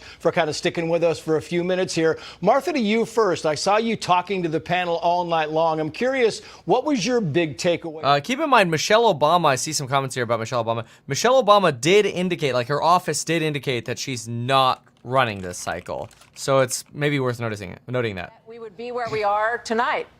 And it is an incredible political comeback story for anybody who covers politics or watches all of this. I think we are witnessing something extraordinary. I also think that when you look at the mix of voters and how it's shifting in the country, you look at the increase in Hispanic and black votes that it appears we're seeing in some of these categories. We're watching something that is very dynamic in this country. And you're also watching a reaction to 3 years.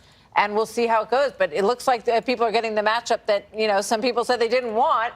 But the gravity is clearly behind these two candidates right now.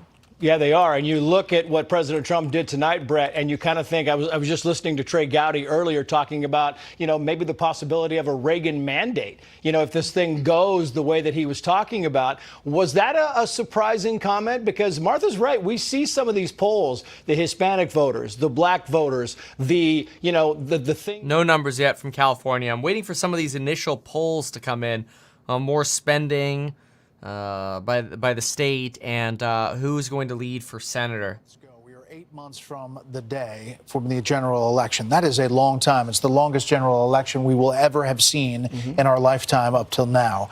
I will say this, to Martha's point, it is a remarkable political comeback. Think of how many things have been thrown at former President Trump. Think about how many legal cases he still has yet to fight. He's, how many charges he's facing. And in the wake of that, he is getting overwhelming response from voters. Not just, a different coalition of voters. You were talking about, in some cases, Reagan Democrats. These are union workers who have decided they want to vote for Donald Trump in some of these primaries.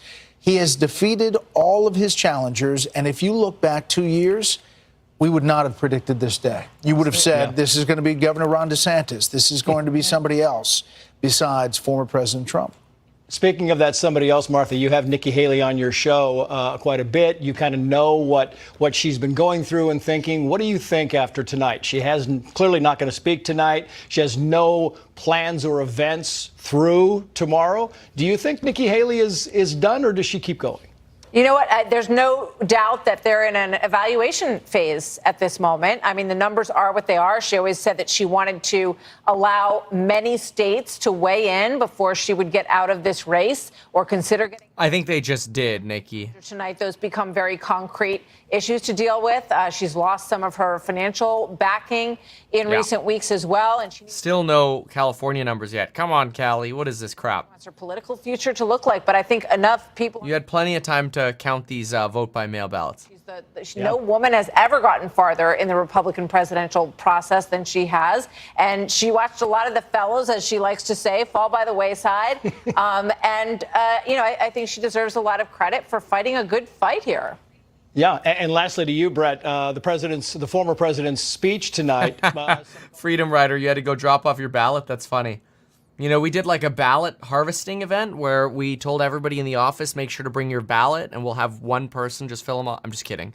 It's a California joke. Never mind. After a number of different targets, he was giving his assessment of where his administration was and how bad he thinks the situation is now. I think there was probably, a possibility to have a dismount that maybe was on a teleprompter. That we talked about that with the panel, where there was this soundbite.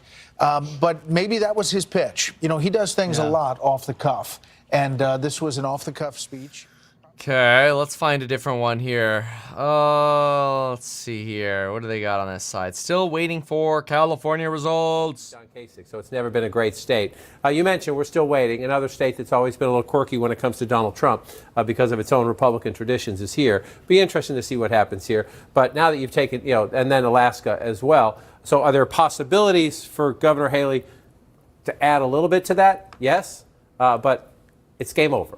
It just is. And so the challenge is, if you're, trying to convince yourself, she's a very smart. Okay, first results in. Trump is at like 67% compared to Nikki Haley's 27. Biden obviously cleans up on the Democratic side. No result on the Senate portion yet. Really wanted to see that. Let's see here.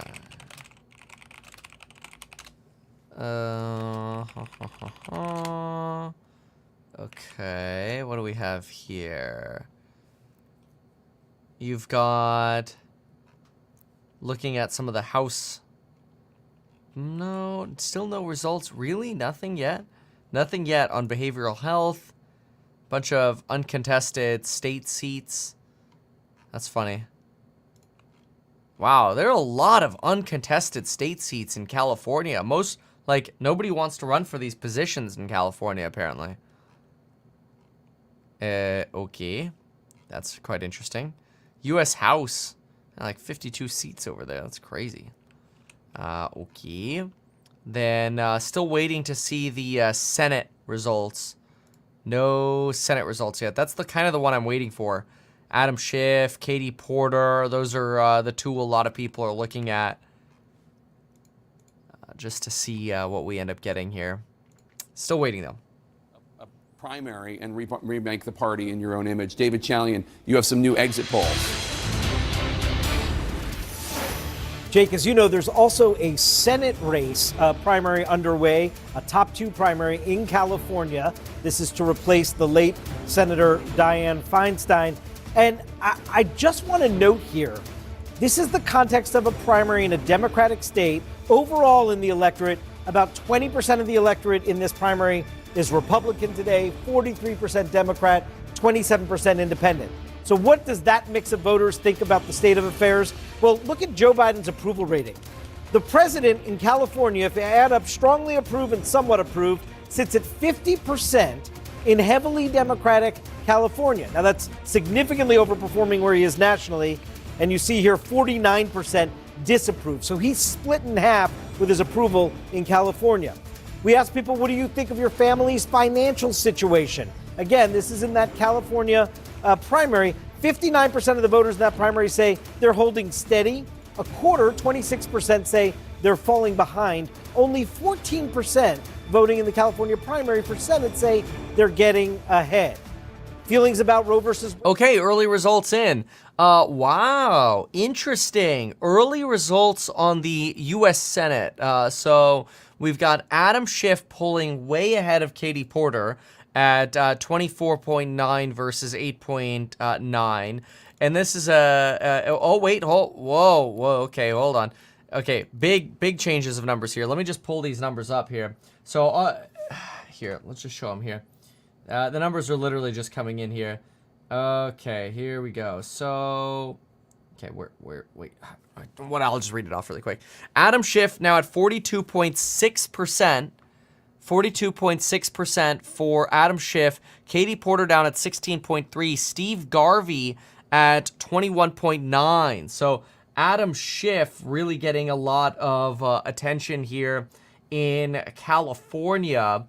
This on this page here shows just California. I want to look at New York Times California poll. If I just go to California primary, should be able to get everything. Yeah, here we go. Okay, yeah, there we go. The Adam Schiff numbers are bobbing around. 38.9% versus Katie Porter's at like 18.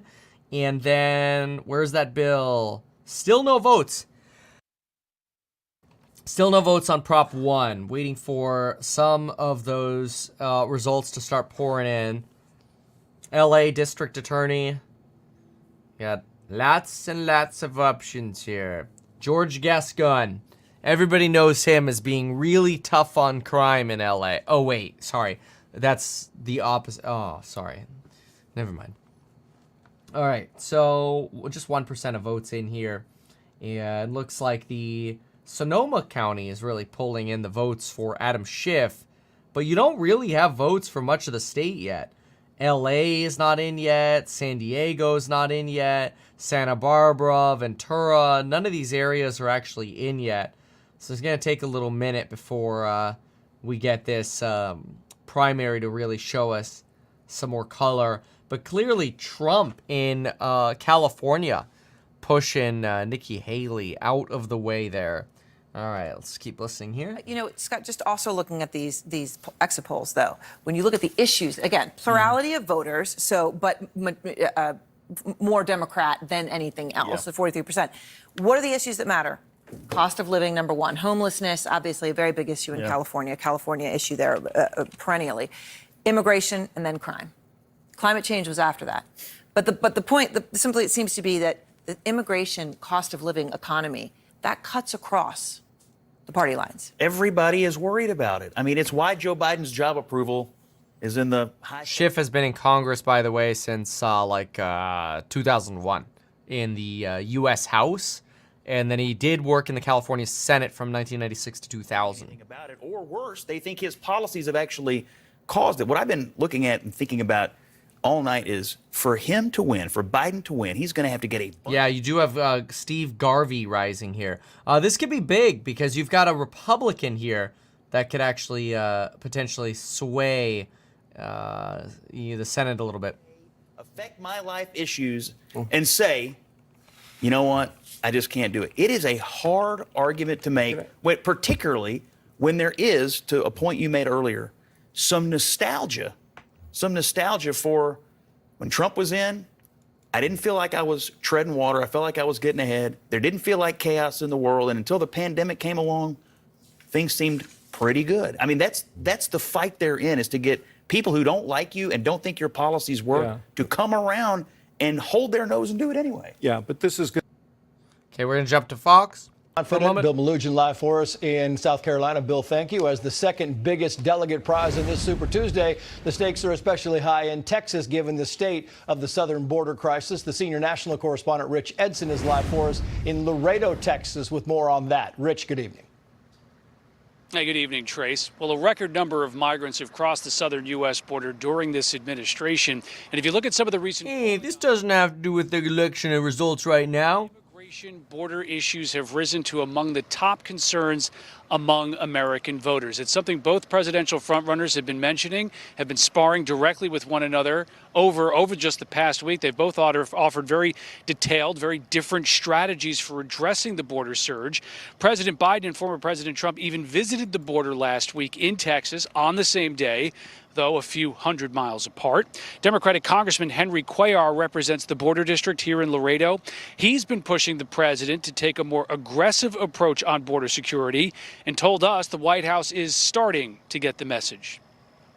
Have they got off what I call their comfort zone? Yes. Would they anger some of the immigration advocates? Absolutely, they would under the Senate bill, and probably some members of Congress and senators. But again, you got to do what's right, and that is secure the border.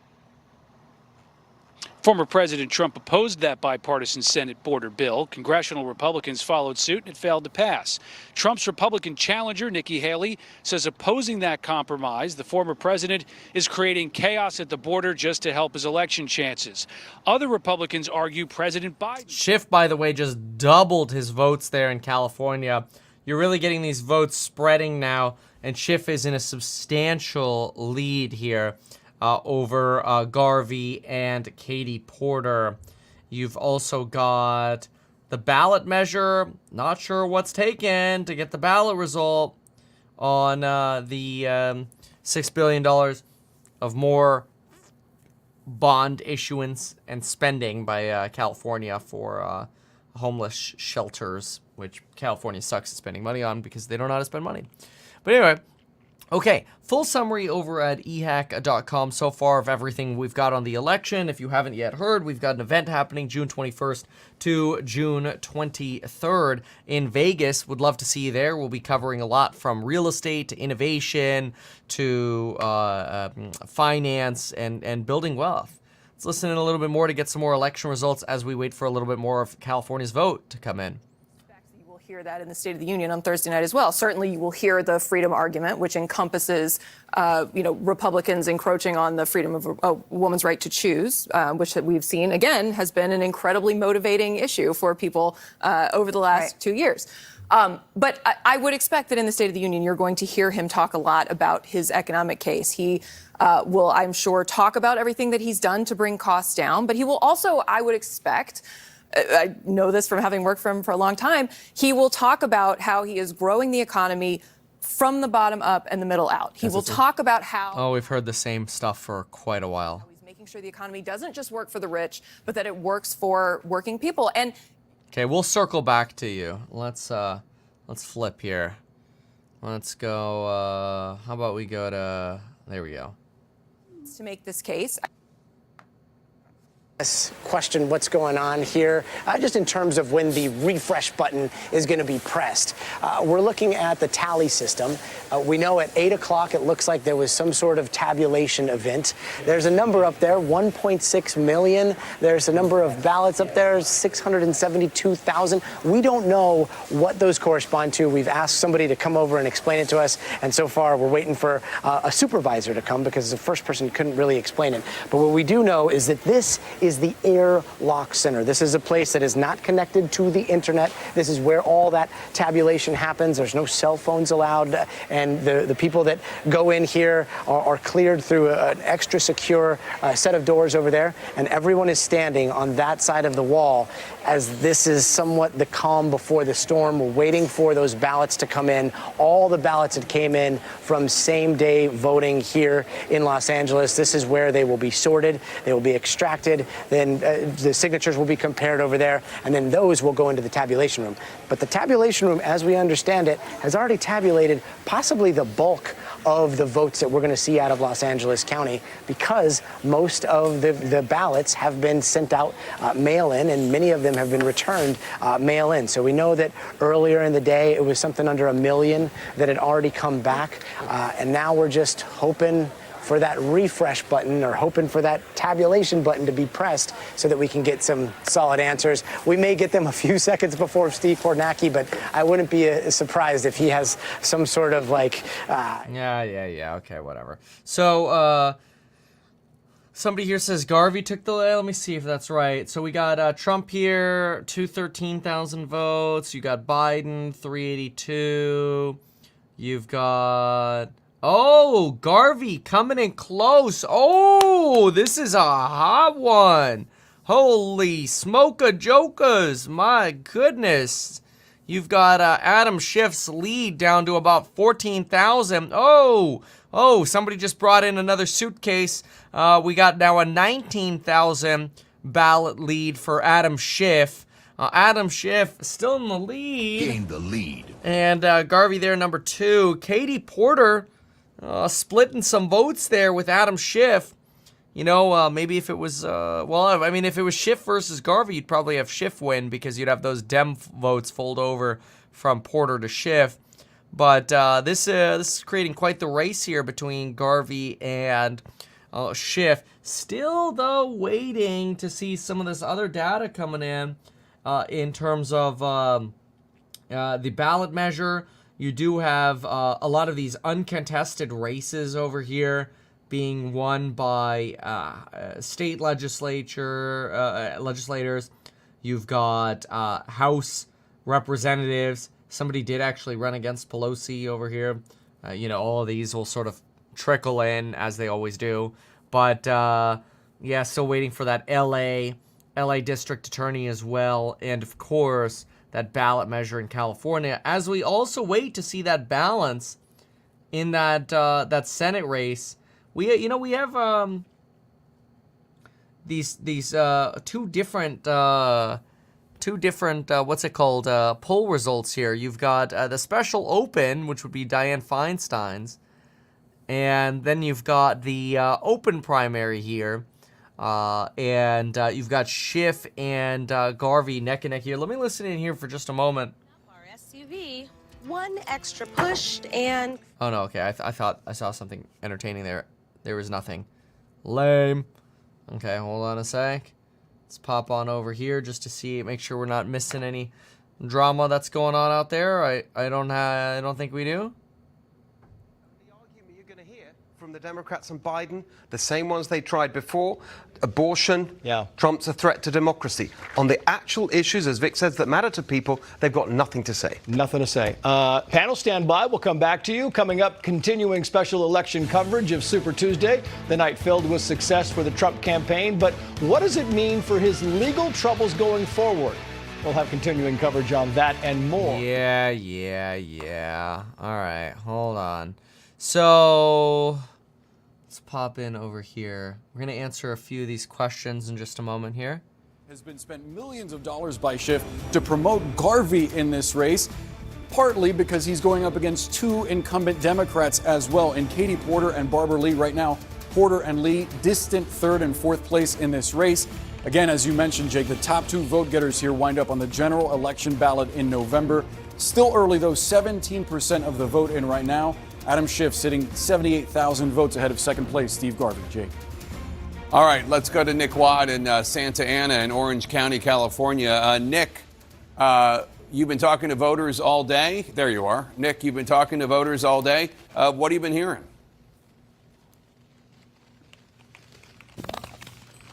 Nothing. Okay, his audio's not working. Audio's not working. So let's head over to Dana Bash. We thought we'd worked out the kinks, but let's talk for a second about this incredibly interesting, and I'm sure Katie Porter and Barbara Lee fans would call devious strategy of Adam Schiff running in the Senate in this jungle primary. So whoever is the top 2 vote getters, they face off, and he boosted Steve Garvey. He boosted Steve Garvey by calling him a MAGA Republican, calling him too conservative for California, juicing his name recognition, letting MAGA Republicans and conservatives in the state know about him, so they turned out for him because he thinks he will have an easier time, Schiff, beating Garvey than he would beating Katie Porter in the general election. And he's almost certainly right that he will have an easier time in the very blue state of California running against a Republican. And, yes, it is devious. As one politician we were talking to recently said, it's unfortunate, but it's politics. And we've seen different versions of this in the past with Democrats using their very big war chests. And Adam Schiff has a huge war chest to try to sort of play games on the other side. And when it comes to Steve Garvey, what Republicans are worried about on a sort of broader level is that if more Republicans, if it turns out that it's the 2 of them on the ballot in the fall, that Republicans there are not that many in California anymore, but enough of them will come out, and it could change the dynamic in some of these really competitive House races that could change the majority in the House of Representatives. Yeah. Go ahead. It's potentially a huge thing because the House majority, as we all know, runs through California. I mean, that is one. It's kind of odd this year. I can't recall a time when the House majority sort of is as dependent on New York and California. I don't think there's been a time, at least in the last couple of decades, where that's been as explicit. But I think that that is a worry there. So there's always a risk when Democrats sort of engineer primaries, and Republicans have done it too, of the unintended consequences, and that could absolutely be one in Central California and other places. And one of the other things at play here is that you have two pretty well-known incumbents in Katie Porter and Barbara Lee, whose careers are basically ending here. Barbara Lee became well known for her anti-war position. She ran on that in this race. She wanted to be the sole black woman in the Senate. Okay, I want to pull that off here. So we've got, let's understand this a little bit again here. So we've got the California primary. We've got 457,000 votes in, 20% of the votes in for the Republican primary. Republican primaries putting forward Donald Trump. Democratic primary puts forward Joe Biden. That's to be expected. And then we have, let's see, their polls just closed about 26 minutes ago. Adam Schiff still polling ahead of Garvey here by quite a bit, about 80, 70, 74-ish thousand votes, beating Katie Porter, Barbara Lee, and Steve Garvey. And the top two will move on here. Then you've got some House voting over here, state voting. Still nothing on the ballot measure or Los Angeles. So not getting much new information here. Let me go to the top. If we go just to the top of NYT, I think we are mostly done here with Super Tuesday. You've got Alaska that's left, and that's about it. Now, we could do a summary of everything we've been through in just a moment. So we'll go ahead and do a summary. I think a lot of folks would enjoy that, maybe like a little quick 8-minute summary. And there is also talk about Schiff having spent substantial money supporting a GOP candidate.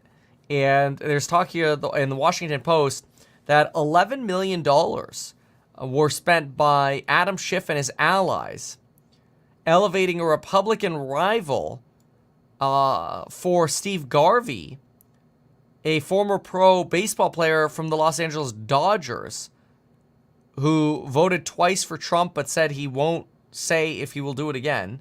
Okay. But whatever. The intent was to boost Garvey past Katie Porter, so you would have a Republican versus a Democrat, since it's a top two run, rather than Schiff versus Katie Porter. That's quite unusual. That's a lot of money though that they spent on that Senate race. Boy. Okay. So that is quite interesting. It's a yeah. All right. Let's see if we can get a few extra votes here. And let's see if we had any more suitcases come in. This is oh, we want the California result. Hold on. NYT California. There we go. And we want primary election. Here we go.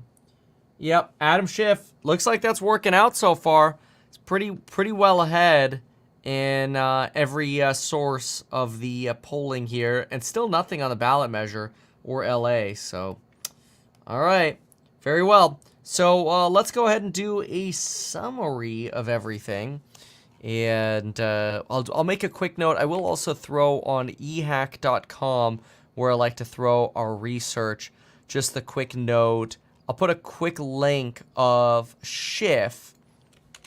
Schiff spent over 11 mil promoting Republican Steve Garvey, former Dodgers player, so that he could face off against Garvey, whom he thinks he can more easily defeat than Katie Porter, Democrat.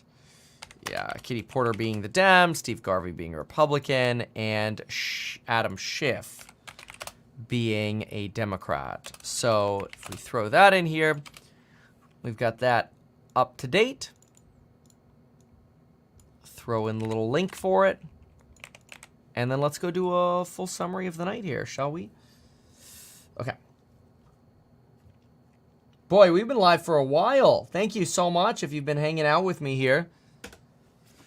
4.5 hours. Let's see if I can keep this down to about 8 minutes. I think I should be able to. It shouldn't be too hard to do this.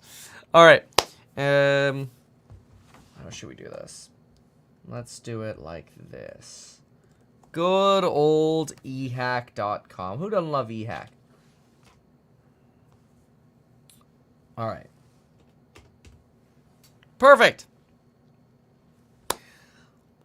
Well, Super Tuesday is over, and as expected, Joe Biden and Donald Trump are the expected nominees, with Biden pretty much sweeping everything except a territory where he was beat by 11 votes, but territories don't vote in elections anyway. Then, even with Donald Trump asking for, apparently, donations from Elon Musk, if I said that correctly, Donald Trump asking for donations from Elon Musk, not clear if any have been made yet. And Donald Trump had quite the night. He pretty much swept every single state with the exception of Vermont. Donald Trump even sweeping California in the Republican primary. Vermont going to Nikki Haley. But other than that, Nikki Haley and Joe Biden deciding not to make any comments tonight.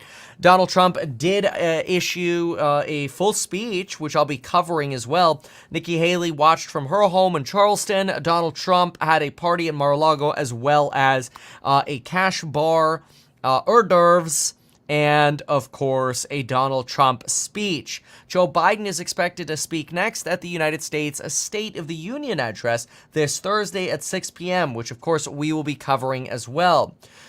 Virginia is the one place Haley was maybe collecting quite a few votes close to D.C. It's worth noting that Haley did win Washington, D.C. Virginia did go to Biden in 2020. The question now is, will Biden flip this? Some interesting notes I wrote down on ehack.com, as I always do, write my summaries down there.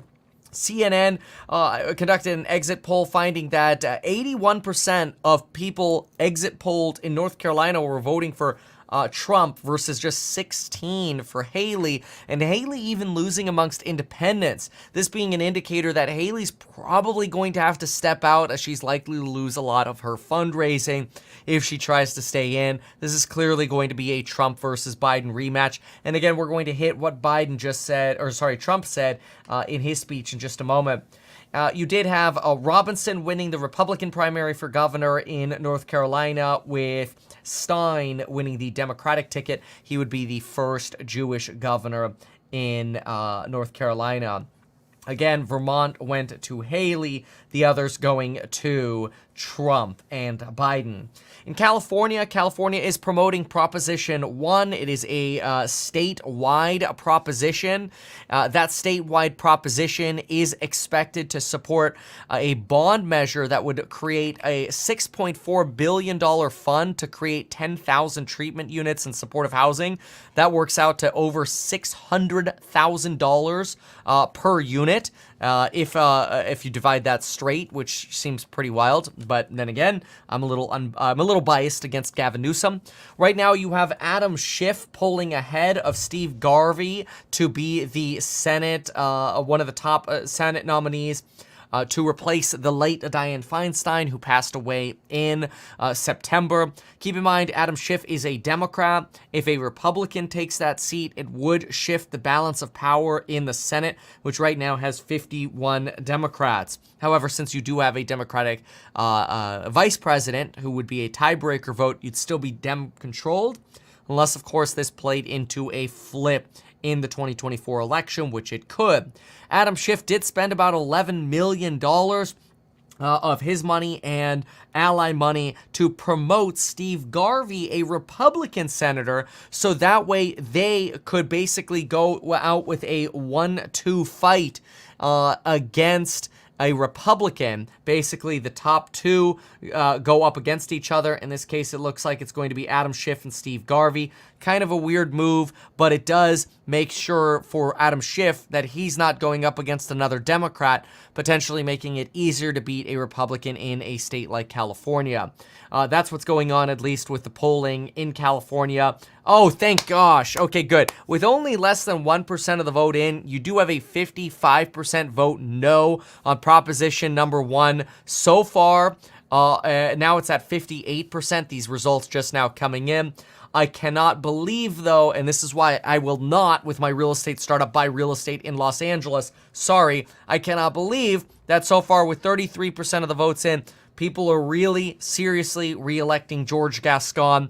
This has to be the weakest person on crime I've ever seen in my life, but whatever. Sorry, the California bias is coming out.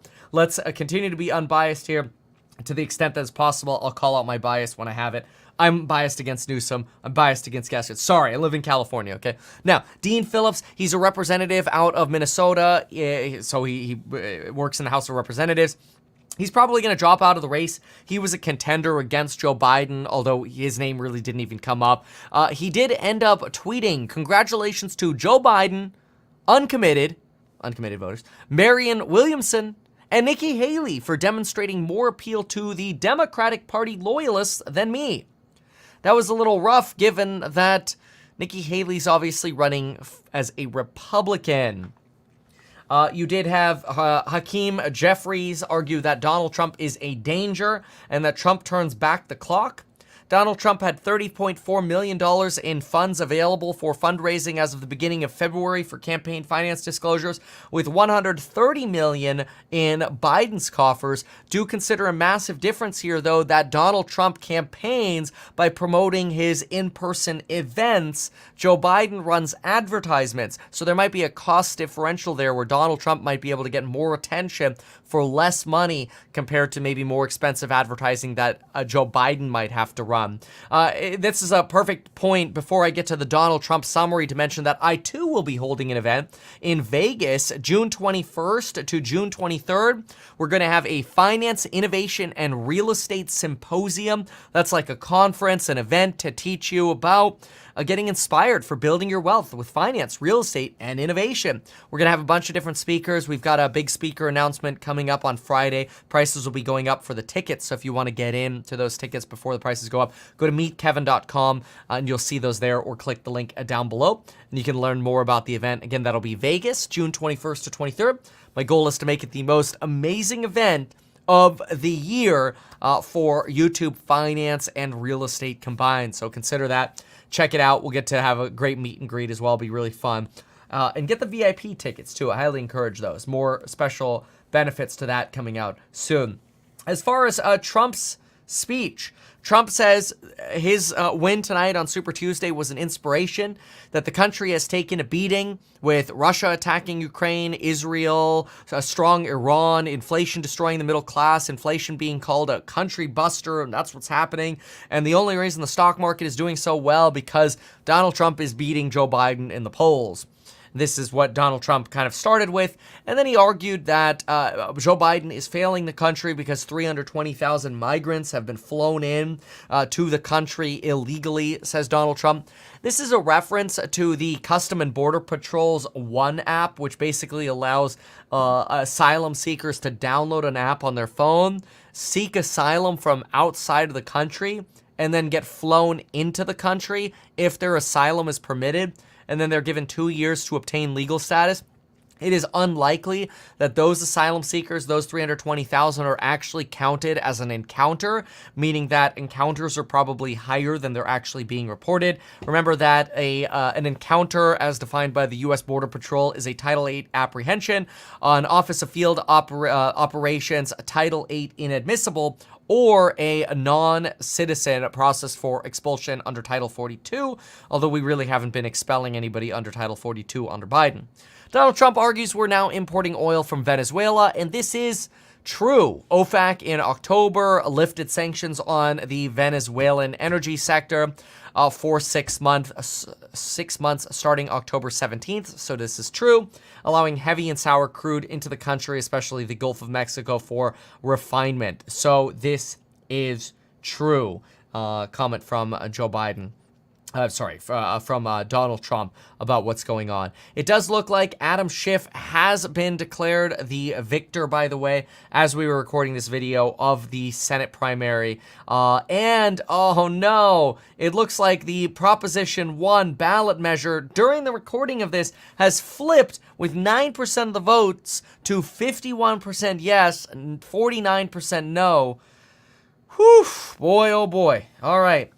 Then Donald Trump continues with his speech saying we're a third world country at the border. He says Election Day will be the single greatest day in our country, that right now the country is being run as a joke. He argues that China was paying billions of dollars to the United States when he was in office. Keep in mind, this is in reference to sanctions and tariffs. Tariffs are, many argue, borne, like the expense of those are borne by citizens. So, if the cost of your goods are going up because of sanctions and tariffs, then is it really that China is paying the billions, or is it individuals? So keep that in mind. Donald Trump says that, and people debate this as well, that he personally defeated ISIS, 100% of ISIS. That's been debated many times. He says COVID came out of the incompetence of the Wuhan lab and caused $60 trillion in death and destruction. He promised the largest tax cuts. He's promising phase 2 of the largest tax cuts. He promises the continuation of the largest regulation cuts.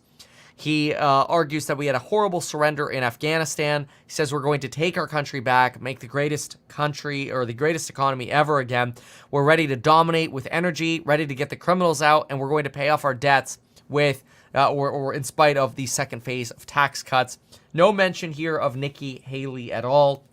Do keep in mind that a lot of states did have open primaries, allowing non-registered Republicans to potentially vote for Nikki Haley, potentially skewing some of those votes. You have Michelle Obama, who's announced per her office that she is not running for president. There have been a lot of rumors that Michelle Obama was running for president. A lot of those have been put to rest by Michelle Obama's office. And Tim Scott also promoted Donald Trump's next iteration of tax cuts. There were also polls that indicated Biden's approval ratings were the second worst in the nation since World War II. These are by Gallup polls showing his approval rating at just 39.8%, with Jimmy Carter doing worse. And again, I mentioned that apparently Donald Trump spoke with Elon Musk about funding the Trump campaign. So this gives us a full summary of everything we just had on Super Tuesday. It's a 12-minute summary that took us 4 hours and 42 minutes to complete. Thank you so much for watching. If you like this, make sure to subscribe. And we'll see you tomorrow morning for Jerome Powell, who at 7 a.m. will be testifying before Congress. Just close the fucking door. Close the door. Thanks so much. We'll see you in the next one. Goodbye.